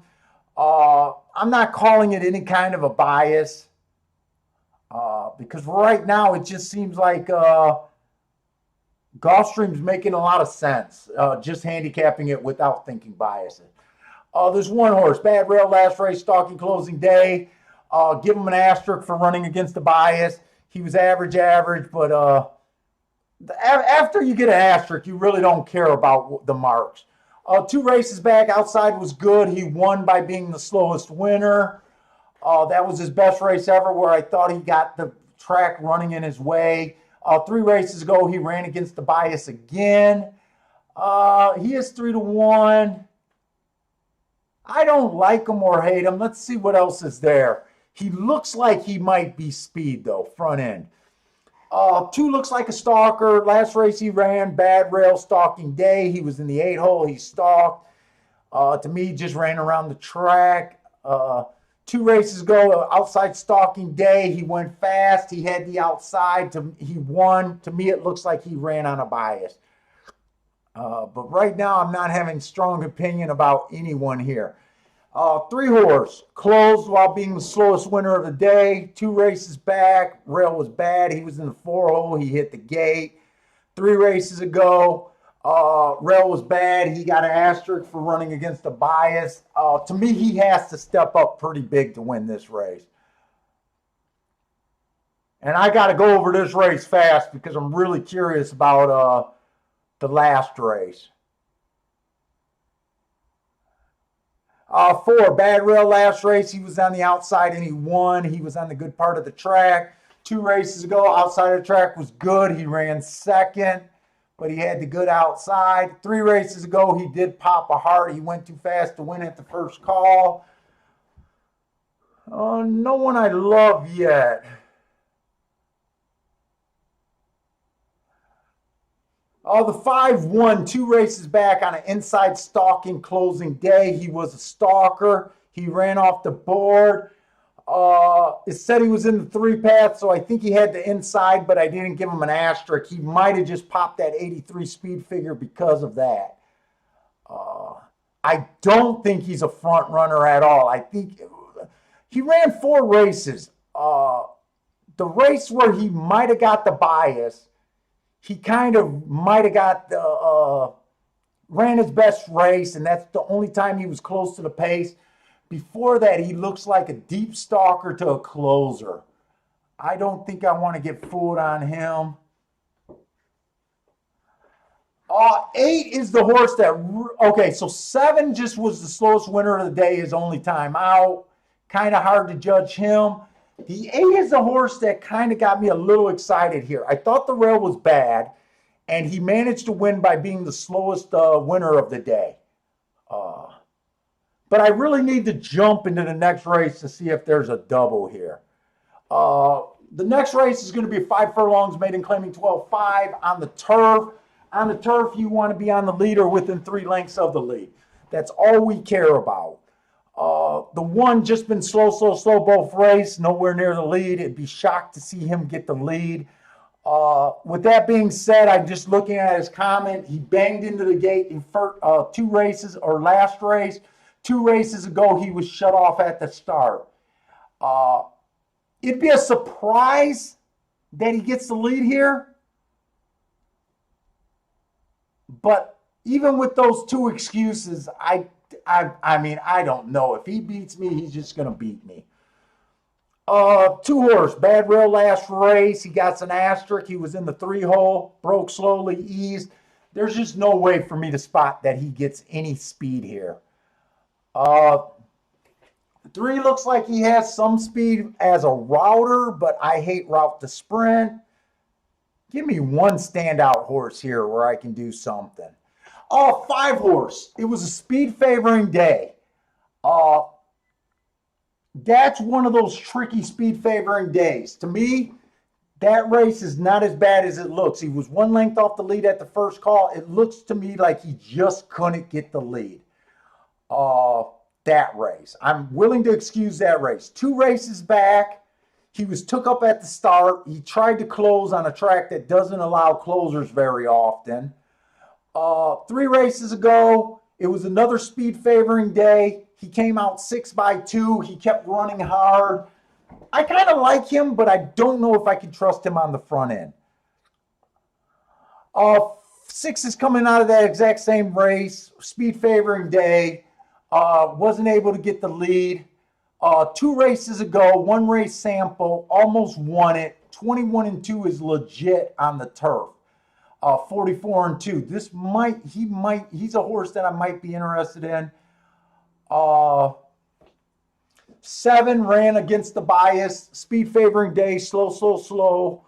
But overall, this horse does not look like he goes for the lead. He looks like he'll be able to fit under that within 3 lengths at the first call, but I still want someone to get the lead here.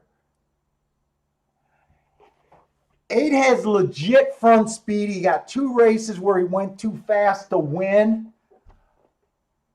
I hate route to sprint.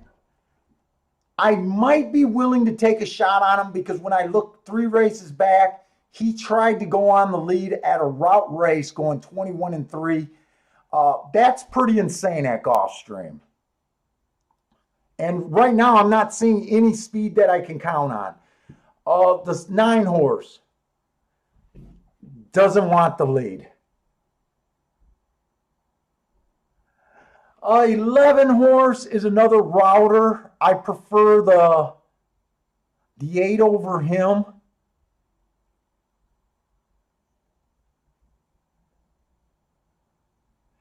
And 12 short, he fits under there. Is the 13 running this race? Let me get the scratches for the last race. Tell me this 13 is out.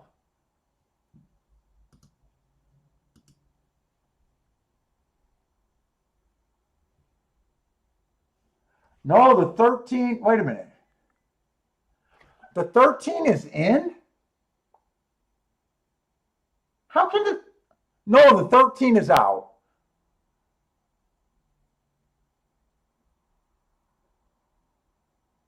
Wait a minute, how is the 13 in? Oh, they scratched the, wait a minute, I'm confused. Okay, they scratched the 4. So the 13 and 14 is in.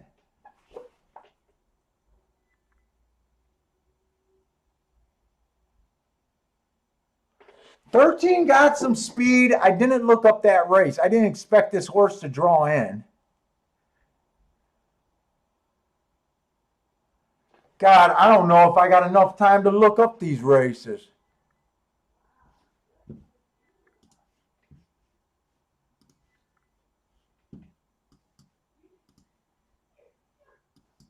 Shit, I got everything open but Gulfstream. I want to try to look up this Gulfstream if I got time. I really want to play a double here.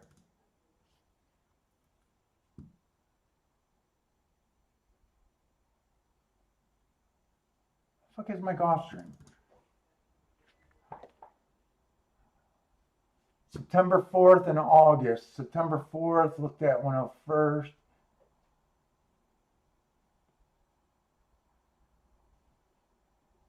Off inside Stalkers. 14 ran against the bias last race and ran pretty decent.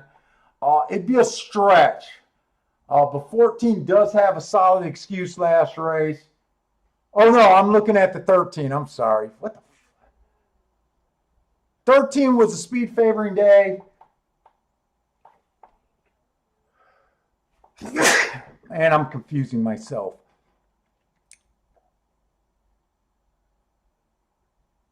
He's had a lot of races. I think I'm going to try to beat him.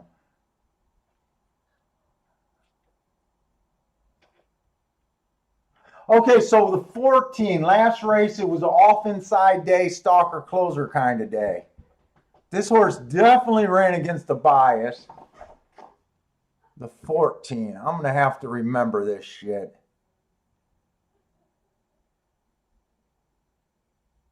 I definitely don't want to use the 9. I think I'm going to get crazy here.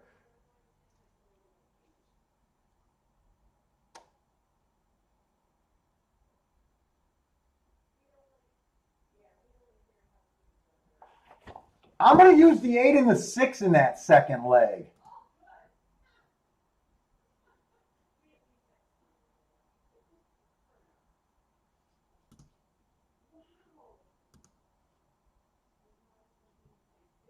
Oh, I'm in the wrong race. That's why.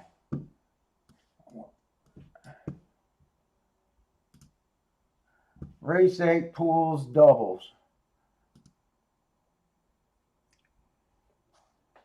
And I got to wear it.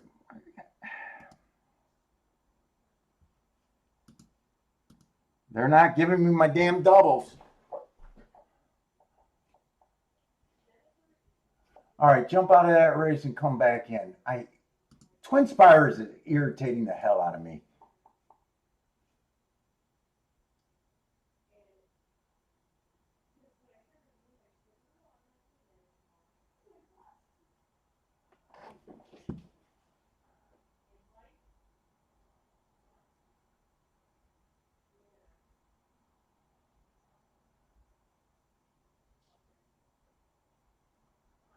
I'm in like 568.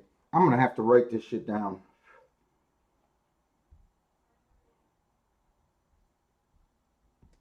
And I still don't know what I'm thinking about this race.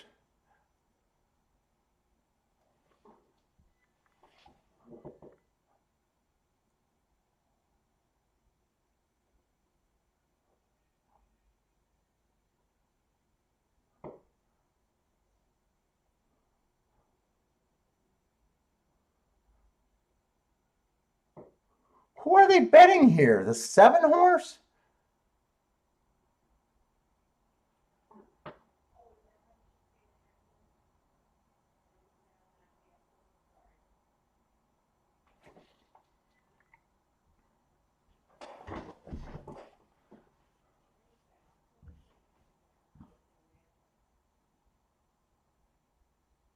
I'm cutting my bet down because I'm freaking like, I don't know. I feel like I'm freaking confused right now.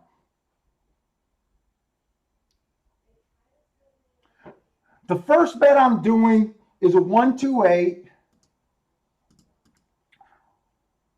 with the 568. So I'm doing a 3x3 double. That's the first bet I'm doing. The second bet I'm doing a 128. So I'm using the same horses and I'm hitting the 6 and the 8 again. And because I don't know why all of a sudden I got so damn confused, I did both of those for just $5. So I'm not going to risk my day right now. I'm happy with what I'm up. So I got a 128 with a 568. Not sure taking an 8 with a 1-2-4-5. Oh, 1-2-3-4-5.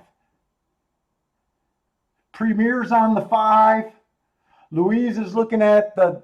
Oh, he's at another race. I don't know how long some of these comments are. These could be for last race, actually. Dude, I got so tired I started confusing myself. And then I don't know why. I'm going to have to look at my Twin Spires. I don't like how they're doing this. Oh, I think I seen what I did. It's just something I clicked. And the 4 gets the lead here? Who the fuck was the 4?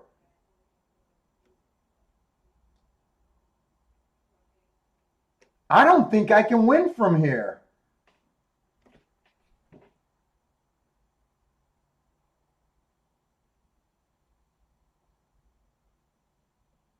How did I not recognize who's the front speed horse is?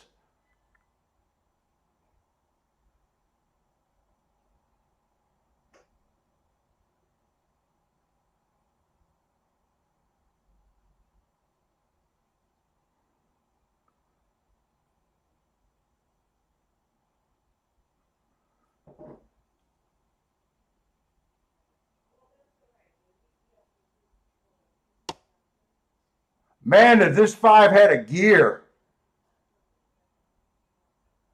5-7? I'm glad I cut that bet down. Jesus Christ, I did not understand that bet.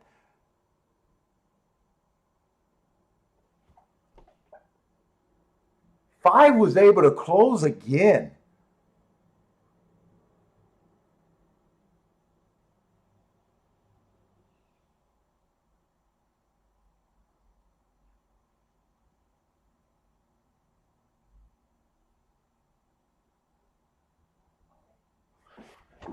Oh, boy. Who was the 4 here?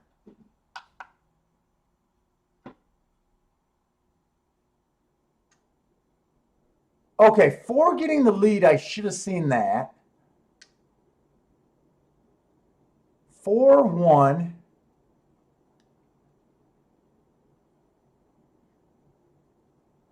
Okay, I should not have been surprised that the 4 got the lead there. 4-1. I would have thought that the 4-1 got the lead.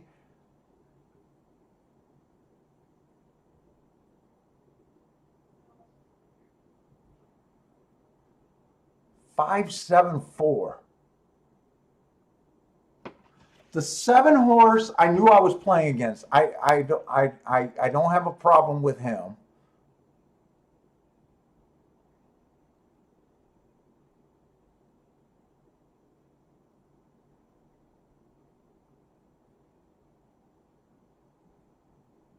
Eight couldn't keep up.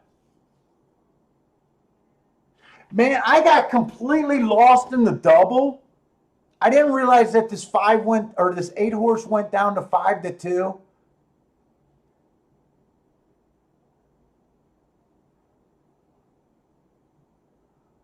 I didn't like this 5. I can't complain that the 5 won. I was trying to beat the 7 the whole time.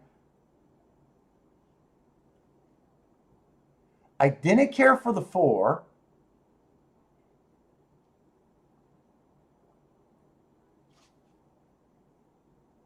I thought the 1 would have ran second. I thought the 1 would have ran better, not second. Boy, I didn't understand that race at all. And right now in my head, I kind of am thinking, we had the 5 horse that we hit at 18-1 earlier today. These are just the sprints. We had that 7 horse that won on the outside. The next race, that 3 horse won at 3-5.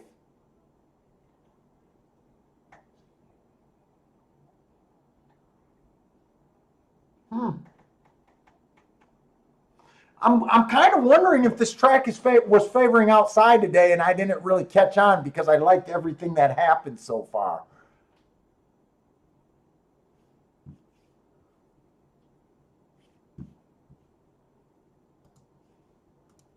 But I'm out of the doubles. I'm glad I cut that down.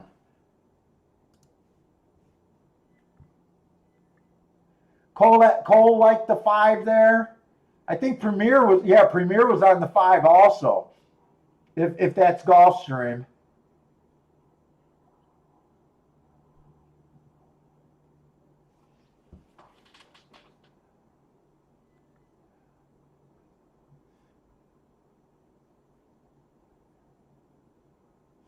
This was a 2-year-old race, huh?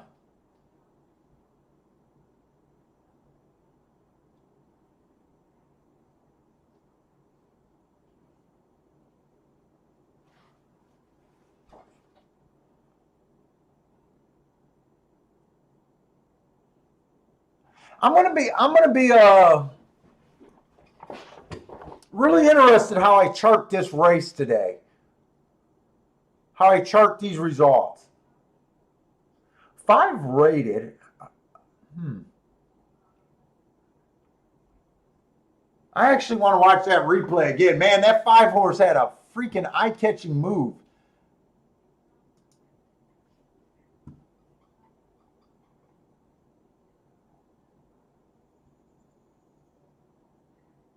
He had a really eye-catching move. Is there another race at or there's one more race at Gulfstream? Is there another race worth looking at Churchill Downs?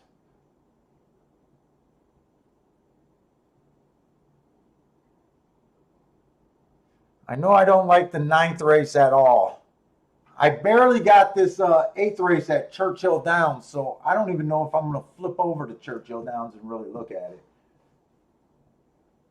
I want to see this replay again at Gulfstream. I want to see how fast that race went. And I want to see, I think this 5 came from 5 lengths back or farther. I really want to see that move again.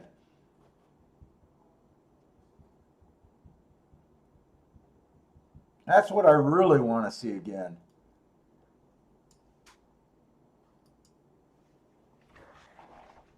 Oh shit, my 8's 45 to 1, my 6 is 10 to 1, and my 5 is 3 to 1 here.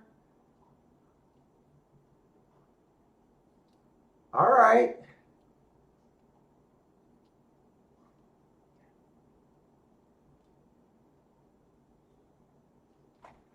I'm really going to want to see this. Oh, good. Just got tired as fuck.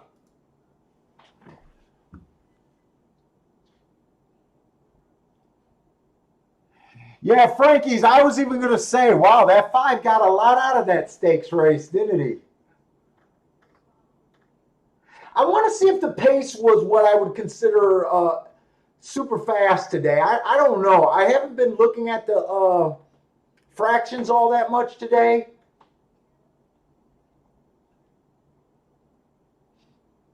Right now, I'm thinking that the track might have been favoring a little bit outside stalkers. It's really hard to say because we had a lot of 2-year-old races, and let's face it, that was a 2-year-old race with a bunch of lightly raced horses in it. You almost got the excuse that if you're going to be way wrong in a race, let it be a race, like this race.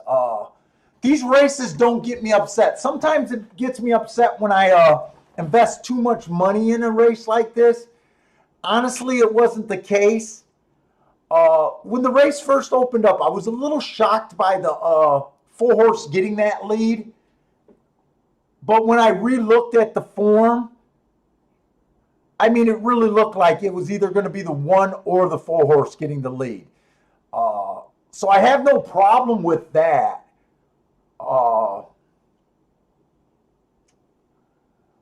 But this was just a race. I was just dead wrong about it, and the 1 went for the lead too. So you know what? Here, I thought the 4 was going to walk home and win, to be honest with you. Yeah, 5 and 7 both came from at least 5 lengths out.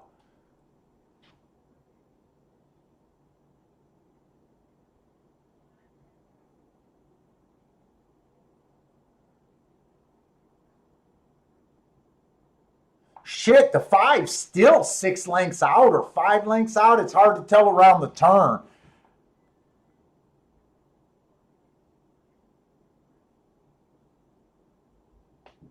22 and 4 is not fast, nor is 46. I would have kind of expected this 4-horse to be able to hold on with that.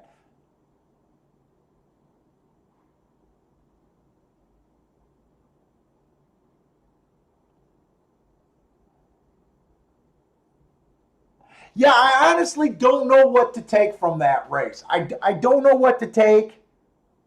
I think it's really hard to judge the handicapping. I'm just going to leave it as I wasn't even close to that race.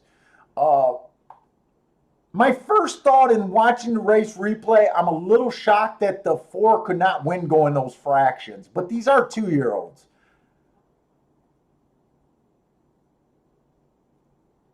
And the 7 and 5 just made impressive moves, but in all honesty, horses just don't win that much on the sprints doing what the 5 and the 7 did. They just don't win that often coming from that far back.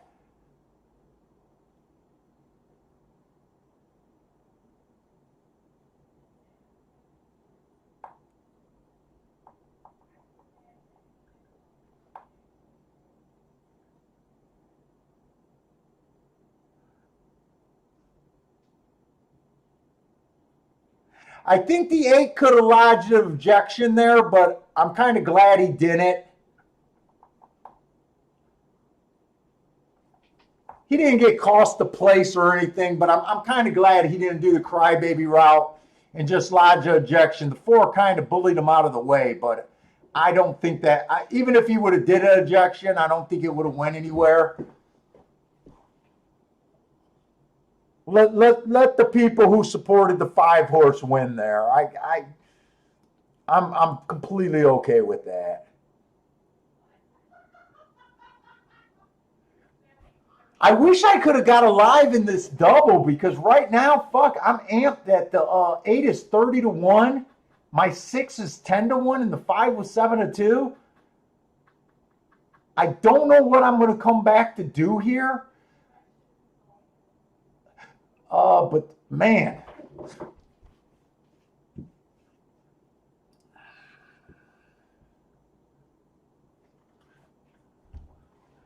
Frankie is saying 5-match strides with Spanish love affair who's been. Oh, really, Frankie? Yeah, so you know that I don't look at horses' names. I did see that he was coming out of a stakes race, but I try not to look at the horses' names. Did you catch the 5? That would have been a real good angle. You knowing who Spanish love affair is. That would have been a really good angle. So, sometimes, well, let's just say I'm probably in the minority. Most guys like knowing who the horses are. And those are legit angles, knowing when horses do something against horses that are really good. That's not really part of my game, but that I can admit that that's a real angle there.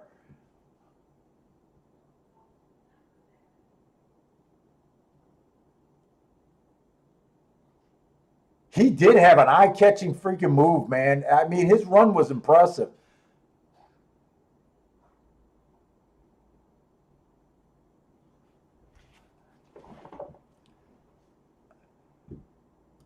Usually when I know horses' names, I start confusing myself who beat who, or I try to avoid liking horses over others. You guys know there's a few that I haven't been able to avoid that, but for the most part, I try to avoid that out of my handicapping.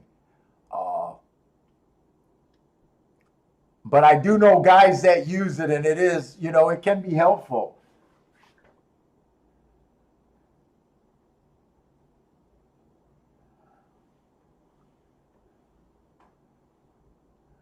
Cole's alive to the 5, 6, 8, 13 now. I think that's in the double. Good luck, Cole.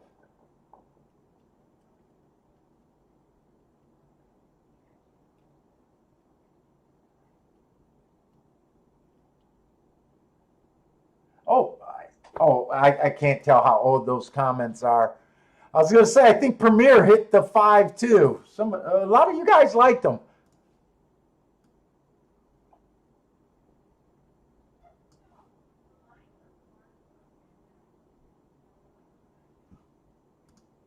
I say I'm going to try to look at this Churchill race, but I'm not going to look at it for a bet. I'm more interested in the last race at Gulfstream. And I know I don't have a lot of stuff. I haven't been playing the turf at Churchill Down, and this is an optional claiming 62,000. This is definitely where I don't feel comfortable handicapping. Let's just see if there's anything. So the one's the big favorite. Bad rail last time, stalking closing. He won while stalking, and he earned his 3 triangles for being fastest winner of the day. Obviously a good race. The 1A, he's been getting triangles and hearts. Yeah, they automatically look tough.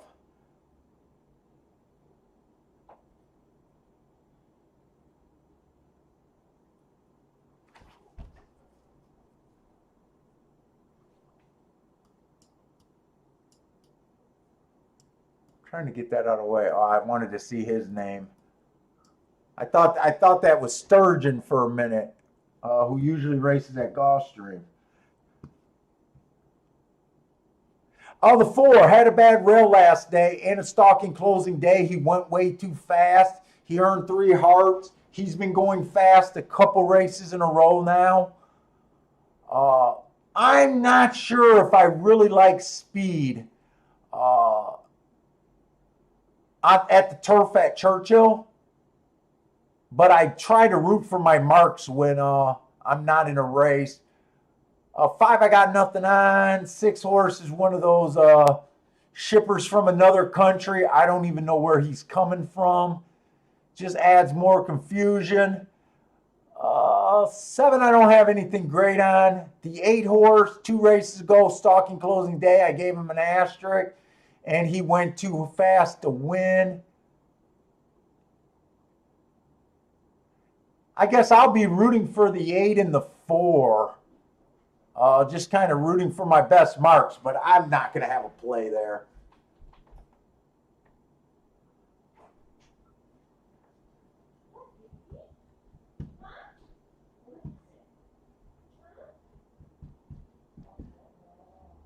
Yeah, I don't even keep track of the 2-year-olds, as in, What did you get? okay, so I never really developed. I know there's a lot of people that are really good in watching 3-year-olds and 2-year-olds and watching horses break their maidens, watching as the horses step up the ladder, and being real good at spotting, the best talent at the track. That's never been something I focused on, and it's probably a weakness of mine. You keep talking about Spanish lover or Spanish. I don't want to get his name wrong, and I don't even know who he is. I'm sure if I looked at the races, it'll jar, but I just look at pure running lines. But especially when we get in the Derby, the Derby preps going into the races, guys, there's a lot of guys that just watching a horse break his maiden and knowing that the horse is special. I've never developed that.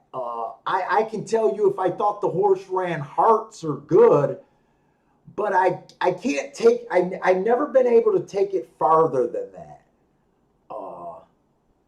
But I know there's some real good handicappers that can spot that, and they can find edges in the game by knowing that. I honestly don't know that. Cole is on the 8 and the 7 at Churchill. Good luck. I think I'm rooting for the 8 and the 4, but I'm just rooting selfishly for my marks. But other than that, I can't go deep into this race. And the other thing I'm rooting for, so both of those horses are running against what I think the bias may be at Churchill. I do think the track is favoring stalker closers there, and I'm kind of rooting for 2 speed horses. Other than being selfish and just hoping that one of the best marked horses win, I think overall I'm rooting for a stalker closer move kind of deal. And the 4 and the 8, these horses look like they're going at a good clip already to me. 24 and 3, actually I'm surprised by that front fraction.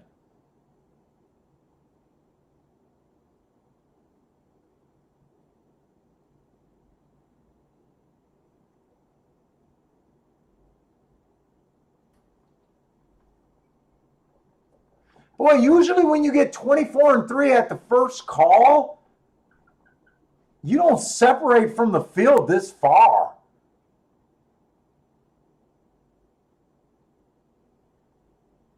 "24 and 3, 48 and 2. To me, that sounds like these horses can keep it up.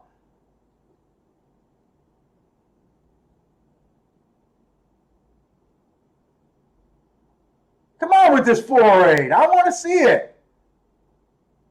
Or is the real running going to start and they're done? Come on, 4-8. Just keep them together.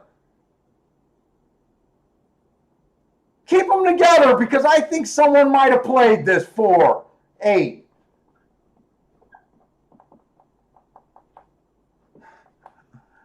This is when you wake up in the morning and you just know that you have very small balls.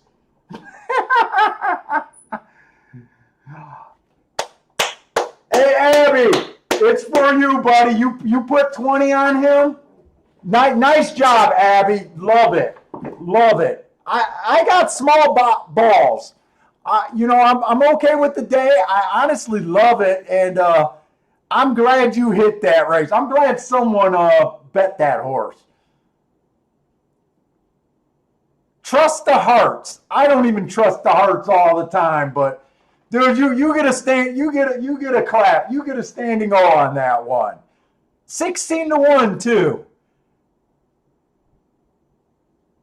Hey, if you're gonna bet blind hearts, that's the time to do it on a 16-1 and a 20-1. Even a $20 Dutch, $40 bet would get you at least 340 back, right?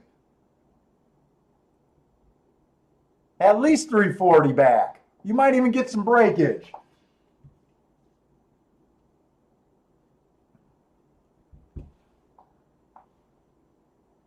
$16-1. I was thinking it was 12-1 for some reason.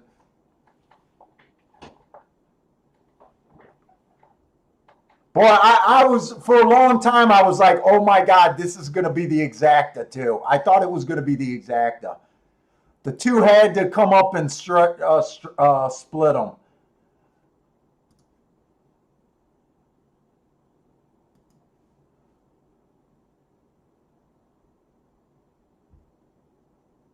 And I wonder, I don't know how many of the bias sheets are here. I wonder if some of my bias players hit this.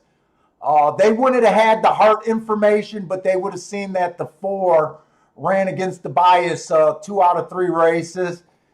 And they might have even seen that the 8 ran against the bias 2 races ago.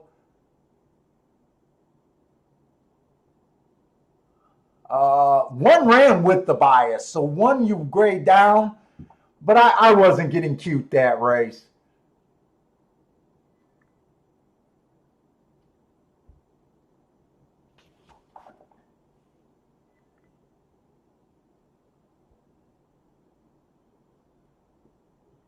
Hey, Michael, did you play? I know you buy the sheets. Were you able to, oh shit, too late. Too late.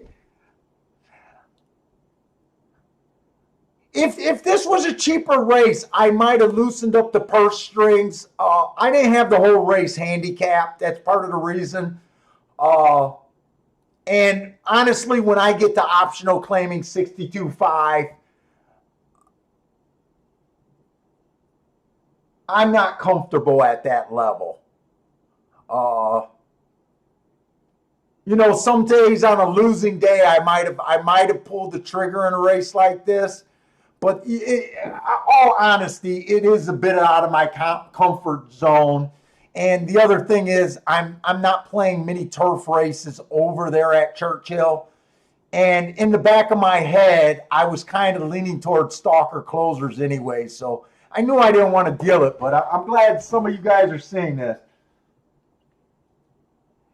Hey, Brent and Melissa, so right now I'm just doing them through email. I just started. This is the first month I'm doing them. I can't. So right now people are just. I can't sign into my chat once it's going. I don't know how to do it on this streaming platform. The bias reports. What I'm doing is I'm offering the New York circuit, the Kentucky circuit, and the Florida circuit. It's all a complete package. That's all I'm ordering. Since I just started, what I did is I'm operating through email and PayPal. So you want to just hit me up on email. It's handicappingpaul@outlook.com.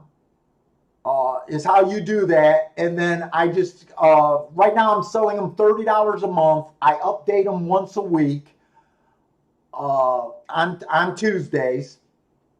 And that's how we're working it. So it's $30 a month for all 3 circuits. And this is my first month that I just started doing it. I'm getting a lot of good feedback from people.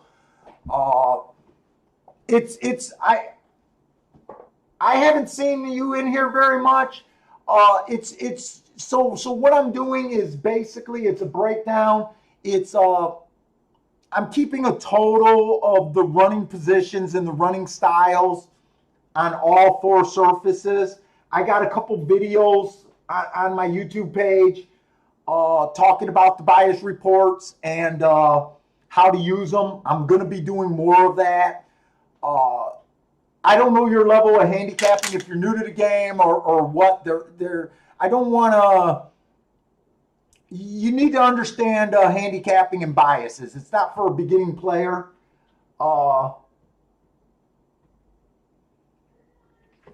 I don't send a legend of what each symbol means. So the bias reports does not have my average, and slow races, you know, the hearts and all of that. What they have is my comments if I thought the track was here, I'll show it to you.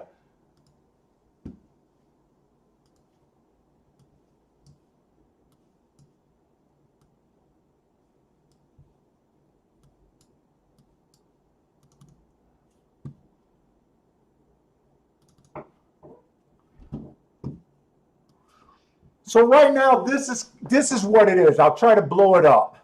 So I keep track. So right now, Gulfstream track has 4 circuits. They have your dirt sprints, dirt routes, turf sprints, turf routes.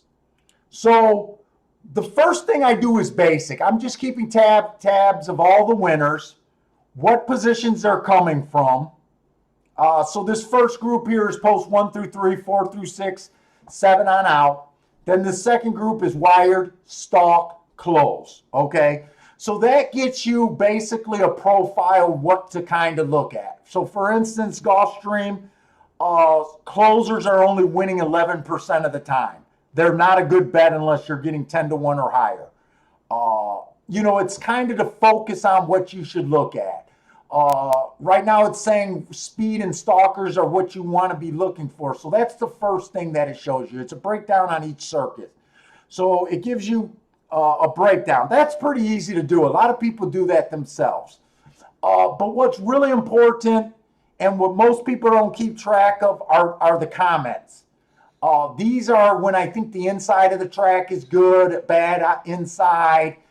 These are the bias marks. These are the marks that I'm writing, and these are the ones that are harder for most people to keep track of. And so you look up the race, and I got a couple videos explaining it, but you look up the race, the horse's last race. If this horse ran 8-7, you look up 8-7, it said outside, and it was an early presser day, right? So if you know that the horse ran in the 1 hole, you would upgrade him.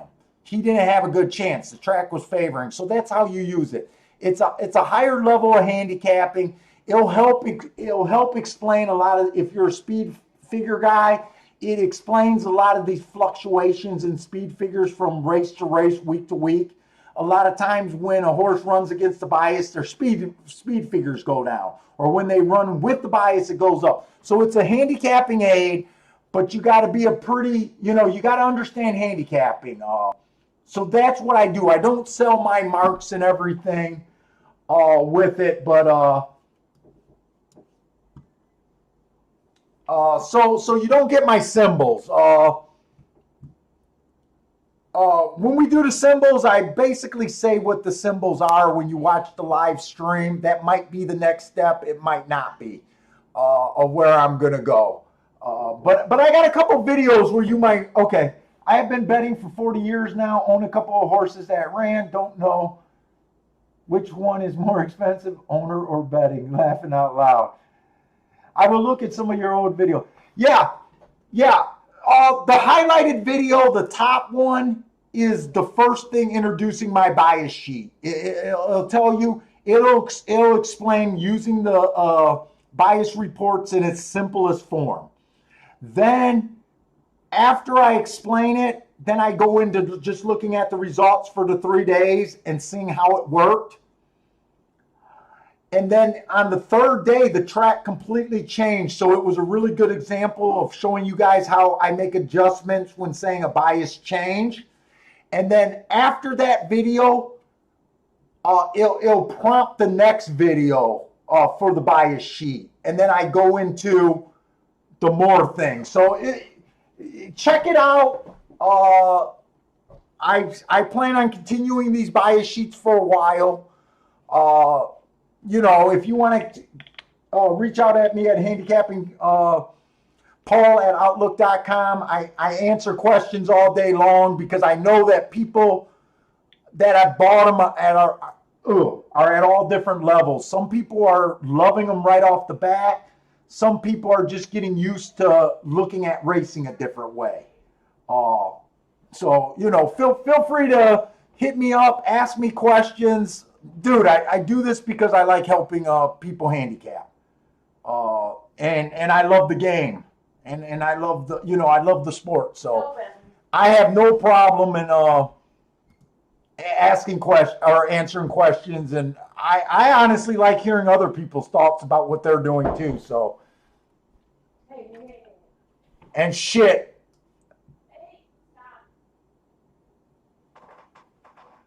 I'm sorry I got so caught up in everything. You guys know what the hell I was trying to get alive to my double. 568. I know the 5 won at 5-1. I think the 6 got second at 8-1. I got shut out because I get Gabby and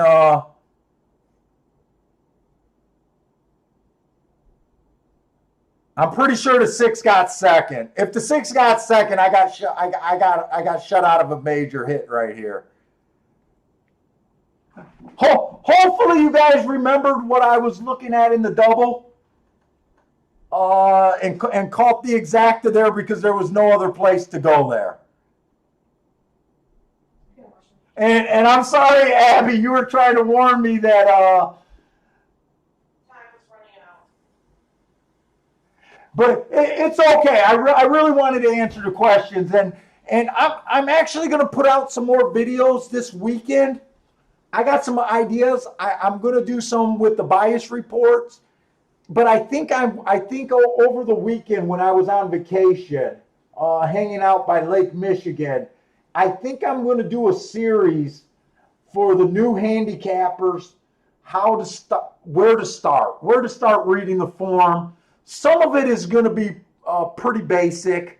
I'm not going to go over how to read the form from scratch, but you will get I'm going to try to do a lot of my philosophies. I'm going to do videos about why I don't like speed figures, how they're made, what their weaknesses are. If you feel like you have to keep using them, I'll give you some ideas on how to use them. But I think I got a bunch of shit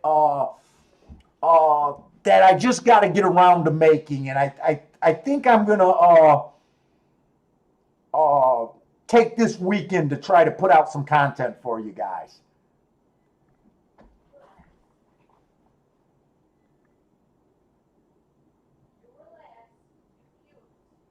Yes, Steve B. That's one of the bias videos that I really want to go over because I know a lot of handicappers. And it took me years before I stopped buying the daily racing form. For years, I was a slave to the buyer numbers. Even though for years I knew their weakness and I knew that they weren't enough to beat the game. Even when I developed into a winning player, there was still some times where you just can't get away from these high buyer horses. And when I started doing putting the bias reports, comments next to the fluctuating speed figure, it really will help you guys. You can still be a speed figure player, but I think the bias reports will help people explain those fluctuating numbers a lot. Hey, what's up, Zero Contrast? I didn't see you. You must have snuck in late.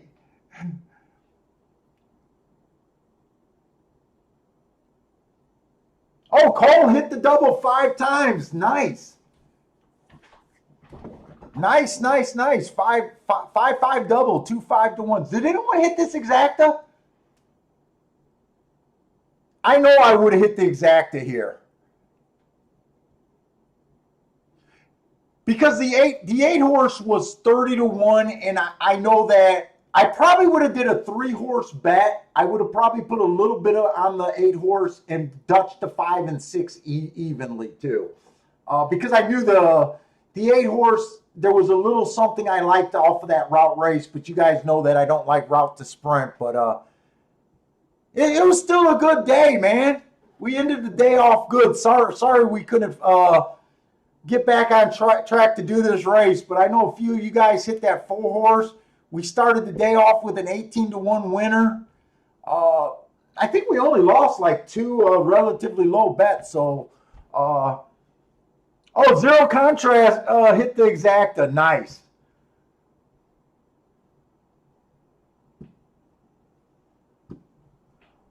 Yeah, Brett, I'm pretty sure. I'm pretty sure. Now look. I'm working with everyone that does the bias reports because, like I said, whenever you try something new, to me, the hardest thing is giving it enough time. Like I'm getting email with some guys. I think Dim Sum was going nuts and even using a lot of my philosophies at Hong Kong, and he's been going nuts. And I know Michael Sr. said that he really likes using it. He hit a nice 15 to 1 at Belmont. But I will say, anything you use new, you're going to want to. I'm going to actually recommend people to just start looking at the results on paper, using the buyer's reports. What I really want you to do is, especially after a race, especially when something crazy happens, you're going to want to look back to see if there was real excuses. And, like the bias report at Gulfstream, right now the bias report at Gulfstream is saying, hey, play all the turf sprint races. You either got to be on the lead or within 3 lengths of the lead at the first call. I know a lot of you guys that have been playing with me already understand the importance of me just waking up every morning before the first turf race, knowing that horses are more than likely to go wire to wire than that. That's a huge advantage. So anyways, guys, thanks a lot for joining me today. I'm going to have to buckle down and handicap because we didn't get back from vacation till Thursday. So usually I start prepping for these shows on Monday and Tuesday, but I had so much notes to keep track over the week. I got really behind. I am going to try to handicap, at the very least, get Gulfstream done for tomorrow's show. I'm going to try to do Churchill also, but I'm going to get Gulfstream done for sure. But it's a lot of prep time. But anyways, guys, thanks for hanging out with me. Stay safe out there, and I'll be on tomorrow probably at 11:50. But take it easy, guys.